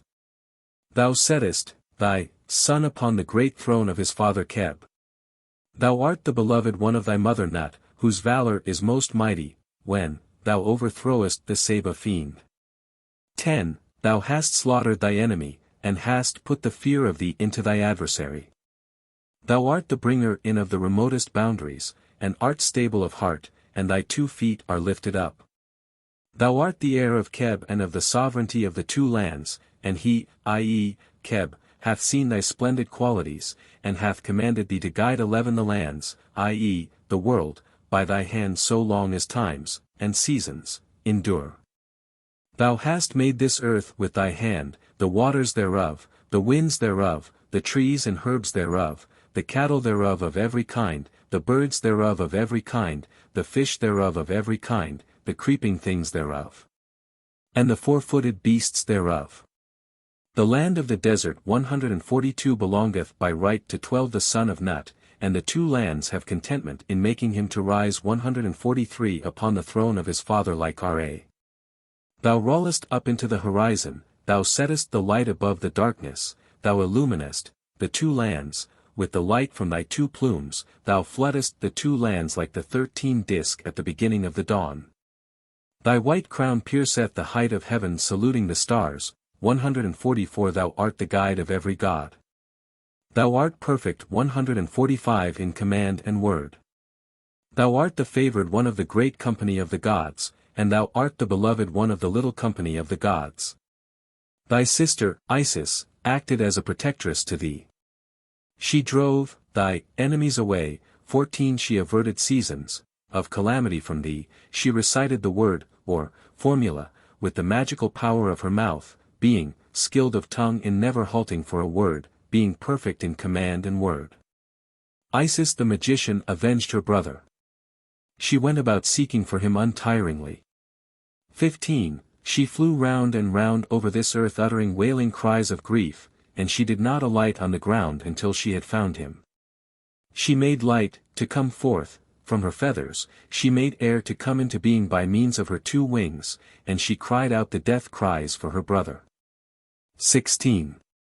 She made to rise up the helpless members of him whose heart was at rest, she drew from him his essence, and she made therefrom an heir. She suckled the child in solitariness and none knew where his place was, and he grew in strength. His hand is mighty, or victorious, within the house 17 of Keb, and the company of the gods rejoice greatly at the coming of Horus, the son of Osiris, whose heart is firmly established, the triumphant one, the son of Isis. The flesh and bone of Osiris. The Chacha 146 of truth, and the company of the gods, and Neb-Er-Tcher 147 himself, and the lords of truth, gather together to him, and assemble therein. 148:18. Verily those who defeat iniquity rejoice 149 in the house of Keb to bestow the divine rank and dignity upon him to whom it belongeth, and the sovereignty upon him whose it is by right. A legend of Ptah Nefer-Hetep and the princess of Bekhten. 1. The Horus, mighty bull, the form of risings 150, stablished in sovereignty like Tem. The golden Horus, mighty one of strength 151, destroyer of the 9 nations of the bow. 152 King of the south and north, the lord of the 2 lands, User-Matere-Sete-Penare son of Ra, of his body, Ra-Mesis Meri-Amen, of Amen-Ra. 153 The Lord of the thrones of the 2 lands, and of the company of the gods, the lords of Thebes, the beloved one.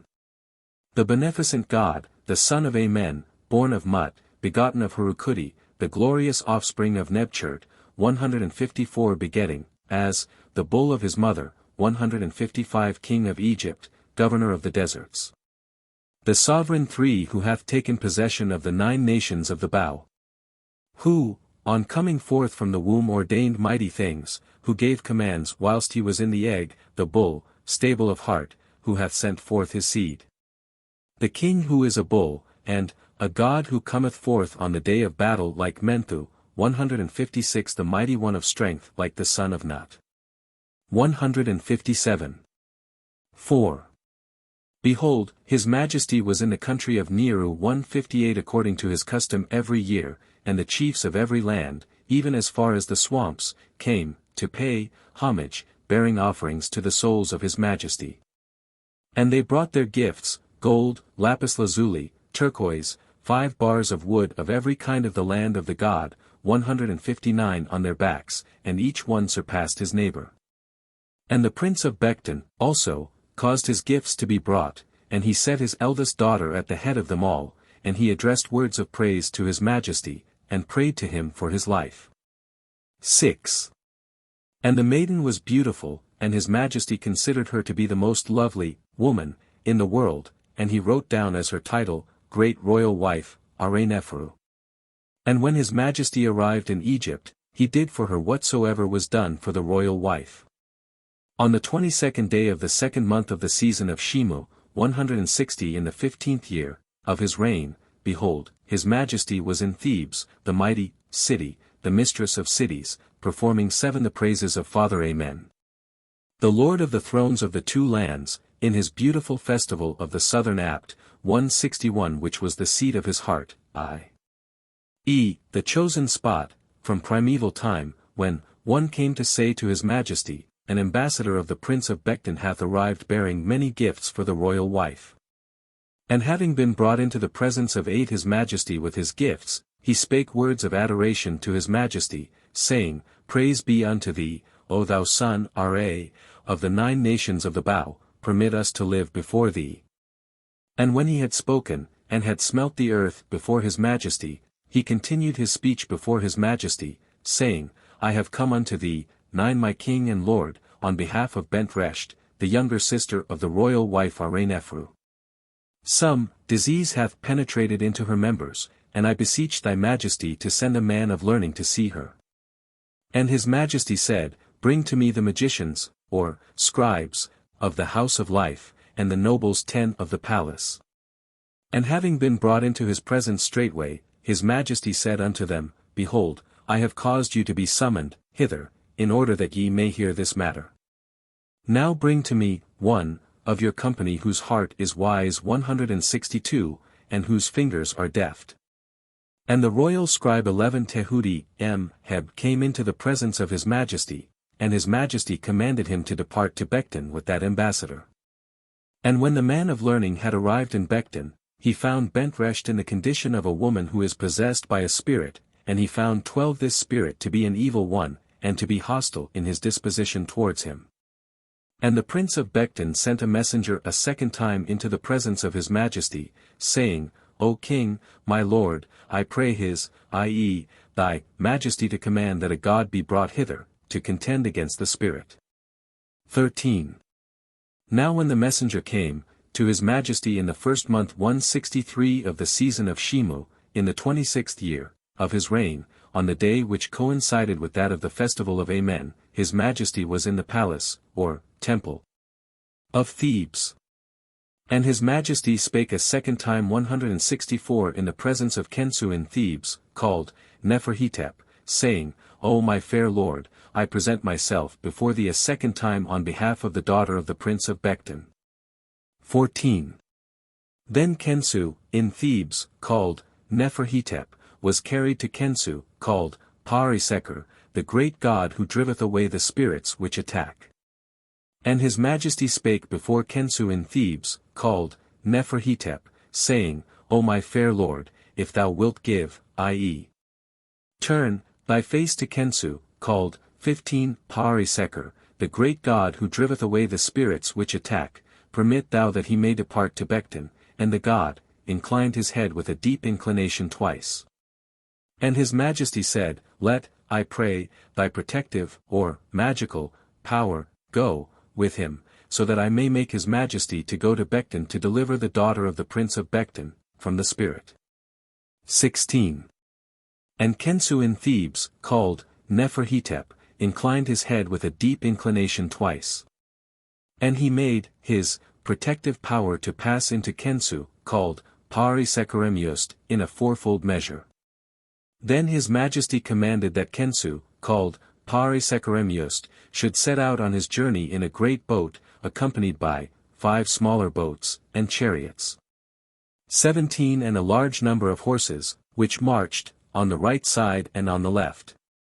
And when this god arrived in Bekhten at the end of a period of 1 year and 5 months, the prince of Bekhten came forth with his soldiers and his chief, before Khensu, called Pari-Seker, and he cast himself down 18 upon his belly, saying, Thou hast come to us, and thou art welcomed by us, by the commands of the king of the south and north, User-Matare-Setepenare. And when this god had passed over to the place where Bent-Resht was, he worked upon the daughter of the prince of Bekhten with his magical power, and she became better, i.e., was healed, 19 straightway. And this spirit which had been with her said, in the presence of Khensu, called Pari-Sekerem-Yust, Come in peace, i.e., welcome, O great God, who dost drive away the spirits which attack. Bekhten is thy city, the people thereof, both men and women, are thy servants, and I myself am thy servant. 20. I will, now, depart unto the place whence I came, so that I may cause thy heart to be content about the matter concerning which thou hast come. I pray that thy majesty will command that a happy day, i.e., a festival, or day of rejoicing, be made with me, and with the prince of Bekhten. And this god inclined his head, in approval, to his priest, saying, 21. Let the prince of Bekhten make a great offering in the presence of this spirit.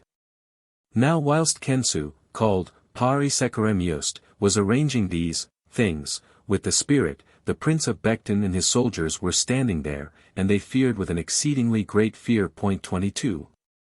And the prince of Bekhten made a great offering in the presence of Khensu, called Pari-Sekerem-Yust, and the spirit of the prince of Bekhten, and he made a happy day, i.e., festival, on their behalf, and, then, the spirit departed in peace unto the place which he loved, by the command of Khensu, called Pari-Sekerem-Yust. 23.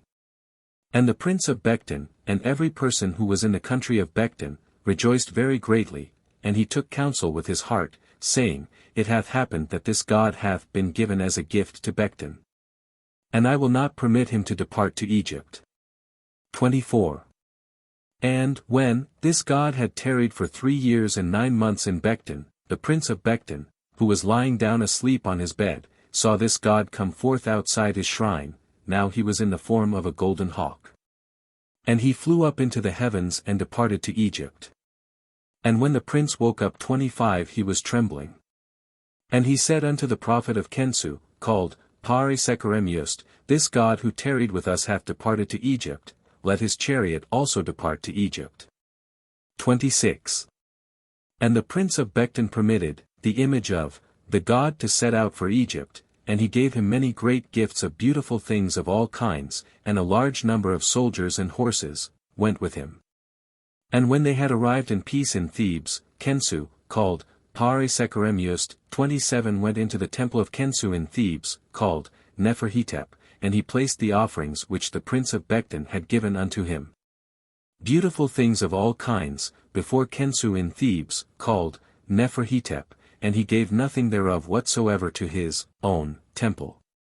Thus Khensu, called Pari-Sekerem-Yust, arrived 28 in his temple in peace, on the 19th day of the 2nd month 165 of the season Pert, in the 33rd year of the reign of the king of the south and north.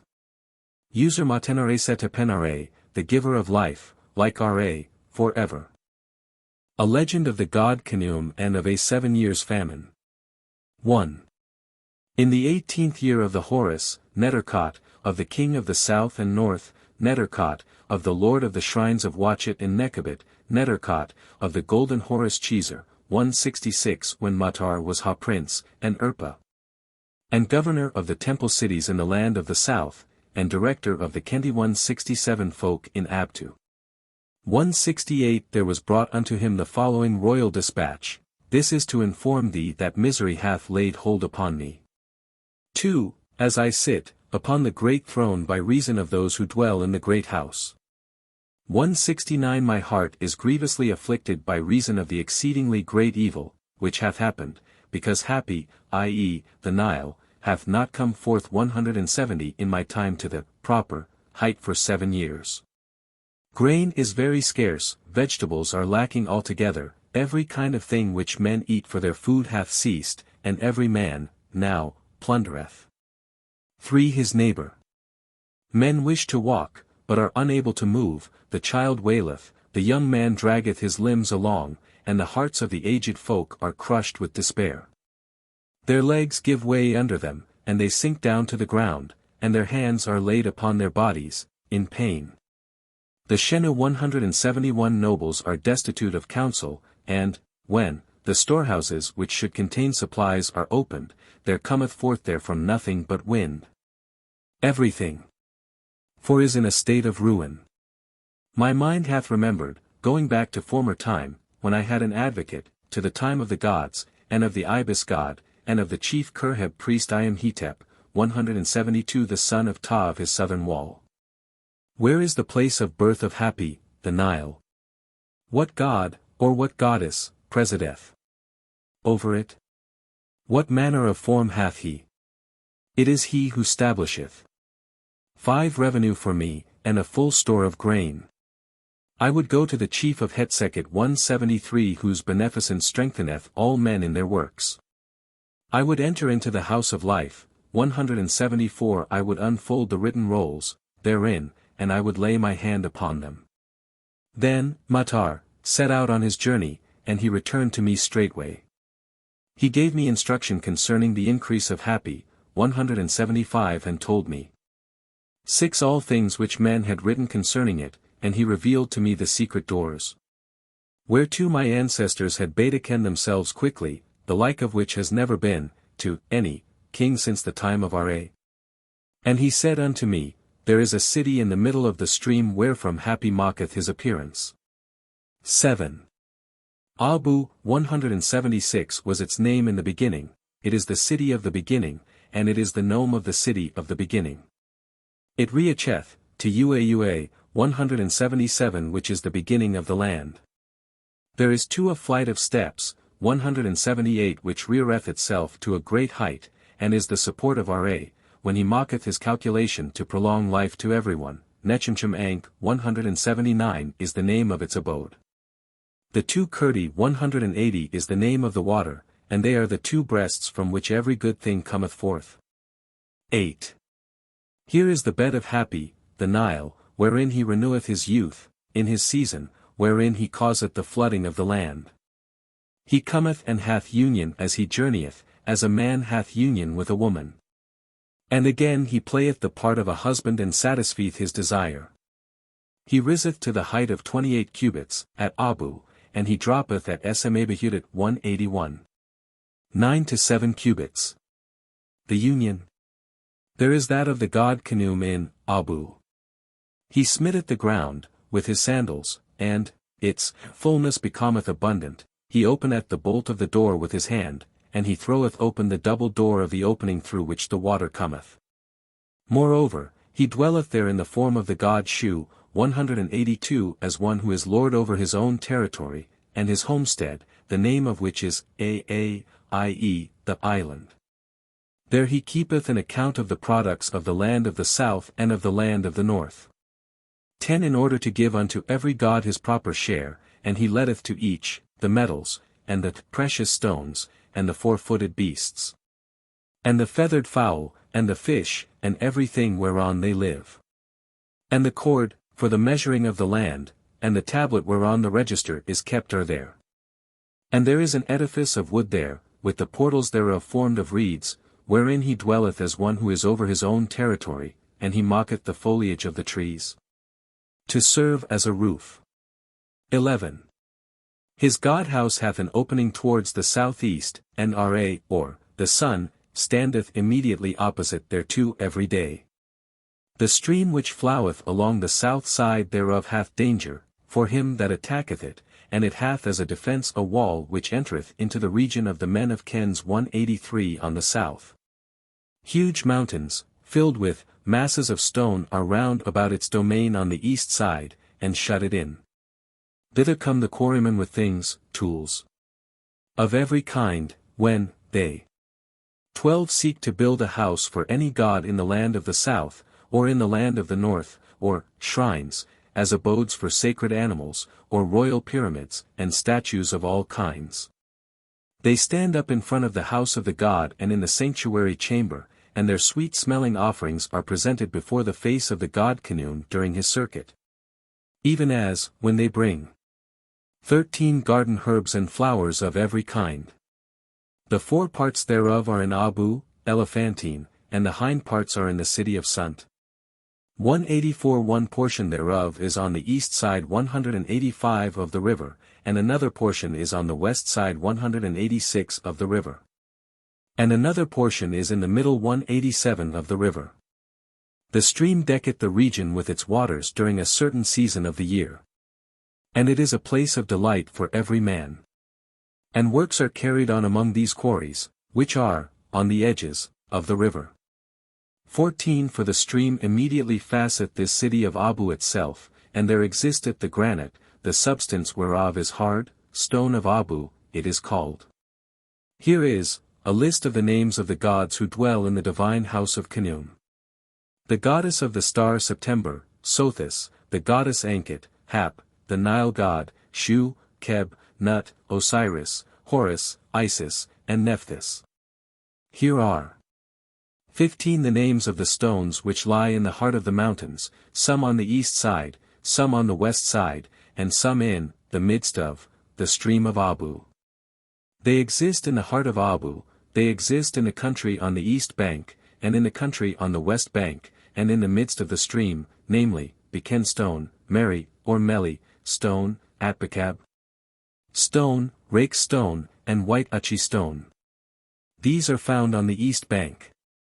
Perchani stone is found on the west bank, and the Teshi stone in the river.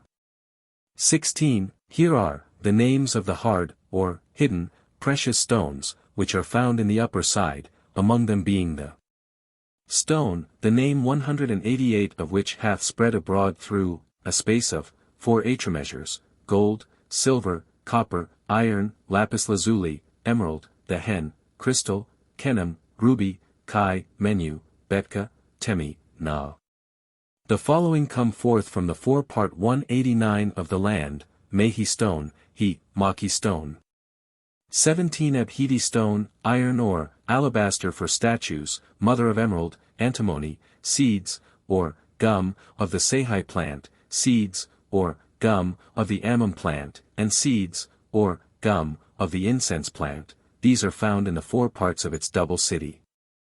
These were the things which I learned therefrom, i.e., from Matar. Now my heart was very happy when I heard these things, and I entered into, the temple of Khnemu.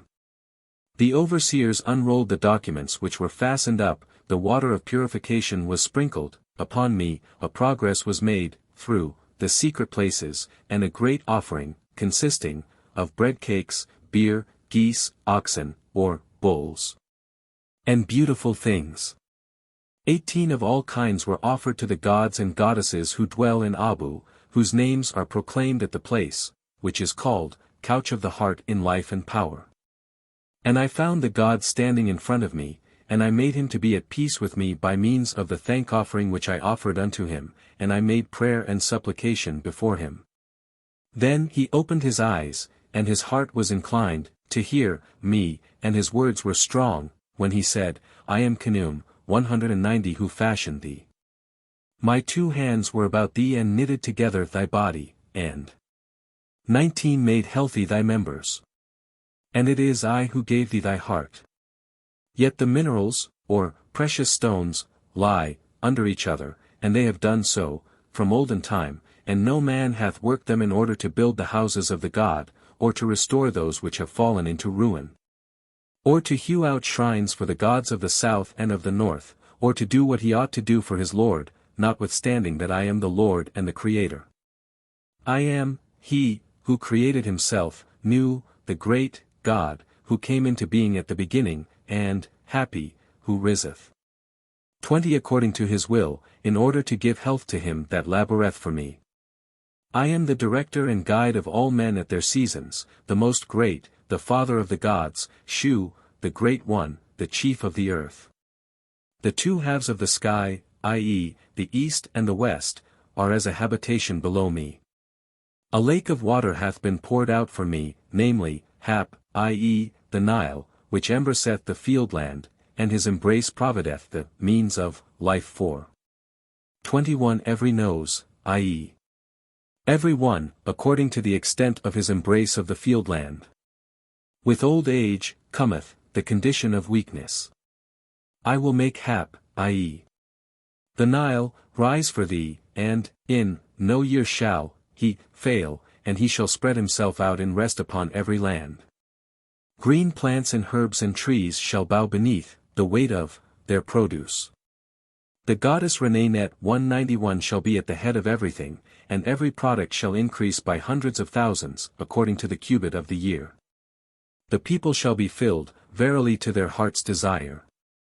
22 And everyone. Misery shall pass away, and the emptiness of their storehouses of grain shall come to an end.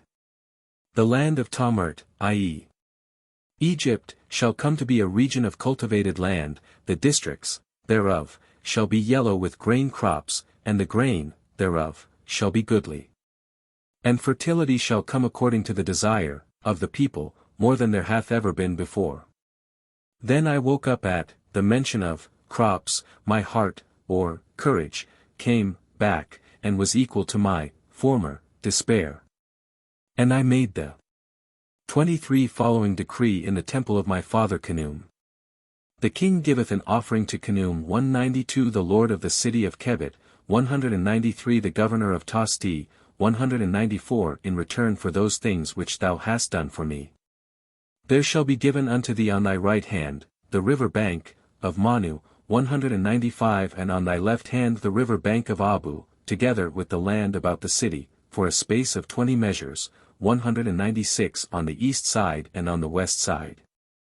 With the gardens, and the river front. 24 everywhere throughout the region included in these measures. From every husbandman who tilleth the ground, and mocketh to live again the slain, and placeth water upon the river banks and all the islands which are in front of the region of these measures, shall be demanded a further contribution from the growing crops and from every storehouse, as 25 thy share. Whatsoever is caught in the nets by every fisherman and by every fowler, and whatsoever is taken by the catchers of fish, and by the snarers of birds, and by every hunter of wild animals, and by every man who snareth lions in the mountains. When these things enter the city, 1/10 of them shall be demanded. And of all the calves which are cast throughout the regions which are included in these measures, 1/10 of their number. 26 shall be set apart as animals which are sealed for all the burnt offerings which are offered up daily. And, moreover, the gift of 1/10 shall be levied upon the gold, ivory, ebony, spices, carnelians, sa wood, sesh spice, dumb palm fruit, neph wood, and upon woods and products of every kind whatsoever, which the Khensu, 197 and the Khensu of Henrisu, 198 and the Egyptians, and every person whatsoever, shall bring in. 27. And every hand shall pass them by, and no officer of the revenue whatsoever shall utter a word beyond these places to demand, or levy on, things from them, or to take things over and above, those which are intended for, thy capital city. And I will give unto thee the land belonging to the city, which beareth stones, and good land for cultivation. Nothing thereof shall be diminished, or withheld. 28 of all these things in order to deceive the scribes, and the revenue officers, and the inspectors of the king, on whom it shall be incumbent to certify everything. And further, I will cause the masons, and the hewers of ore, and the workers in metal, and the smelters of gold, and the sculptors in stone. 29 And the ore crushers, and the furnace men, and handicraftsmen of every kind whatsoever, who work in hewing, and cutting, and polishing these stones, and in gold, and silver, and copper, and lead, and every worker in wood who shall cut down any tree, or carry on a trade of any kind, or work which is connected with the wood trade, to 30 pay tithe upon all the natural products. And also upon the hard stones which are brought from their beds above, and quarried stones of all kinds. And there shall be an inspector over the weighing of the gold, and silver, and copper, and real, i.e. precious, stones, and the other things which the metalworkers require for the house of gold.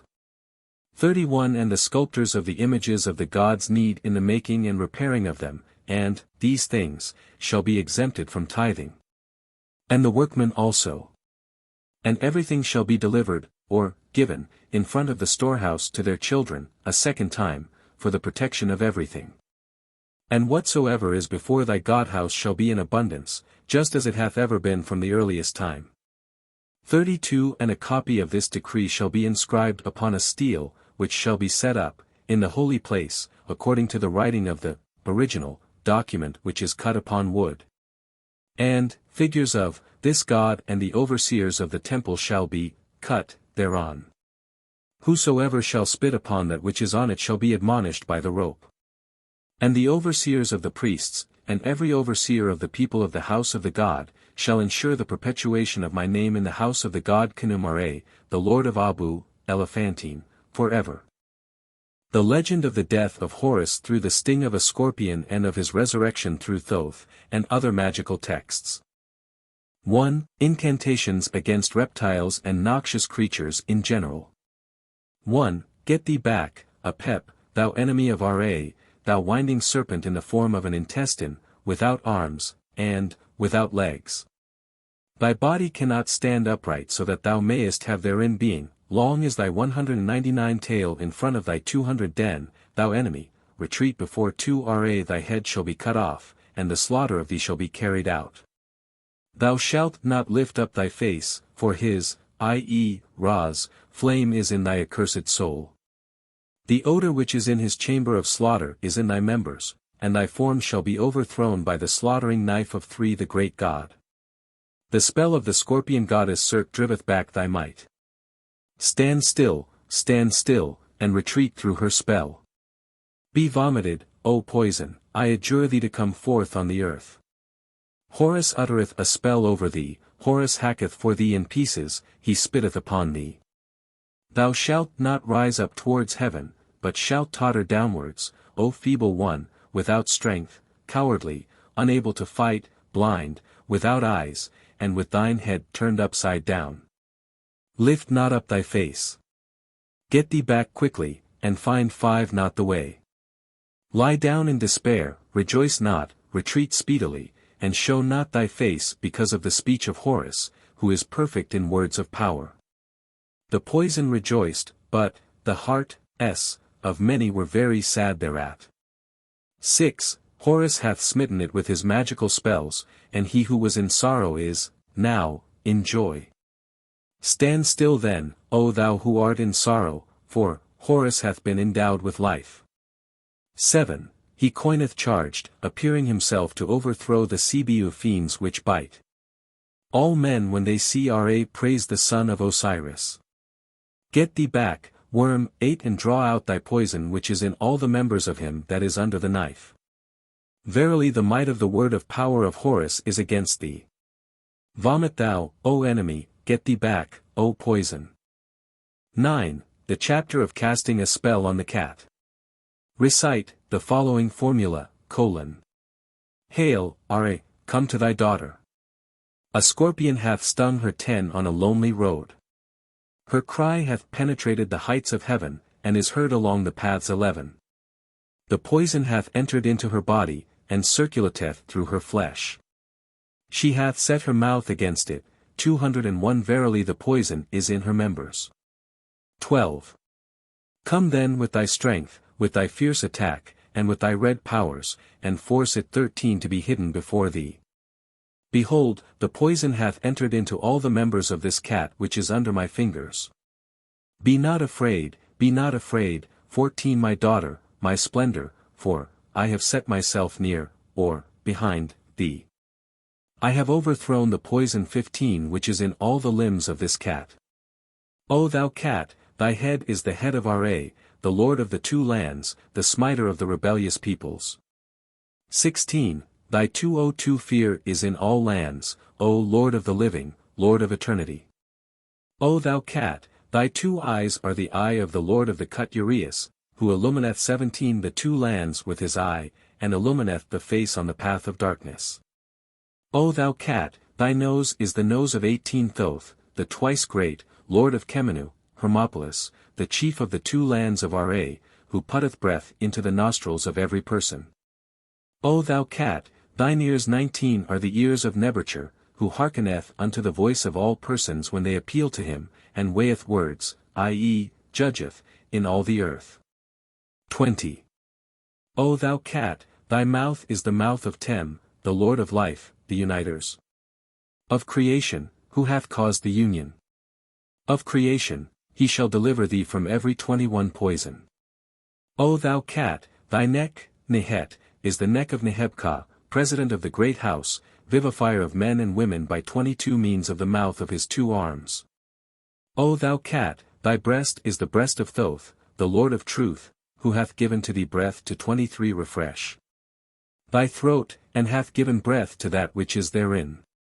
O thou cat, thy heart is the heart of the god Ptah, who healeth 24 thy heart of the evil poison which is in all thy limbs. O thou cat, thy hands 25 are the hands of the great company of the gods and the little company of the gods, and they shall deliver thy hand from the poison from the mouth of every serpent. O thou cat, 26 thy belly is the belly of Osiris, Lord of Busiris, the poison shall not work any of its wishes in thy belly. O thou cat, 27 thy thighs are the thighs of the god Menthu, who shall make thy thighs to stand up, and shall bring the 28 poison to the ground. O thou cat, thy leg bones are the leg bones of Khensu, 203-29 who travelleth over all the 2 lands by day and by night, and shall lead the poison to the ground. O thou cat, thy legs, or feet, 30 are the legs of Amen the Great, Horus, Lord of Thebes, who shall stablish thy feet on the earth, and shall overthrow the poison. O thou cat, thy haunches are the haunches of Horus, 31 the Avenger, or Advocate, of his father Osiris, and they shall place set in the evil which he hath wrought. O thou cat, thy soles are the soles of Ra, who shall make the poison to return to the earth. O thou cat, thy bowels are the bowels of 32 the cow goddess Merit, who shall overthrow and cut in pieces the poison which is in thy belly and in all the members in thee, and in all the members of the gods in heaven. And in all the members of the gods on earth, and shall overthrow 33 every poison in thee. There is no member in thee without the goddess who shall overthrow and cut in pieces the poison of every male serpent, and every female serpent, and every scorpion, and every reptile. Which may be in any member 34 of this cat which is under the knife. Verily Isis weaveth and Nephthys spinneth against the poison. This woven garment strengtheneth this, being, i.e. Horus, who is perfect in words of power, through 35 the speech of Heru-Behutet, the great god, president of the south and north, O evil poison which is in any member of this cat which is under the knife, come, issue forth upon the earth. Another chapter. Say the following words. O Ra-Kuti, come to 36 thy daughter. O Shu, come to thy wife. O Isis, come to thy sister, and deliver her from the evil poison which is in all her members. 37. Hail, O ye gods, come ye and overthrow ye the evil poison which is in all the members of the cat which is under the knife. 38. Hail, O aged one, who renewest thy youth in thy season, thou old man who makest thyself to be a boy, grant thou that Thoth may come to me at the sound of my voice, and behold, let him turn back from me Neb-Er-Tcher. Osiris is on the water, the eye of Horus is with him. 39. A great beetle spreadeth himself over him, great by reason of his grasp, produced by the gods from a child. He who is over the water appeareth in a healthy form. If he who is over the water shall be approached, or attacked, the eye of Horus, which weepeth, shall be approached. Get ye back, 40 O ye who dwell in the water, crocodiles, fish, that enemy, male dead person and female dead person, male fiend and female fiend, of every kind whatsoever, lift not up your faces, O ye who dwell in the waters. Ye crocodiles and fish. When Osiris journeyeth over you, permit ye him to go to Busiris. Let your nostrils be closed, 41 your throats stopped up. Get ye back, Seba fiends. Lift ye not up your faces against him that is on the water.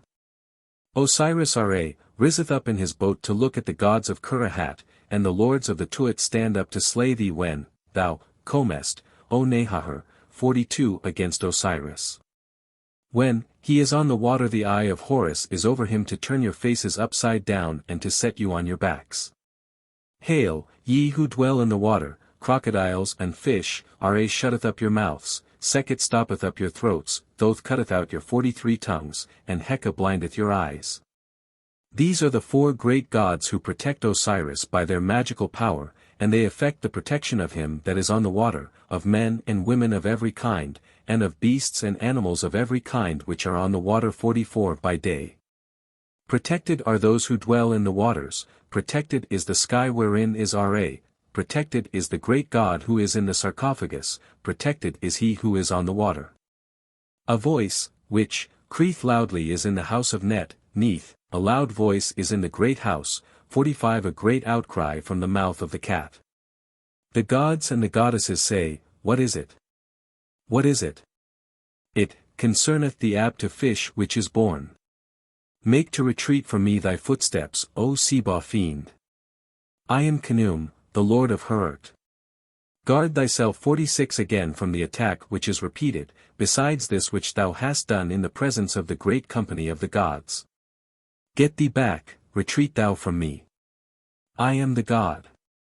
O, Ra, hast thou not heard the 47 voice which cried out loudly until the evening on the bank of Nedet, the voice of all the gods and goddesses which cried out loudly, the outcry concerning the wickedness which thou hast done?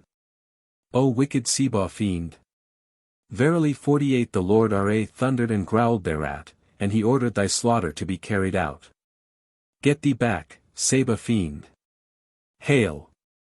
Hail! 2. The narrative of Isis.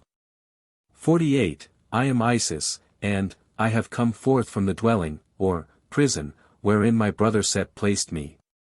49. Behold the god Thoth, the great God, the chief of Mot 204, both, in heaven and on the earth, said unto me, Come now, O Isis, thou goddess, moreover it is a good thing to hearken. 205, For there is, life to one who shall be guided, by the advice, of another. Hide thou thyself with, thy, son the child, 50 and there shall come unto him these things. His members shall grow, 206 and twofold strength of every kind shall spring up, in him. And he, shall be made to take his seat upon the throne of his father, whom, he shall avenge, 207, and he shall take possession of, the exalted position of Hek 208 of the 2 lands. 209. I came forth, from the dwelling, at the time of evening, and there came forth the 7 scorpions 51 which were to accompany me and to strike, for me with, their, stings. 2 scorpions, Tephan and Bekhten, were behind me, 2 scorpions, Mestet and Mestatef, were by my side, and 3 scorpions, Petet, the Tet, and Matet, or, Martet, were for preparing the road for me. I charged them very strictly, or, in a loud voice, 52 and my words penetrated into their ears, have no knowledge of, any, make no cry to the Tesher beings, and pay no attention to the son of a man, i.e. anyone, who belongeth to a man of no account, and I said, Let your faces be turned towards the ground, that ye may show me, the way. So the guardian of the company brought me to the boundaries of the city of 53 Pasway, 210 the city of the goddesses of the divine sandals, which was situated, in front of the papyrus swamps. 211. When I had arrived at the place where the people lived 212 I came to the houses wherein dwelt the wives, and, husbands. And a certain woman of quality spied me as I was journeying along the road, and she shut 54 her doors on me. Now she was sick at heart by reason of those, scorpions, which were with me. Then, the 7 scorpions, took counsel concerning her, and they all at one time shot out their venom on the tail of the scorpion Tephan. As for me, the woman Taha 213 opened her door, and I entered into the house of the miserable lady. 55. Then the scorpion Tephan entered in under the leaves of the door and smote, i.e. stung, the son of Uzert, and a fire broke out in the house of Uzert, and there was no water there to extinguish it, but the sky rained upon the house of Uzert, though it was not the season for rain. 214. 56. Behold, the heart of her who had not opened her door to me was grievously sad, for she knew not whether he, i.e. her son, would live, or not, and although she went round about through her town uttering cries, for help, there was none who came at the sound of her voice. Now mine own heart was grievously sad for the sake of the child, and I wished to make to live again him that was free from fault. 57. Thereupon I cried out to the noble lady, Come to me. Come to me. Verily my mouth possesseth life. I am a daughter, well known in her town, and I can destroy the demon of death by the spell, or utterance, which my father taught me to know. I am his daughter. 58. The beloved offspring of his body. Then Isis placed her 2 hands on the child in order to make to live him whose throat was stopped, and she said, O poison of the scorpion Tephan, come forth and appear on the ground. Thou shalt neither enter nor penetrate further into the body of the child. O poison of the scorpion Bekhten, come forth and appear on the ground. 59. I am Isis, the goddess, the lady, or mistress, of words of power, and I am the maker of words of power, i.e., spells, and I know how to utter words with magical effect. 215. Hearken ye unto me, O every reptile which possesseth the power to bite, i.e., to sting, and fall headlong to the ground. O poison of the scorpion Mestet, make no advance into his body. O poison of the scorpion Mestetef, rise not up in his body. O poison of the scorpions Ptah and the Tet, penetrate not into his body. O 60. Poison of the scorpion Matet, or Martet, fall down on the ground. Here follows the chapter of the stinging of scorpions. And Isis, the goddess, the great mistress of spells, or words of power, she who is at the head of the gods, unto whom the god Keb gave his own 61 magical spells for the driving away of poison at noonday. And for making poison to go back, and retreat, and withdraw, and go backward, spake, saying, Ascend not into heaven, through the command 62 of the beloved one of Ra, the egg of the smen goose which cometh forth from the sycamore. Verily my words are made to command the uttermost limit 63 of the night. I speak unto you, O scorpions, I am alone and in sorrow because our names will suffer disgrace throughout the gnomes. 64. Do not make love, do not cry out to the Tesher of fiends, and cast no glances upon the noble ladies in their houses. Turn your faces towards the earth and find out the road 65 so that we may arrive at the hidden places in the town of Ket. 216. O the child shall live and the poison die. Ra liveth and the poison dieth. Verily Horus shall be in good case, or healthy, 66 for his mother Isis. Verily he who is stricken shall be in good case likewise. And the fire, which was in the house of Uzert, was extinguished, and heaven was satisfied 67 with the utterance of Isis, the goddess. Then the lady Uzert came, and she brought unto me her possessions, and she filled the house of the woman Ptah. For the Ka of Ptah, 68 because she had opened to me her door. Now the lady Uzert suffered pain and anguish the whole night, and her mouth tasted, i.e., felt, the sting 69, which her son had suffered. And she brought her possessions as the penalty for not having opened the door to me. O the child shall live and the poison die. Verily Horus shall be in good case 70 for his mother Isis. Verily everyone who is stricken shall be in good case likewise. Lo, a bread cake, made of barley meal shall drive out, or destroy, the poison, 71 and natron shall make it to withdraw, and the fire, made of Hetchet plant shall drive out, or destroy, fever heat from the limbs. O Isis, come thou to thy 72 Horus, O thou woman of the wise mouth. Come to thy son, thus cried the gods who dwelt in her quarter of the town, for he is as 173 whom a scorpion hath stung, and like one whom the scorpion Uhut, which the animal Antesh drove away, hath wounded. 74. Then, Isis ran out like one who had a knife, stuck, in her body, and she opened her arms wide, saying, Behold me, my son 75 Horus, have no fear, O son my glory. No evil thing of any kind whatsoever shall happen unto thee, for, there is in thee the essence, or, fluid, which made the things which exist. 76.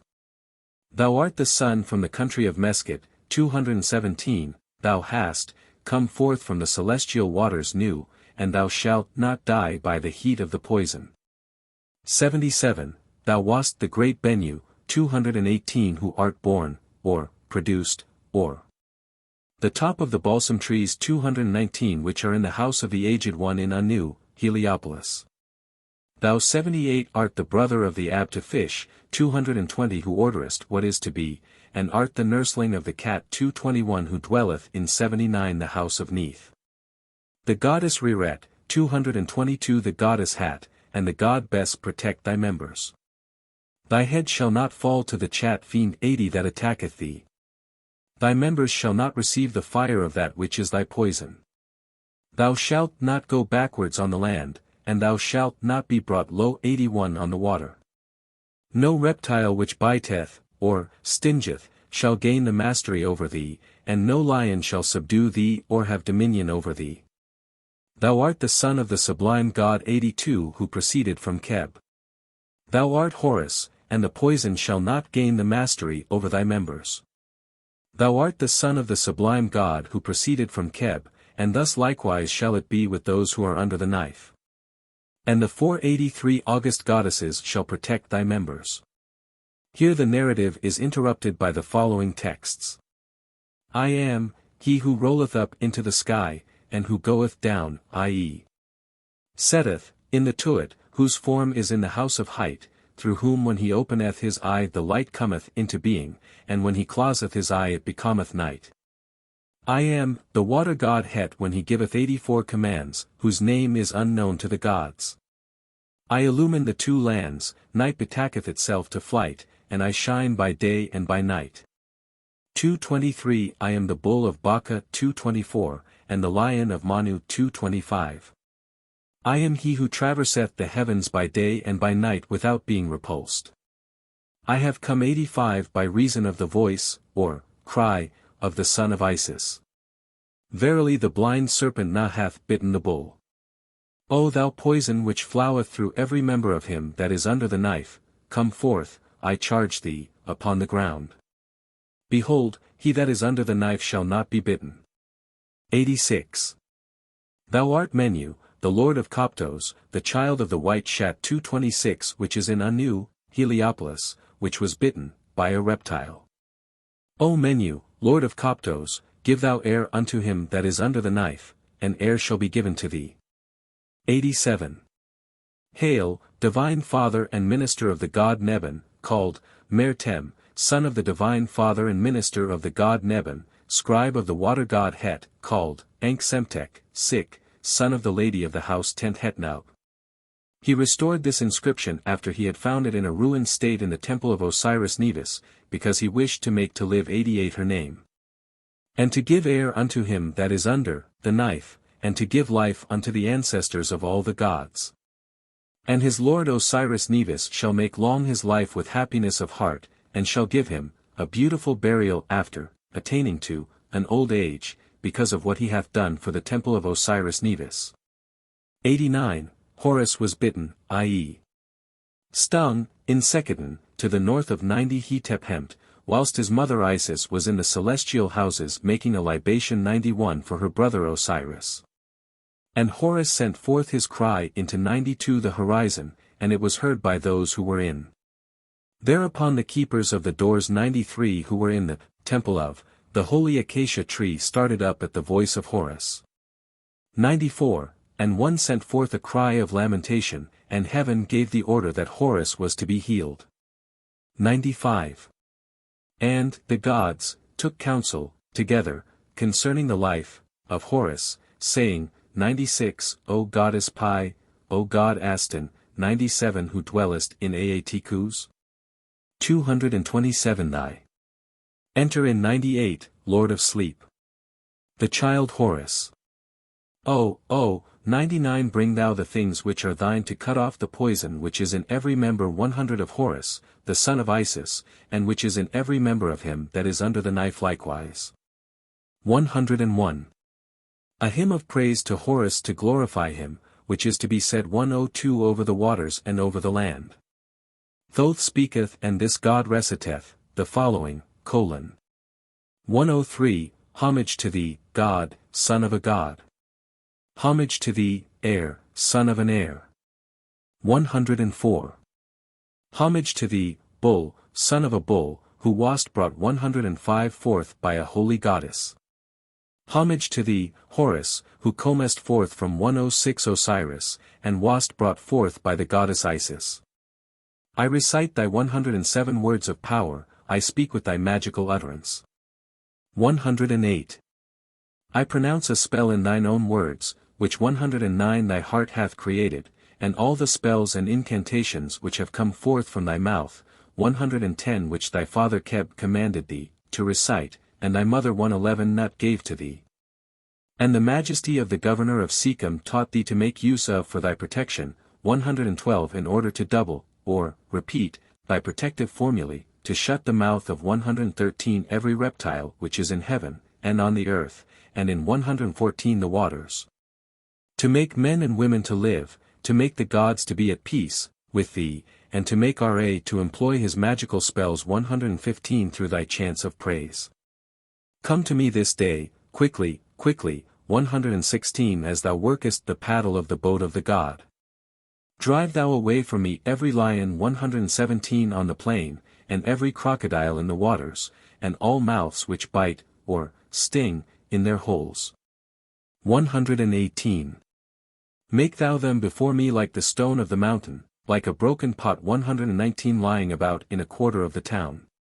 Dig thou out for me the poison which riseth and 120 is in every member of him that is under the knife. Keep thou watch over him. 121 By means of thy words. Verily let thy name be invoked this day. Let thy power, Kafau, come into being 122 in him. Exalt thou thy magical powers. Make me to live 123 and him whose throat is closed up. Then shall mankind give thee praise, 124 and the righteous shall give thanks unto thy forms. And all the gods likewise shall invoke thee, 125 and in truth thy name shall be invoked this day. I am Horus, of Shet, Inu. 126. O thou who art in the cavern, 228 O thou who art in the cavern. O thou who art at the mouth of the cavern. 127, O thou who art on the way, O thou who art on the way. O thou who art at the mouth of the way. 128. He is Amur, Nevis, who approacheth every man 129 and every beast. He is like the god Sep who is in Anu, Heliopolis. 130, he is the scorpion God, who is in the great house, Het-Uar.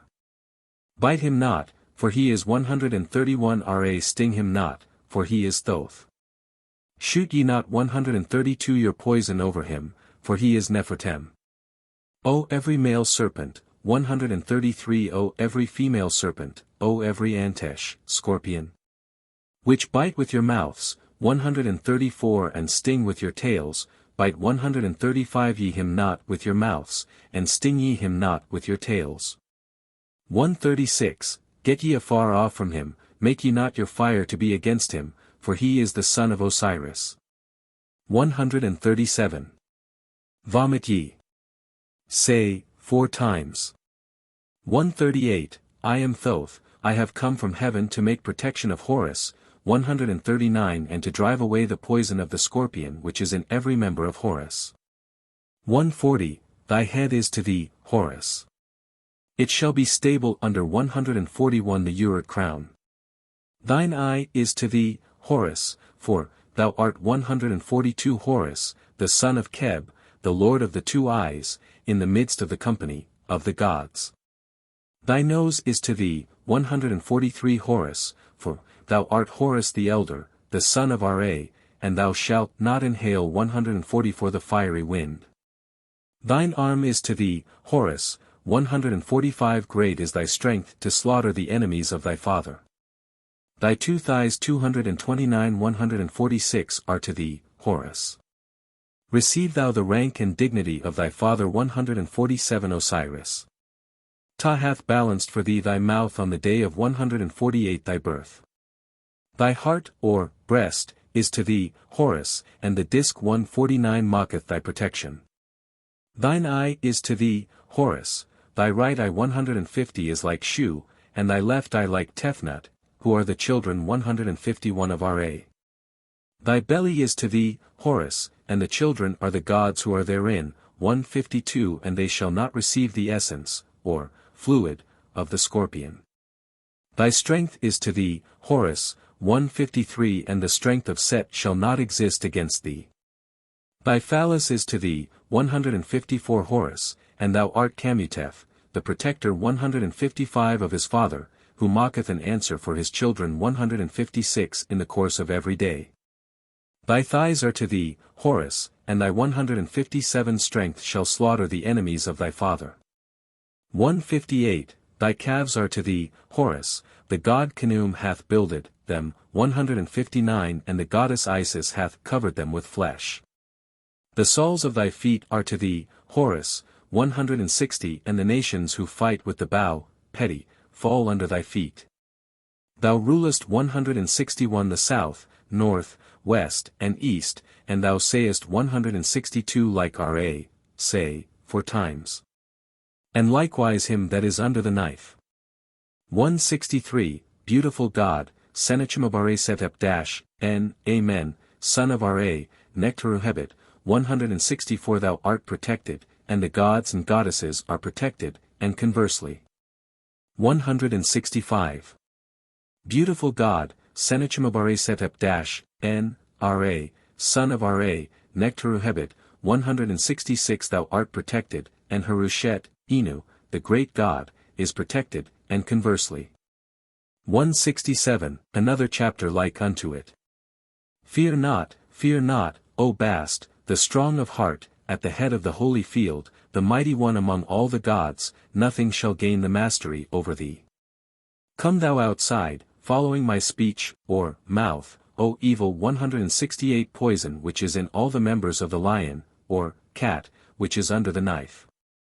The narrative of the stinging of Horus by a scorpion is continued thus. I am Isis, who conceived a child by her husband, and she became heavy with Horus, the divine, child. I gave birth to Horus, the son of Osiris, in a nest of papyrus plants. 230 I rejoiced exceedingly over this, because 169 I saw, in him one, who would make answer for his father. I hid him, and I concealed him through fear of that fiend.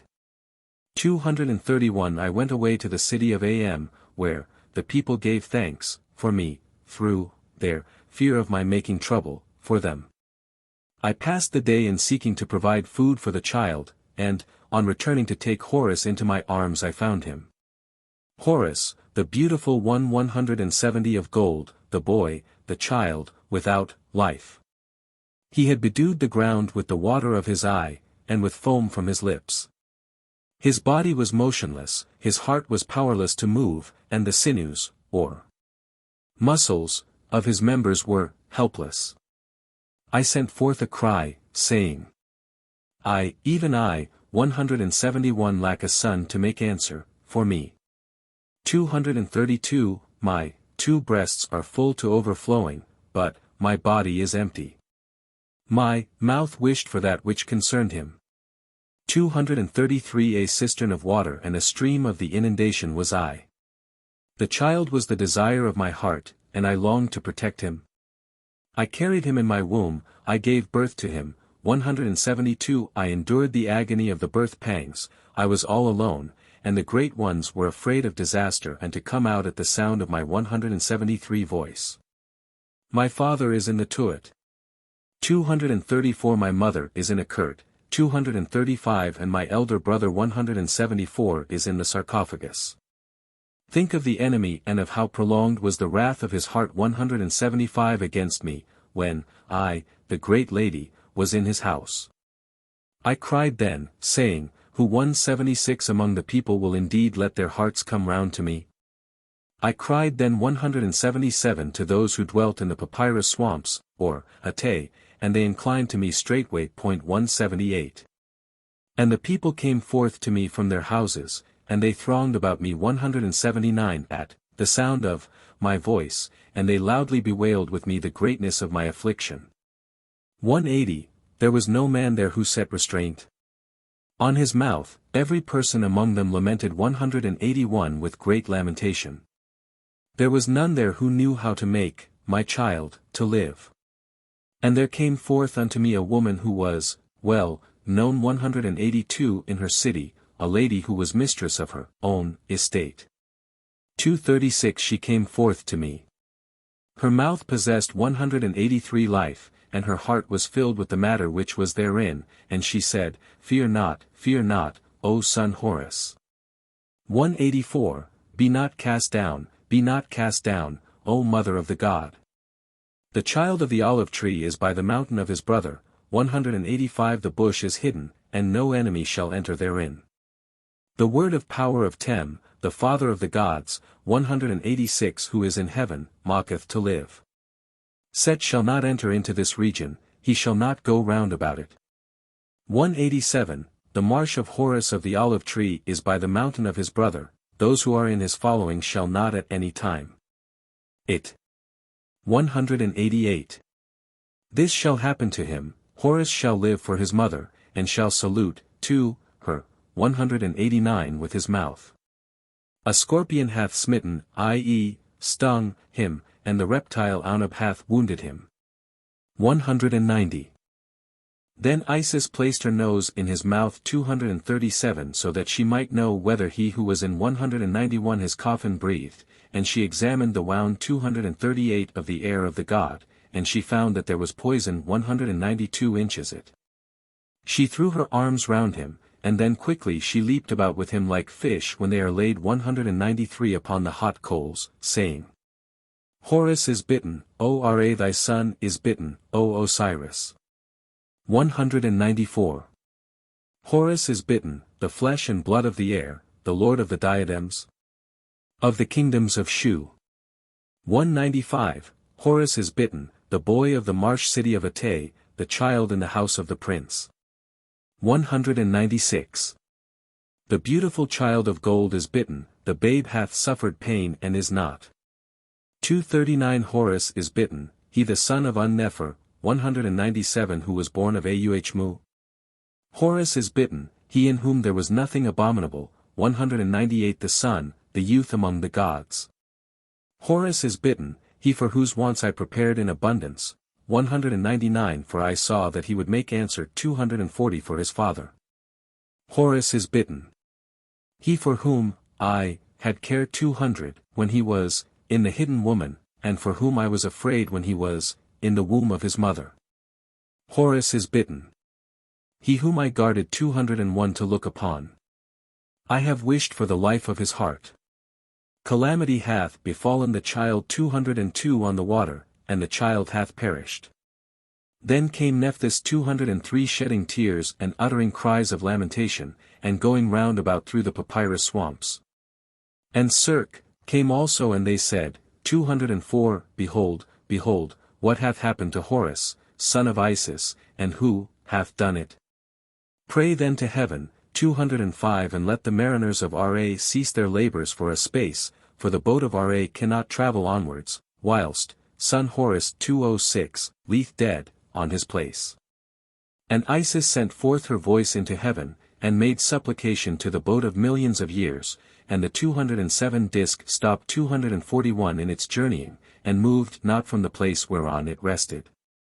Then came forth Thoth, who is equipped 208 with his spells, or, words of power, and possesseth the great word of command of Masai-Keru, 242, and said, What aileth thee, O Isis, thou goddess who hast magical spells? 209 Whose mouth hath understanding. Assuredly no evil thing hath befallen thy son Horus, for the boat of Ra hath him under its protection. 210.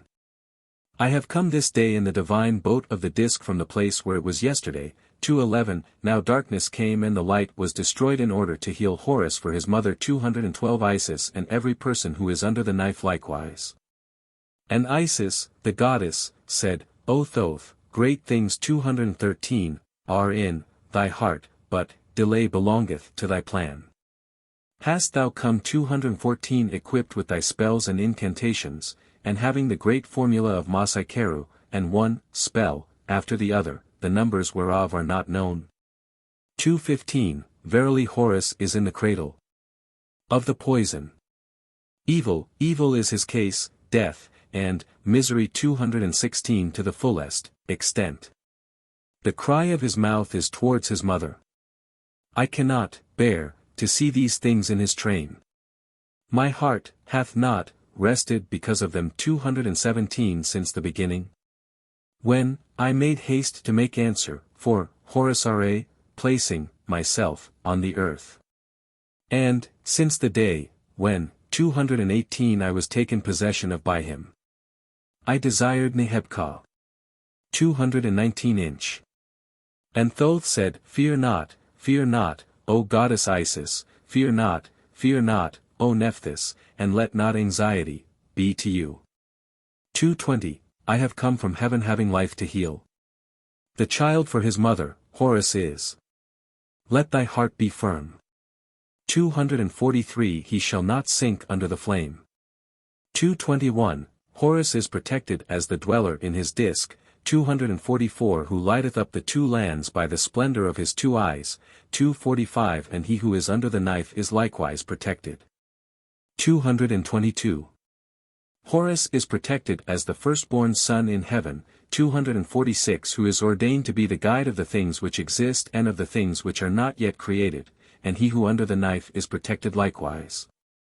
224 Horus is protected as that great dwarf, Khnemu. 247 Who goeth round about the two lands in the darkness, and he who is under the knife is protected likewise. 224 Horus is protected as the Lord in the night, who revolveth at the head of the land of the sunset, Manu, and he who is under the knife is protected likewise. 225 Horus is protected as the mighty ram. 248 Who is hidden, and who goeth round about in front of his eyes. And he who is under the knife is protected likewise. Horus is protected as the great hawk. 249 226 Which fleeth through heaven, earth, and the other world, to it, and he who is under the knife is protected likewise. Horus is protected as the holy beetle, the mighty wings of which 227 are at the head of the sky. 1250 And he who is under the knife is protected likewise. Horus is protected as the hidden body. 251 And as he whose mummy is in his sarcophagus. And he who is under the knife is protected likewise. 228 Horus is protected, as the dweller, in the other world, and in the two lands, who goeth round about those who are over hidden things, and he who is under the knife is protected likewise. 229 Horus is protected as the divine Bennu. 252 Who alighteth in front of his two eyes, and he who is under the knife is protected likewise. Horus is protected. 230 In his own body, and the spells which his mother Isis hath woven protect him. Horus is protected by the names of his father, Osiris, in 231 his forms in the gnomes. 253 And he who is under the knife is protected likewise. Horus is protected by the weeping of his mother, and by the cries of grief of his brethren. And he 232 who is under the knife is protected likewise. Horus is protected by his own name and heart, and the gods go round about him to make his funeral bed, and he who is under the knife is protected likewise. And Thoth said. 233 Wake up, Horus! Thy protection is established.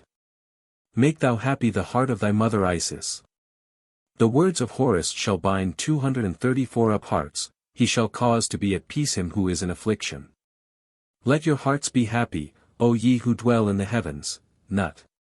Horus, he 235 who hath avenged, or, protected, his father shall cause the poison to retreat.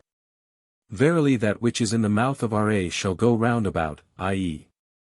circulate, and the 236 tongue of the great God shall repulse, opposition. The boat, of Ra, standeth still, and travelleth not onwards. The disk is in the same place where it was yesterday to heal 237 Horus for his mother Isis, and to heal him that is under the knife of his mother 254 likewise. 238. Come to the earth, draw nigh, O boat of Ra, make the boat to travel, O mariners of heaven. 239 transport provisions. Of Sekhem 255 to heal Horus for his mother Isis, and to heal 240 him that is under the knife of his mother likewise. Hasten away, O pain which is in the 241 region round about, and let it, i.e., the boat, descend upon the place where it was yesterday to heal Horus for his mother Isis, 242 and to heal him that is under the knife of his mother likewise. Get thee round and round, O bald fiend, without horns 243 at the seasons, not seeing the forms through the shadow of the two eyes, to heal Horus for his mother 244 Isis, and to heal him that is under the knife likewise. Be filled, O two halves of heaven, be empty, O papyrus roll, return, O life, into the living to heal Horus for his mother Isis, 245 and to heal him that is under the knife likewise. Come thou to earth, O poison. Let hearts be glad, and let radiance, or light, go round about. I am Thoth, 256 the firstborn son, the son of Ra, and Tem and the company of the gods have commanded me to heal Horus for his mother Isis, and to heal him that is under the knife likewise. O Horus, thy Ka protecteth thee, and thy image worketh protection for thee. The poison is as the daughter of its own flame, it is destroyed, because it smote the strong sun. 246. Your temples are in good condition for you, for Horus liveth for his mother, and he who is under the knife likewise. And the goddess Isis said, Set thou his face towards those who dwell in the north land, Ptah, the nurses who dwell in the city Ptah, Buto. For they have offered very large offerings in order to cause the child to be made strong for his mother, and to make strong him that is under the knife likewise. Do not allow them to recognize the divine Ka in the swamp land, in the city of Neb-Er-Tcher, and in her city. 247. Then spake Thoth unto the great gods who dwell in the swamp land, saying, O ye nurses who dwell in the city of Pe, who smite fiends with your hands, and overthrow them with your arms on behalf of that great one who appeareth in front of you. 248, in the Sektet boat, 257 let the Matet 258, Manchet, boat travel on. Horus is to you, he is counted up for life, and he is declared for 249 the life of his father, Osiris. I have given gladness unto those who are in the Sektet boat, and the mariners, of Ra, make it to journey on. Horus liveth for his mother Isis. And he who is under the knife liveth for his mother likewise. As for the poison, the strength thereof has been made powerless. Verily I am a favored one, and I will join myself 250 to his hour 259 to hurl back the report of evil to him that sent it forth. The heart of Heru-Behutet rejoiceth.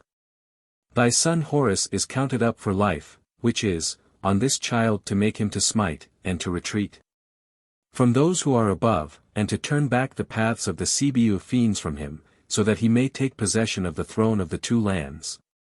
Ra is in heaven to make answer on 251 behalf of him and his father.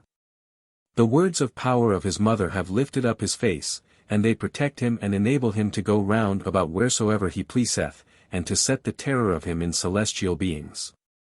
I have made haste.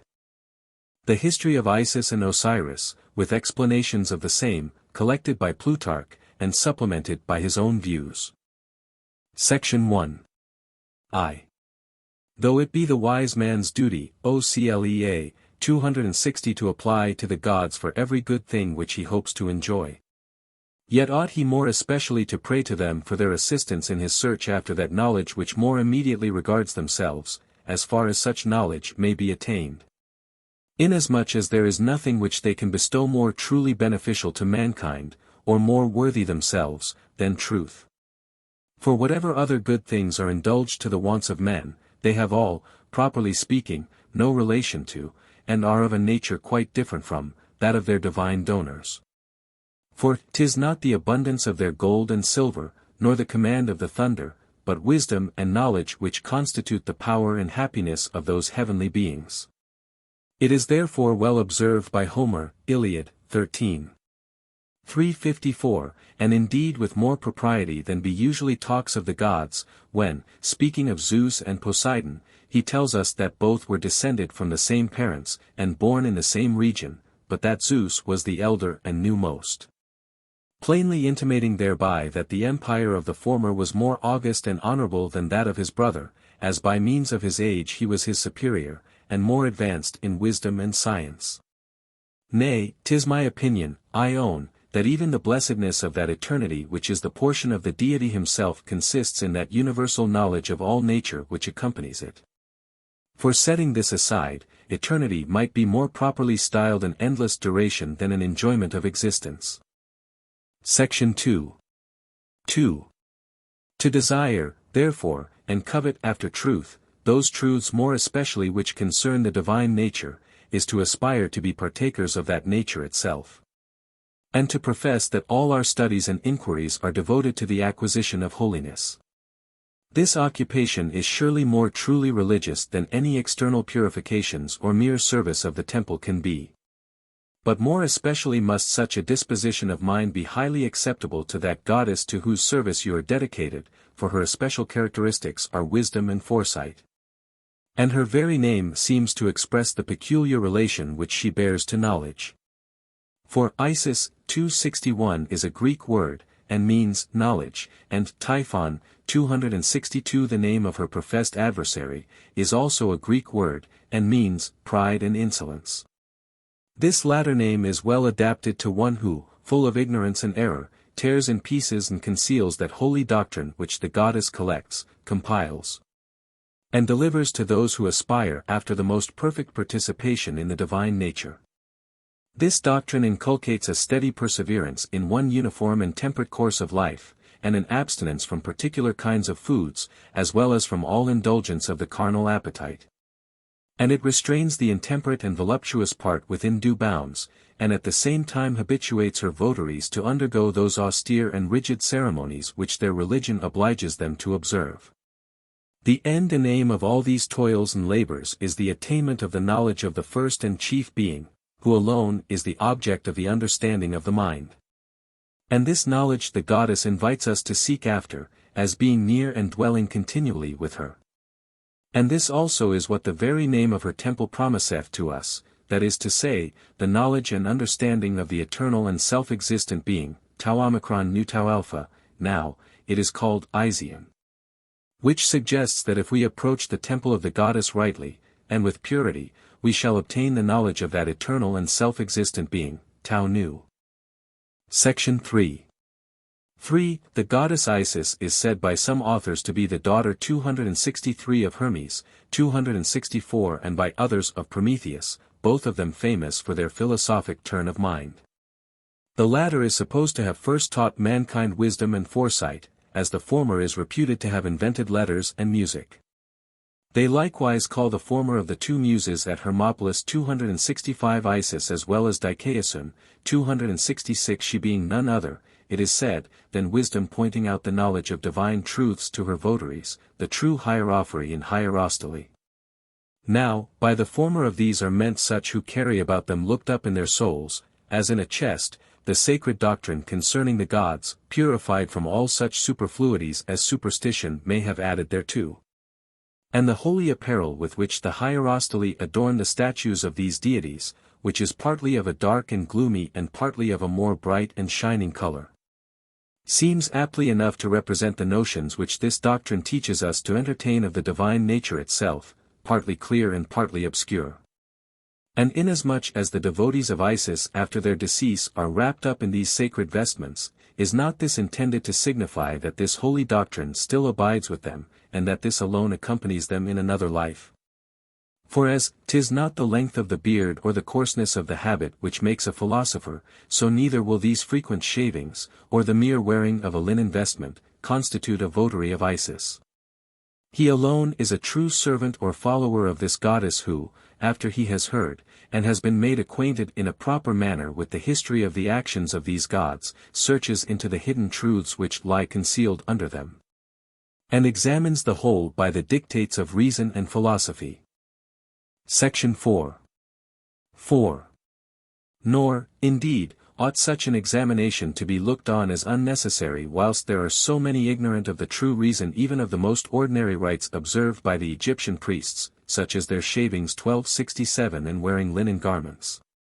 Some, indeed, there are who never trouble themselves to think at all about these matters, whilst others rest satisfied with the most superficial accounts of them. They pay a peculiar veneration to the sheep. 268 Therefore they think it their duty not only to abstain from eating its flesh, but likewise from wearing its wool. They are continually mourning for their gods, therefore they shave themselves. The light azure blossom of the flax resembles the clear and bloomy color of the ethereal sky, therefore they wear linen. Whereas the true reason of the institution and observation of these rites is but one, and that common to all of them, namely, the extraordinary notions which they entertain of cleanliness, persuaded as they are, according to the saying of Plato, none but the pure ought to approach the pure. Now, no superfluity of our food, and no excrementitious substance, is looked upon by them as pure and clean. Such, however, are all kinds of wool and down, our hair and our nails. It would be the highest absurdity, therefore, for those who, whilst they are in a course of purification, are at so much pains to take off the hair from every part of their own bodies, at the same time to clothe themselves with that of other animals.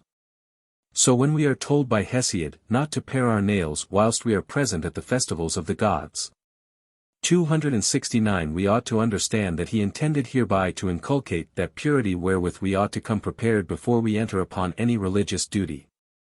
That we have not to make ourselves clean whilst we ought to be occupied in attending to the solemnity itself. Now, with regard to flax, this springs out of the immortal earth itself, and not only produces a fruit fit for food, but moreover furnishes a light and neat sort of clothing, extremely agreeable to the wearer, adapted to all the seasons of the year, and not in the least subject, as is said, to produce or nourish vermin. But more of this in another place.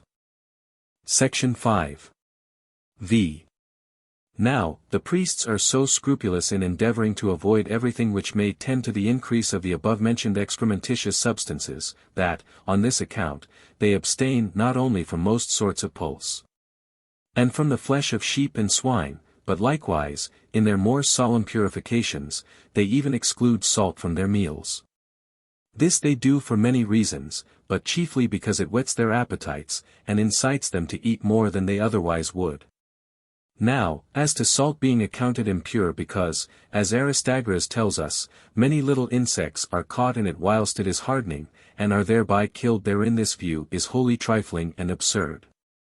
From these same motives also they give the Apis bull his water from a well specially set apart for the purpose, 270, and they prevent him altogether from drinking of the Nile, not indeed that they regard the river as impure and polluted because of the crocodiles which are in it, as some pretend, for there is nothing which the Egyptians hold in greater veneration than the Nile, but because its waters are observed to be particularly nourishing, 271, and fattening. And they strive to prevent fatness in Apis as well as in themselves, for they are anxious that their bodies should sit as light and easy about their souls as possible, and that their mortal part should not oppress and weigh down the divine and immortal. Section 6. 6.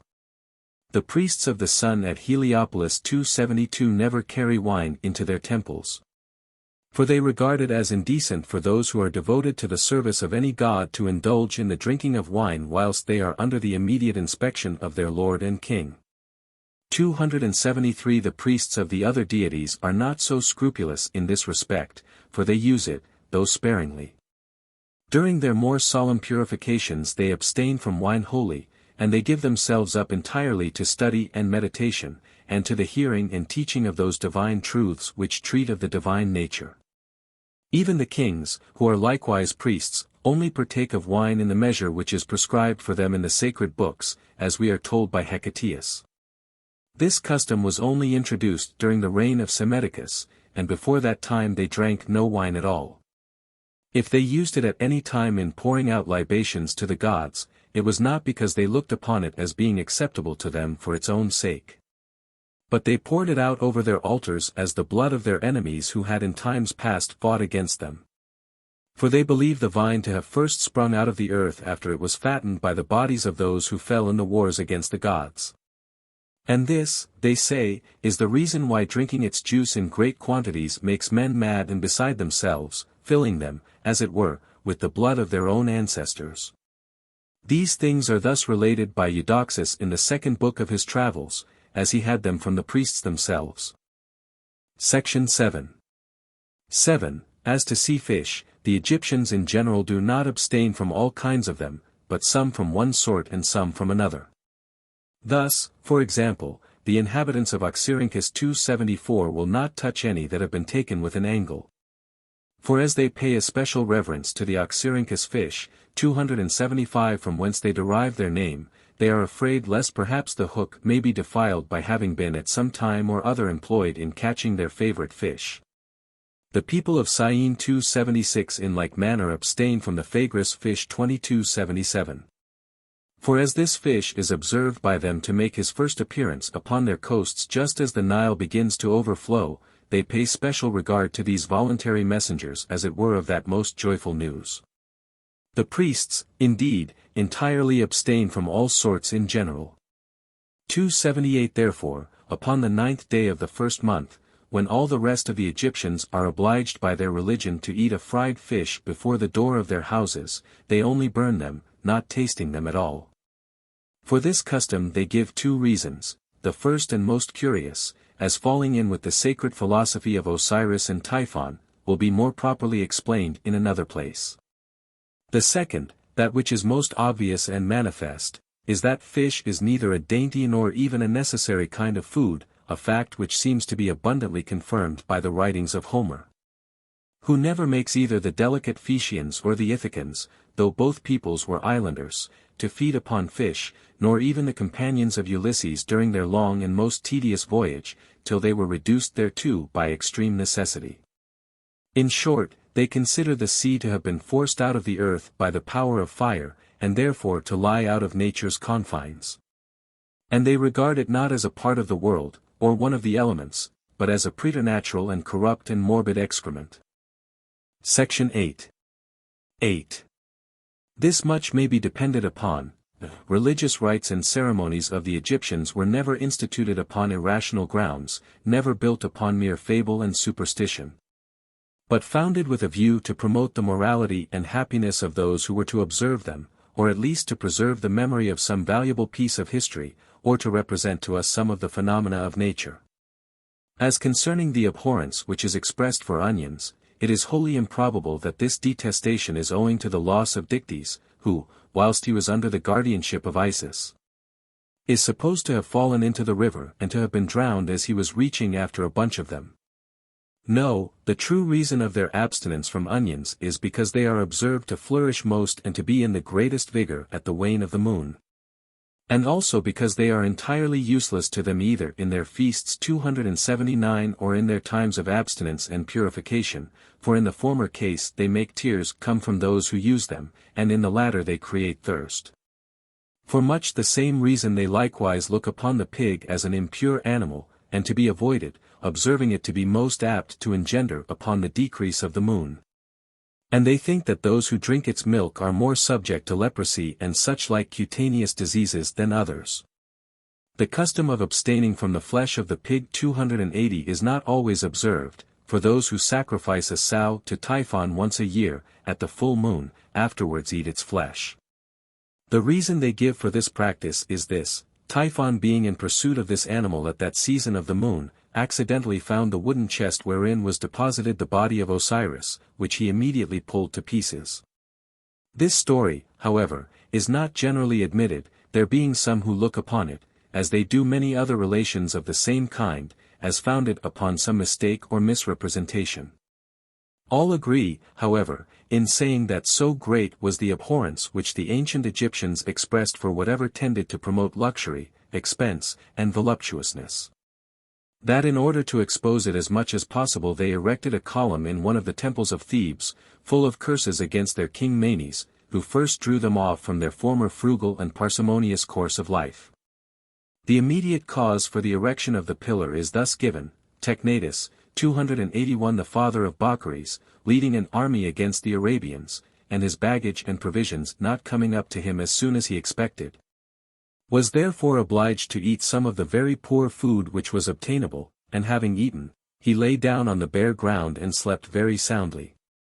This gave him a great affection for a mean and frugal diet, and induced him to curse the memory of Manes, and with the permission of the priests he made these curses public by cutting them upon a pillar. 282. Section 9. 9. Now, the kings of Egypt were always chosen either out of the soldiery or priesthood, the former order being honored and respected for its valor, and the latter for its wisdom. If the choice fell upon a soldier, he was immediately initiated into the order of priests, and by them instructed in their abstruse and hidden philosophy, a philosophy for the most part involved in fable and allegory, and exhibiting only dark hints and obscure resemblances of the truth. This the priesthood hints to us in many instances, particularly by the sphinxes, which they seem to have placed designedly before their temples as types of the enigmatical nature of their theology. To this purpose, likewise, is that inscription which they have engraved upon the base of the statue of Athene 283 at Sais, whom they identify with Isis: I am everything that has been, that is, and that shall be, and my veil no man hath raised. In like manner the word Ammon, or as it is expressed in the Greek language, Ammon, which is generally looked upon as the proper name of the Egyptian Zeus, is interpreted by Manetho 284 the Sebonite 285 to signify concealment, or something which is hidden. 286 Hecataeus of Abdera indeed tells us that the Egyptians make use of this term when they call out to one another. If this be so, then their invoking Ammon is the same thing as calling upon the Supreme Being, whom they believe to be hidden and concealed in the universal nature, to appear and manifest itself to them. So cautious and reserved was the Egyptian wisdom in those things which appertain to religion. Section 10. X. And this is still farther evinced from those voyages which have been made into Egypt by the wisest men among the Greeks, namely, by Solo, Thales, Plato, Eudoxus, Pythagoras, and, as some say, even by Lycurgus himself, on purpose to converse with the priests. And we are also told that Eudoxus was a disciple of Nuphes the Memphite, Solo of Sonchus the Sate, and Pythagoras of Oenophus the Heliopolite. But none of these philosophers seems either to have been more admired and in greater favor with the priests, or to have paid a more especial regard to their method of philosophizing, than this last named, who has particularly imitated their mysterious and symbolical manner in his own writings, and like them conveyed his doctrines to the world in a kind of riddle. For many of the precepts of Pythagoras come nothing short of the hieroglyphical representations themselves, such as, eat not in a chariot, sit not on a measure, chonix, plant not a palm tree, and stir not the fire with a sword in the house. And I myself am of the opinion that, when the Pythagoreans appropriated the names of several of the gods to particular numbers, as that of Apollo to the unit, of Artemis to the duad, of Athene to the 7, and of Poseidon to the first cube, in this they allude to something which the founder of their sect saw in the Egyptian temples, or to some ceremonies performed in them, or to some symbols there exhibited.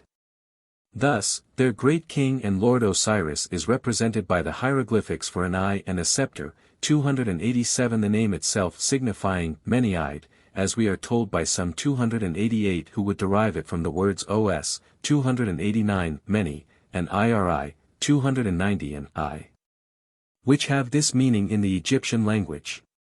Similarly, because the heavens are eternal and are never consumed or wax old, they represent them by a heart with a censer placed under it. Much in the same way are those statues of the judges at Thebes without hands, and their chief, or president, is represented with his eyes turned downwards, which signifies that justice ought not to be obtainable by bribes, nor guided by favor or affection. Of a like nature is the beetle which we see engraven upon the seals of the soldiers, for there is no such thing as a female beetle of this species. For they are all males, and they propagate their kind by casting their seed into round balls of dirt, which afford not only a proper place wherein the young may be hatched, but also nourishment for them as soon as they are born. Section 11. 11. When you hear, therefore, the mythological tales which the Egyptians tell of their gods, their wanderings, their mutilations, and many other disasters which befell them, remember what has just been said. And be assured that nothing of what is thus told you is really true, or ever happened in fact. For can it be imagined that it is the dog 291 itself which is reverenced by them under the name of Hermes 292? It is the qualities of this animal, his constant vigilance, and his acumen in distinguishing his friends from his foes, which have rendered him, as Plato says, a meet emblem of that God who is the chief patron of intelligence. Nor can we imagine that they think that the sun, like a newly born babe, springs up every day out of a lily. It is quite true that they represent the rising sun in this manner, but the reason is because they wish to indicate thereby that it is moisture to which we owe the first kindling of this luminary. In like manner, the cruel and bloody king of Persia, Ahsus, who not only put to death great numbers of the people, but even slew the Apis bull himself, and afterwards served him up in a banquet to his friends, is represented by them by a sword. And by this name he is still to be found in the catalogue of their kings. This name, therefore, does not represent his person, but indicates his base and cruel qualities, which were best suggested by the picture of an instrument of destruction. If, therefore, O Clea, you will hear and entertain the story of these gods from those who know how to explain it consistently with religion and philosophy. If you will steadily persist in the observance of all these holy rites which the laws require of you, and are moreover fully persuaded that to form true notions of the divine nature is more acceptable to them than any sacrifice or mere external act of worship can be, you will by this means be entirely exempt from any danger of falling into superstition, an evil no less to be avoided than atheism itself. Section 12. 12. Now, the story of Isis and Osiris, its most insignificant and superfluous parts being omitted, runs thus. The goddess Rhea, 293 they say, having accompanied with Kronos 294 by stealth, was discovered by Helios 295 who straightway cursed her, and declared that she should not be delivered in any month or year. Hermes, however, being also in love with the same goddess, in return for the favors which he had received from her, went and played at dice with Selene, 296 and won from her the 70th part of each day. These parts he joined together and made from them 5 complete days, and he added them to the 360 days of which the year formerly consisted. These 5 days are to this day called the Epigomeny, 297 that is, the superadded, and they are observed by them as the birthdays of their gods. 298 on the first of these, they say, Osiris was born, and as he came into the world a voice was heard saying, the Lord of all 299 is born. Some relate the matter in a different way, and say that a certain person named Pamales, as he was fetching water from the temple of Dios at Thebes, heard a voice commanding him to proclaim aloud that the good and great King Osiris was then born. And that for this reason Kronos committed the education of the child to him, and that in memory of this event the Pamilia were afterwards instituted, which closely resemble the Phallophoria or Priapia of the Greeks. Upon the second of these days was born Aurores, 300 whom some call Apollo, and others the elder Horus. Upon the third day Typhon was born, who came into the world neither at the proper time nor by the right way, but he forced a passage through a wound which he made in his mother's side. Upon the 4th day Isis was born, in the marshes of Egypt, 301 and upon the 5th day Nephthys, whom some call Teliud, or Aphrodite, or Nike, was born. As regards the fathers of these children, the first two are said to have been begotten by Helios, Isis by Hermes, and Typhon and Nephthys by Kronos. Therefore, since the third of the superadded days was the birthday of Typhon, the kings considered it to be unlucky, 302, and in consequence they neither transacted any business in it, nor even suffered themselves to take any refreshment until the evening. They further add that Typhon married Nephthys, 303, and that Isis and Osiris, having a mutual affection, enjoyed each other in their mother's womb before they were born, and that from this commerce sprang Horus, whom the Egyptians likewise call Horus the Elder, and the Greeks Apollo. Section 13. 13. Osiris, having become king of Egypt, applied himself to civilizing his countrymen by turning them from their former indigent and barbarous course of life. He taught them how to cultivate and improve the fruits of the earth, and he gave them a body of laws whereby to regulate their conduct, and instructed them in the reverence and worship which they were to pay to the gods. With the same good disposition he afterwards travelled over the rest of the world, inducing the people everywhere to submit to his discipline, not indeed compelling them by force of arms, but persuading them to yield to the strength of his reasons, which were conveyed to them in the most agreeable manner, in hymns and songs, accompanied with instruments of music. From this last circumstance the Greeks identified him with their Dionysus, or Bacchus.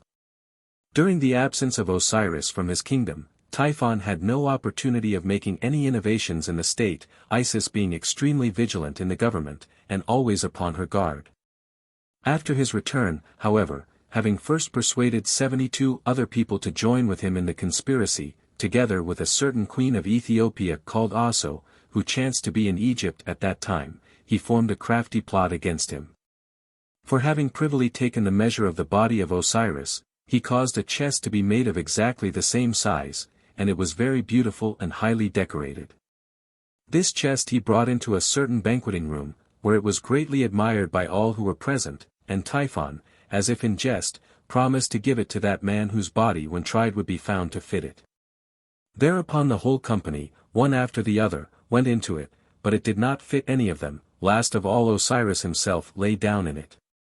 Thereupon all the conspirators ran to the chest, and clapped the cover upon it, and then they fastened it down with nails on the outside, and poured melted lead over it. They next took the chest to the river, which carried it to the sea through the Tanaitic mouth of the Nile. And for this reason this mouth of the Nile is still held in the utmost abomination by the Egyptians, and is never mentioned by them except with marks of detestation. These things, some say, took place on the 17th day of the month of Hathor, when the sun was in Scorpio, in the 28th year of the reign of Osiris, though others tell us that this was the year of his life and not of his reign. Section 14. 14. The first who had knowledge of the accident which had befallen their king were the Pans and Satyrs, who inhabited the country round about Chemis, 304, and they having informed the people about it, gave the first occasion to the name of panic terrors, which has ever since been made use of to signify any sudden fright or amazement of a multitude. As soon as the report reached Isis, she immediately cut off one of the locks of her hair, and put on mourning apparel in that very place where she happened to be. For this reason the place has ever since been called Koptos, or the city of mourning, though some are of opinion that this word rather signifies deprivation. After this she wandered round about through the country, being full of disquietude and perplexity, searching for the chest, and she inquired of every person she met, including some children whom she saw, whether they knew what was become of it. Now, it so happened that these children had seen what Typhon's accomplices had done with the body, and they accordingly told her by what mouth of the Nile it had been conveyed to the sea. For this reason the Egyptians look upon children as endued with a kind of faculty of divining, and in consequence of this notion are very curious in observing the accidental prattle which they have with one another whilst they are at play. Especially if it be in a sacred place, forming omens and presages from it. Isis meanwhile having been informed that Osiris, deceived by her sister Nephthys, who was in love with him, had unwittingly enjoyed her instead of herself, as she concluded from the melilot garland which he had left with her. made it her business likewise to search out the child, the fruit of this unlawful commerce, for her sister, dreading the anger of her husband Typhon, had exposed it as soon as it was born.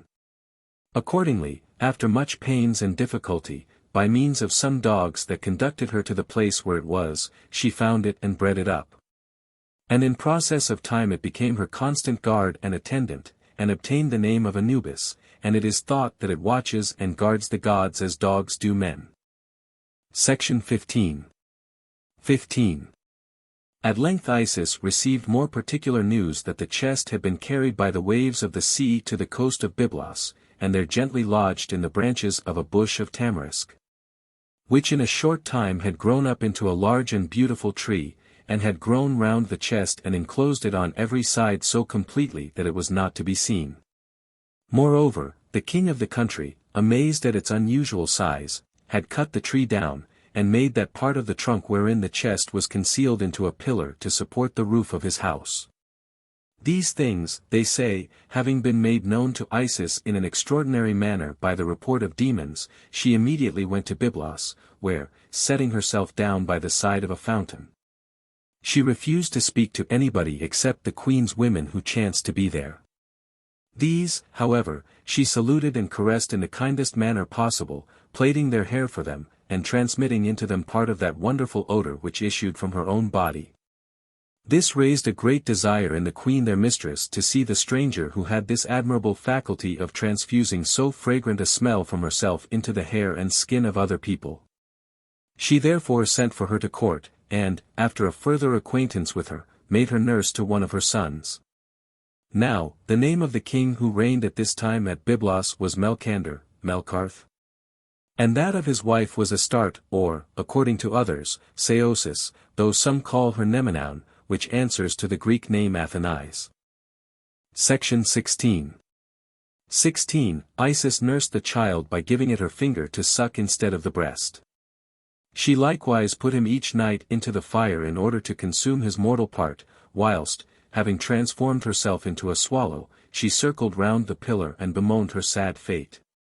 This she continued to do for some time, till the queen, who stood watching her, observing the child to be all of a flame, cried out, and thereby deprived him of some of that immortality which would otherwise have been conferred upon him. The goddess then made herself known, and asked that the pillar which supported the roof might be given to her. Having taken the pillar down, she cut it open easily, and having taken out what she wanted, she wrapped up the remainder of the trunk in fine linen, and having poured perfumed oil over it, she delivered it again into the hands of the king and queen. Now, this piece of wood is to this day preserved in the temple, and worshipped by the people of Byblos. When this was done, Isis threw herself upon the chest, and made at the same time such loud and terrible cries of lamentation over it, that the younger of the king's sons who heard her was frightened out of his life. But the elder of them she took with her, and set sail with the chest for Egypt. Now, it being morning the river Phaedrus sent forth a keen and chill air, and becoming angry she dried up its current. Section 17. 17. At the first place where she stopped, and when she believed that she was alone, she opened the chest, and laying her face upon that of her dead husband, she embraced him and wept bitterly. Then, seeing that the little boy had silently stolen up behind her, and had found out the reason of her grief, she turned upon him suddenly, and, in her anger, gave him so fierce and terrible a look that he died of fright immediately. Others say that his death did not happen in this manner, but, as already hinted, that he fell into the sea. Afterwards he received the greatest honor on account of the goddess, for this Maneros, whom the Egyptians so frequently call upon at their banquets, is none other than he. This story is contradicted by those who tell us that the true name of this child was Palestinus, or Pelusius, and that the city of this name was built by the goddess in memory of him. And they further add that this Maneros is thus honored by the Egyptians at their feasts because he was the first who invented music. Others again state that Maneros is not the name of any particular person, but a customary form of complimentary greeting which the Egyptians used towards each other at their more solemn feasts and banquets, meaning no more by it than to wish that what they were then about might prove fortunate and happy to them. This is the true import of the word. In like manner they say that the human skeleton which is carried about in a box on festal occasions, and shown to the guests, is not designed, as some imagine, to represent the particular misfortunes of Osiris, but rather to remind them of their mortality, and thereby to excite them freely to make use of and to enjoy the good things which are set before them, seeing that they must quickly become such as they there saw. This is the true reason for introducing the skeleton at their banquets. But to proceed with the narrative. Section 18. 18. When Isis had come to her son Horus, who was being reared at Buto, 305 she deposited the chest in a remote and unfrequented place. One night, however, when Typhon was hunting by the light of the moon, he came upon it by chance, and recognizing the body which was enclosed in it, he tore it into several pieces, 306 in all, and scattered them in different places up and down the country. When Isis knew what had been done, she set out in search of the scattered portions of her husband's body, and in order to pass more easily through the lower, marshy parts of the country, she made use of a boat made of the papyrus plant. For this reason, they say, either fearing the anger of the goddess, or else venerating the papyrus, the crocodile never injures anyone who travels in this sort of vessel. 307 And this, they say, hath given rise to the report that there are very many different sepulchres of Osiris in Egypt, for wherever Isis found one of the scattered portions of her husband's body, there she buried it. Others, however, contradict this story, and tell us that the variety of sepulchres of Osiris was due rather to the policy of the queen, who, instead of the real body, as she pretended, presented to these cities only an image of her husband. This she did in order to increase the honors which would by these means be paid to his memory, and also to defeat Typhon, who, if he were victorious in his fight against Horus in which Be was about to engage, would search for the body of Osiris, and being distracted by the number of sepulchres would despair of ever being able to find the true one.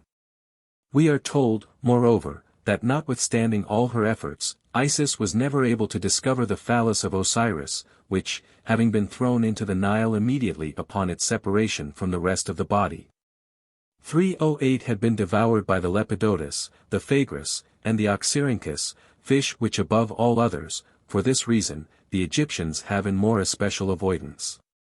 In order, however, to make some amends for the loss, Isis consecrated the phallus made in imitation of it, and instituted a solemn festival to its memory, which is even to this day observed by the Egyptians. Section 19. 19. After these things Osiris returned from the other world, and appeared to his son Horus, and encouraged him to fight, and at the same time instructed him in the exercise of arms. He then asked him what he thought was the most glorious action a man could perform, to which Horus replied, to revenge the injuries offered to his father 309 and mother. Osiris then asked him what animal he thought most serviceable to a soldier, and Horus replied, a horse. On this Osiris wondered, and he questioned him further, asking him why he preferred a horse to a lion, and Horus replied, though the lion is the more serviceable creature to one who stands in need of help, yet is the horse more useful in overtaking and cutting off a flying enemy. 310 These replies caused Osiris to rejoice greatly, for they showed him that his son was sufficiently prepared for his enemy. We are, moreover, told that amongst the great numbers who were continually deserting from Typhon's party was his concubine Thuaris, 311 and that a serpent which pursued her as she was coming over to Horus was slain by his soldiers. The memory of this action is, they say, still preserved in that cord which is thrown into the midst of their assemblies, and then chopped in pieces. Afterwards a battle took place between Horus and Typhon, which lasted many days, but Horus was at length victorious, and Typhon was taken prisoner. He was delivered over into the custody of Isis, who, instead of putting him to death, loosed his fetters and set him free. This action of his mother incensed Horus to such a degree that he seized her, and pulled the royal crown off her head. But Hermes came forward, and set upon her head the head of an ox instead of a helmet. 312 After this Typhon accused Horus of illegitimacy, but, by the assistance of Hermes, his legitimacy was fully established by a decree of the gods themselves. 313. After this 2 other battles were fought between Horus and Typhon, and in both Typhon was defeated. Moreover, Isis is said to have had union with Osiris after his death, 314, and she brought forth Harpocrates, 315, who came into the world before his time, and was lame in his lower limbs. Section 20. XX. Such then are the principal circumstances of this famous story, the more harsh and shocking parts of it, such as the cutting up of Horus and the beheading of Isis, being omitted. Now, if such could be supposed to be the real sentiments of the Egyptians concerning those divine beings whose most distinguishing characteristics are happiness and immortality, or could it be imagined that they actually believed what they thus tell us ever to have actually taken place, I should not need to warn you, O Clea, you who are already sufficiently averse to such impious and absurd notions of the god, I should not, I say, have need to caution you, to testify your abhorrence of them, and, as Aeschylus expresses it, to spit and wash your mouth, after the recital of them. In the present case, however, it is not so. And I doubt not that you yourself are conscious of the difference between this history and those light and idle fictions which the poets and other writers of fables, like spiders, weave and spin out of their own imaginations, without having any substantial ground or firm foundation to work upon. There must have been some real distress, some actual calamity, at the bottom as the groundwork of the narration. For, as mathematicians assure us, the rainbow is nothing else but a variegated image of the sun, thrown upon the sight by the reflection of his beams from the clouds. And thus ought we to look upon the present story as the representation, or rather reflection, of something real as its true cause. And this notion is still farther suggested to us as well by that solemn air of grief and sadness which appears in their sacrifices, as by the very form and arrangement of their temples, which extend into long avenues and open aisles in some portions, 316, and in others retreating into dark and gloomy chapels which resembled the underground vaults which are allotted to the dead. That the history has a substantial foundation is proved by the opinion which obtains generally concerning the sepulchres of Osiris. There are many places wherein his body is said to have been deposited, and among these are Abydos and Memphis, both of which are said to contain his body. It is for this reason, they say, that the richer and more prosperous citizens wished to be buried in the former of these cities, being ambitious of lying, as it were, in the grave with Osiris. 317. The title of Memphis to be regarded as the grave of Osiris seems to rest upon the fact that the Apis bull, who is considered to be the image of the soul of Osiris, is kept in that city for the express purpose that it may be as near his body as possible. 318. Others again tell us that the interpretation of the name Memphis 319 is, the haven of good men, and that the true sepulchre of Osiris lies in that little island which the Nile makes at Philae.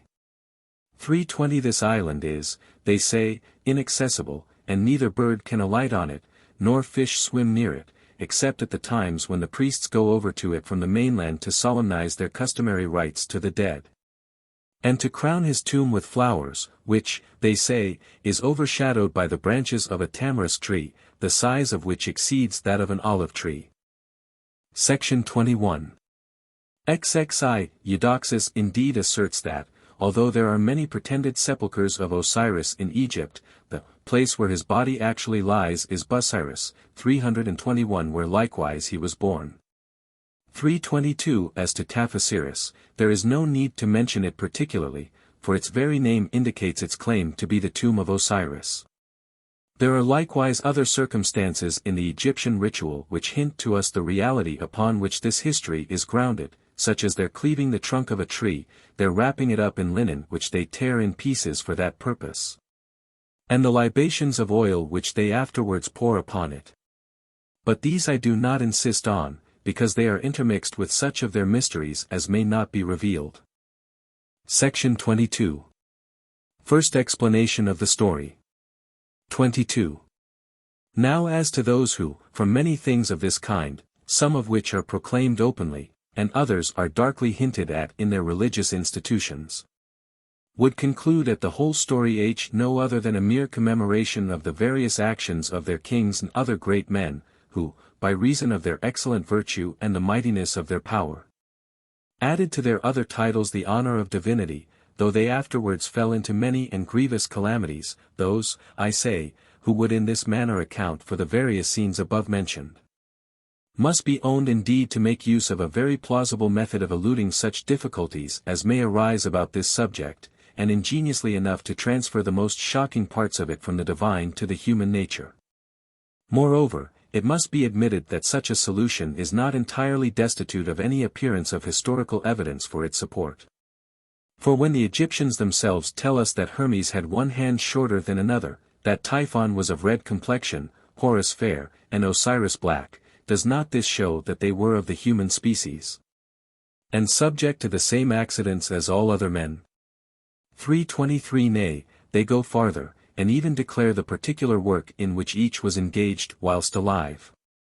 Thus they say that Osiris was a general, that Canopus, from whom the star took its name, was a pilot, and that the ship which the Greeks call Argo, being made in imitation of the ship of Osiris, was, in honor of him, turned into a constellation and placed near Orion and the dog star, the former being sacred to Horus and the latter to Isis. Section 23. XCI. But I am much afraid that to give in to this explanation of the story will be to move things which ought not to be moved. And not only, as Simonides says, to declare war against all antiquity, but likewise against whole families and nations who are fully possessed with the belief in the divinity of these beings. And it would be no less than dispossessing those great names of their heaven, and bringing them down to the earth.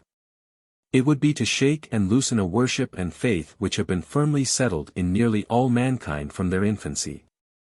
It would be to open a wide door for atheism to enter in at, and to encourage the attempts of those who would humanize the divine nature. More particularly it would give a clear sanction and authority to the impostures of Euhemerus the Messenian, who from mere imagination, and without the least appearance of truth to support it, has invented a new mythology of his own, asserting that all those in general who are called and declared to be gods are none other than so many ancient generals and sea captains and kings. Now, he says that he found this statement written in the Panchaean dialect in letters of gold, though in what part of the globe his Panchaeans dwell, any more than the Triphilians, whom he mentions at the same time with them, he does not inform us. Nor can I learn that any other person, whether Greek or barbarian, except himself, has ever yet been so fortunate as to meet with these imaginary countries. Section 24. In Ziv. Plutarch goes on to say that the Assyrians commemorate Semiramis, the Egyptians Sesostris, the Phrygians Manis or Mastis, the Persians Cyrus, and the Macedonians Alexander, yet these heroes are not regarded as gods by their peoples. The kings who have accepted the title of gods have afterwards had to suffer the reproach of vanity and presumption, and impiety and injustice. Section 25. Second explanation of the story. XXV. There is another and a better method which some employ in explaining this story. They assert that what is related of Typhon, Osiris, and Isis is not to be regarded as the afflictions of gods, or of mere mortals, but rather as the adventures of certain great demons. These beings, they say, are supposed by some of the wisest of the Greek philosophers, that is to say, Plato, Pythagoras, Xenocrates, and Chrysippus, in accordance with what they had learned from ancient theologians, to be stronger and more powerful than men, and of a nature superior to them. They are, at the same time, inferior to the pure and unmixed nature of the gods, as partaking of the sensations of the body, as well as of the perceptions of the soul, and consequently liable to pain as well as pleasure, and to such other appetites and affections, as flow from their various combinations. Such affections, however, have a greater power and influence over some of them than over others, just as there are different degrees of virtue and vice found in these demons as well as in mankind. In like manner, the wars of the giants and the titans which are so much spoken of by the Greeks, the detestable actions of Kronos, the combats between Apollo and the Python, the flights of Dionysus, and the wanderings of Demeter, are exactly of the same nature as the adventures of Osiris and Typhon. Therefore, they all are to be accounted for in the same manner, and every treatise of mythology will readily furnish us with an abundance of other similar instances. The same thing may also be affirmed of those other things which are so carefully concealed under the cover of mysteries and imitations. Section 26. In XXVI. Plutarch points out that Homer calls great and good men godlike and gods compeers, but the word demon is applied to the good and bad indifferently, see Odyssey, 6. 12, Iliad, 13. 810, v. 438, 4. 31, and k. Plato assigns to the Olympian gods good things and the odd numbers, and the opposite to the demons. Xenocrates believed in the existence of a series of strong and powerful beings which take pleasure in scourgings and fastings. And k. Hesiod speaks of holy demons, works and days, 126, and guardians of mankind, and bestowers of wealth, and these are regarded by Plato as a middle order of beings between the gods and men, interpreters of the wills of the gods to men. And ministering to their wants, carrying the prayers and supplications of mortals to heaven, and bringing down thence in return oracles and all other blessings of life. Empedocles thought that the demons underwent punishment, and that when chastened and purified they were restored to their original state.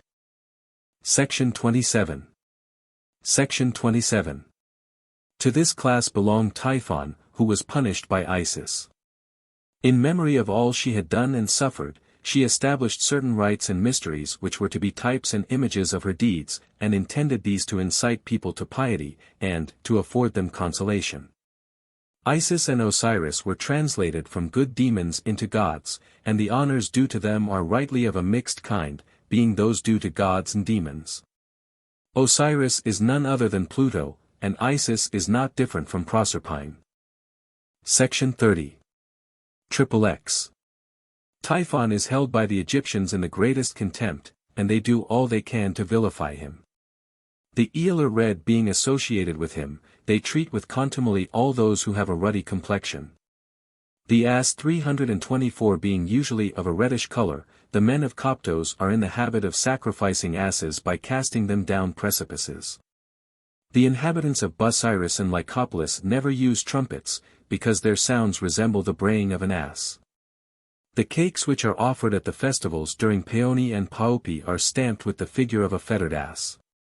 The Pythagoreans regarded Typhon as a demon, and according to them he was produced in the even number 56.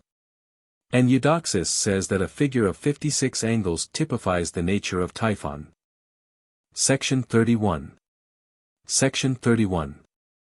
The Egyptians only sacrifice red-colored bulls, and a single black or white hair in the animal's head disqualifies it for sacrifice. They sacrifice creatures wherein the souls of the wicked have been confined, and through this view arose the custom of cursing the animal to be sacrificed, and cutting off its bead and throwing it into the Nile. No bullock is sacrificed which has not on it the seal of the priests who were called sealers. The impression from this seal represents a man upon his knees, with his hands tied behind him, and a sword pointed at his throat. The ass is identified with Typhon not only because of his color, but also because of his stupidity and the sensuality of his disposition. The Persian king Achuz was nicknamed the ass, which made him to say, "This ass shall dine upon your ox," and accordingly he slew Apis. Typhon is said to have escaped from Horus by a flight of 7 days on an ass. Section 32. Third explanation of the story. XXXI, such then are the arguments of those who endeavor to account for the above-mentioned history of Isis and Osiris upon a supposition that they were of the order of demons. But there are others who pretend to explain it upon other principles, and in more philosophical manner. To begin, then, with those whose reasoning is the most simple and obvious. As the Greeks allegorized their Chronos into time, and their Hera into air, and tell us that the birth of Hephaestos is no other but the change of air into fire, so these philosophers say that by Osiris the Egyptians mean the Nile. By Isis that part of the country which Osiris, or the Nile, overflows, and by Typhon the sea, which, by receiving the Nile as it runs into it, does, as it were, tear it into many pieces, and indeed entirely destroys it, excepting only so much of it as is admitted into the bosom of the earth in its passage over it, which is thereby rendered fertile. The truth of this explanation is confirmed, they say, by that sacred dirge which they make over Osiris when they bewail him who was born on the right side of the world and who perished on the left. 325 For it must be observed that the Egyptians look upon the east as the front or face of the world, 326 upon the north as its right side, 327 and upon the south as its left. 328 As, therefore, the Nile rises in the south, and running directly northwards is at last swallowed up by the sea, it may rightly enough be said to be born on the right and to perish on the left side. This conclusion, they say, is still farther strengthened from that abhorrence which the priests express towards the sea, as well as salt, which they call Typhon's foam. And amongst their prohibitions is one which forbids salt being laid on their tables. And do they not also carefully avoid speaking to pilots, because this class of men have much to do with the sea and get their living by it? And this is not the least of their reasons for the great dislike which they have for fish, and they even make the fish a symbol of hatred, as is proved by the pictures which are to be seen on the porch of the temple of Neith at Sais. The first of these is a child, the second is an old man, the third is a hawk, and then follow a fish and a hippopotamus. The meaning of all these is evidently, O you who are coming into the world, and you who are going out of it, i.e., both young and old, God hath impudence. For by the child is indicated all those who are coming into life, by the old man, those who are going out of it, by the hawk, God. By the fish, hatred, on account of the sea, as has been before stated, and by the hippopotamus, impudence, this creature being said first to slay his sire, and afterwards to force his dam. 329 The Pythagoreans likewise may be thought perhaps by some to have looked upon the sea as impure, and quite different from all the rest of nature, and that thus much is intended by them when they call it the tears of Kronos. Sections 33 and 34. Sections 33, 34. Some of the more philosophical priests assert that Osiris does not symbolize the Nile only, nor Typhon the sea only, but that Osiris represents the principle and power of moisture in general, and that Typhon represents everything which is scorching, burning, and fiery, and whatever destroys moisture. Osiris they believe to have been of a black 330 color, because water gives a black 2 tinge to everything with which it is mixed. The Nevis bull 331 kept at Heliopolis is, like Osiris, black in color, and even Egypt 332 itself, by reason of the extreme blackness of the soil, is called by them Chamia, the very name which is given to the black part or pupil of the eye. 333 It is, moreover, represented by them under the figure of a human heart.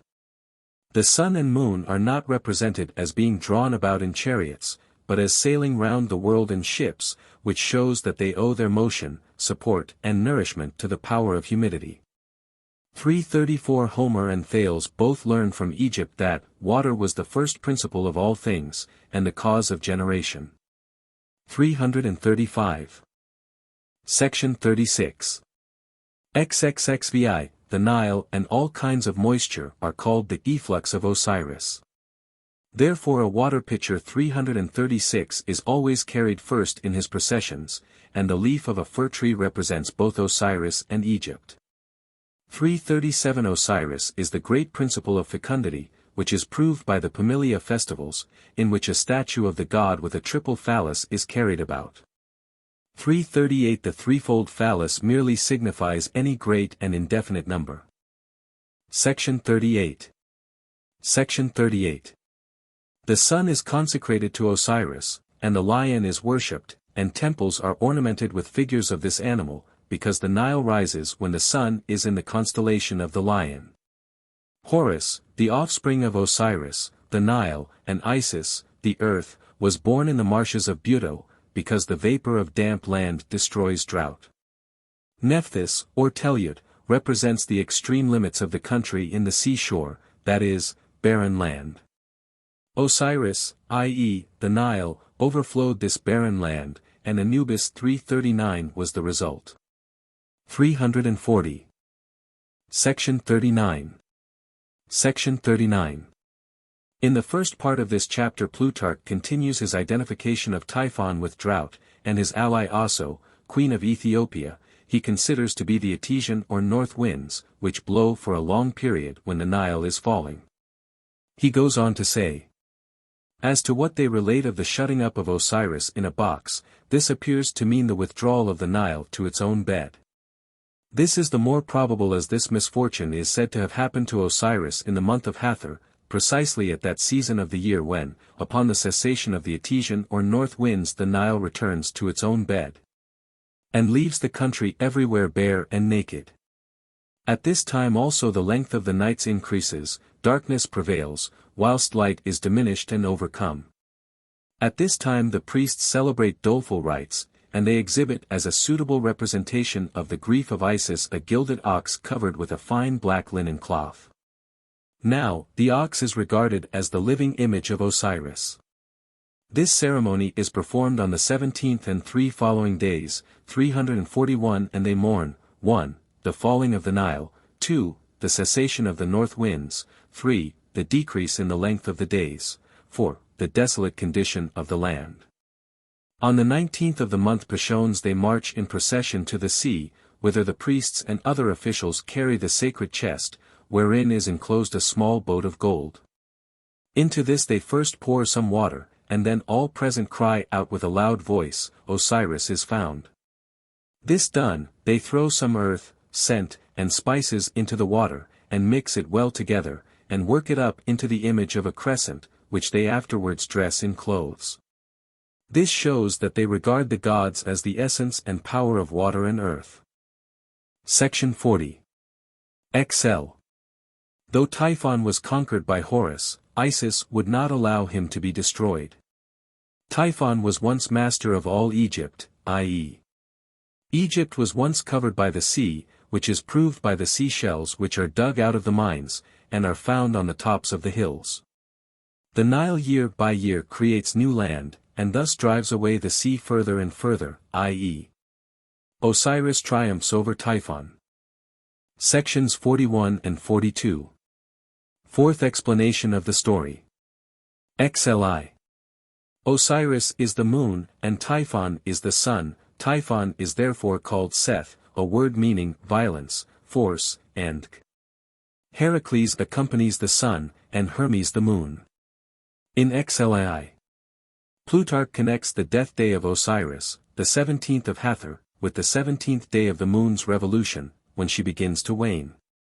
The age of Osiris, 28 years, suggests the comparison with the 28 days of the moon's revolution. The tree trunk which is made into the shape of a crescent at the funeral of Osiris refers to the crescent moon when she wanes. The 14 pieces into which Osiris was broken refer to the 14 days in which the moon wanes. Section 43. Section 43. The height of the Nile in flood at Elephantine is 28 cubits, at Mendes and Zoi's low Nile is 7 cubits, and at Memphis middle Nile is 14 cubits. These figures are to be compared with the 28 days of the moon's revolution, the 7-day phase of the moon, and the 14 days moon, or full moon. Apis was begotten by a ray of light from the moon, and on the 14th day of the month Famine 342 Osiris entered the moon. Osiris is the power of the moon, Isis the productive faculty in it. Sections 44 etc., fifth explanation of the story. Section 44. The philosophers say that the story is nothing but an enigmatical description of the phenomena of eclipses. In XLV. Plutarch discusses the 5 explanations which he has described, and begins to state his own views about them. It must be concluded, he says, that none of these explanations taken by itself contains the true explanation of the foregoing history, though all of them together do. Typhon means every phase of nature which is hurtful and destructive, not only drought, darkness, the sea, and it is impossible that any one cause, be it bad or even good, should be the common principle of all things. There must be 2 opposite and quite different and distinct principles. In XLVI. Plutarch compares this view with the Magian belief in Ormuzd and Ahriman, the former springing from light, XLVII, and the latter from darkness. Ormuzd made 6 good gods, and Ahriman 6 of a quite contrary nature. Ormuzd increased his own bulk 3 times, and adorned the heaven with stars, making the sun to be the guard of the other stars.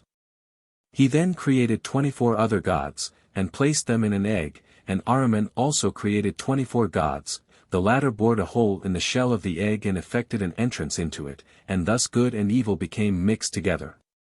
In XLVI, Plutarch quotes Empedocles, Anaxagoras, Aristotle, and Plato in support of his hypothesis of the two principles, and refers to Plato's third principle. 49.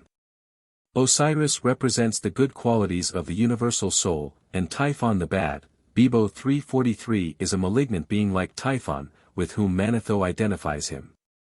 L. The ass, crocodile, and hippopotamus are all associated with Typhon. In the form of a crocodile, Typhon escaped from Horus. 344. The cakes offered on the 7th day of the month Tybi have a hippopotamus stamped on them. Li, Osiris symbolizes wisdom and power, and Typhon all that is malignant and bad. The remaining sections contain a long series of fanciful statements by Plutarch concerning the religion and manners and customs of the Egyptians, of which the Egyptian texts now available give no proofs.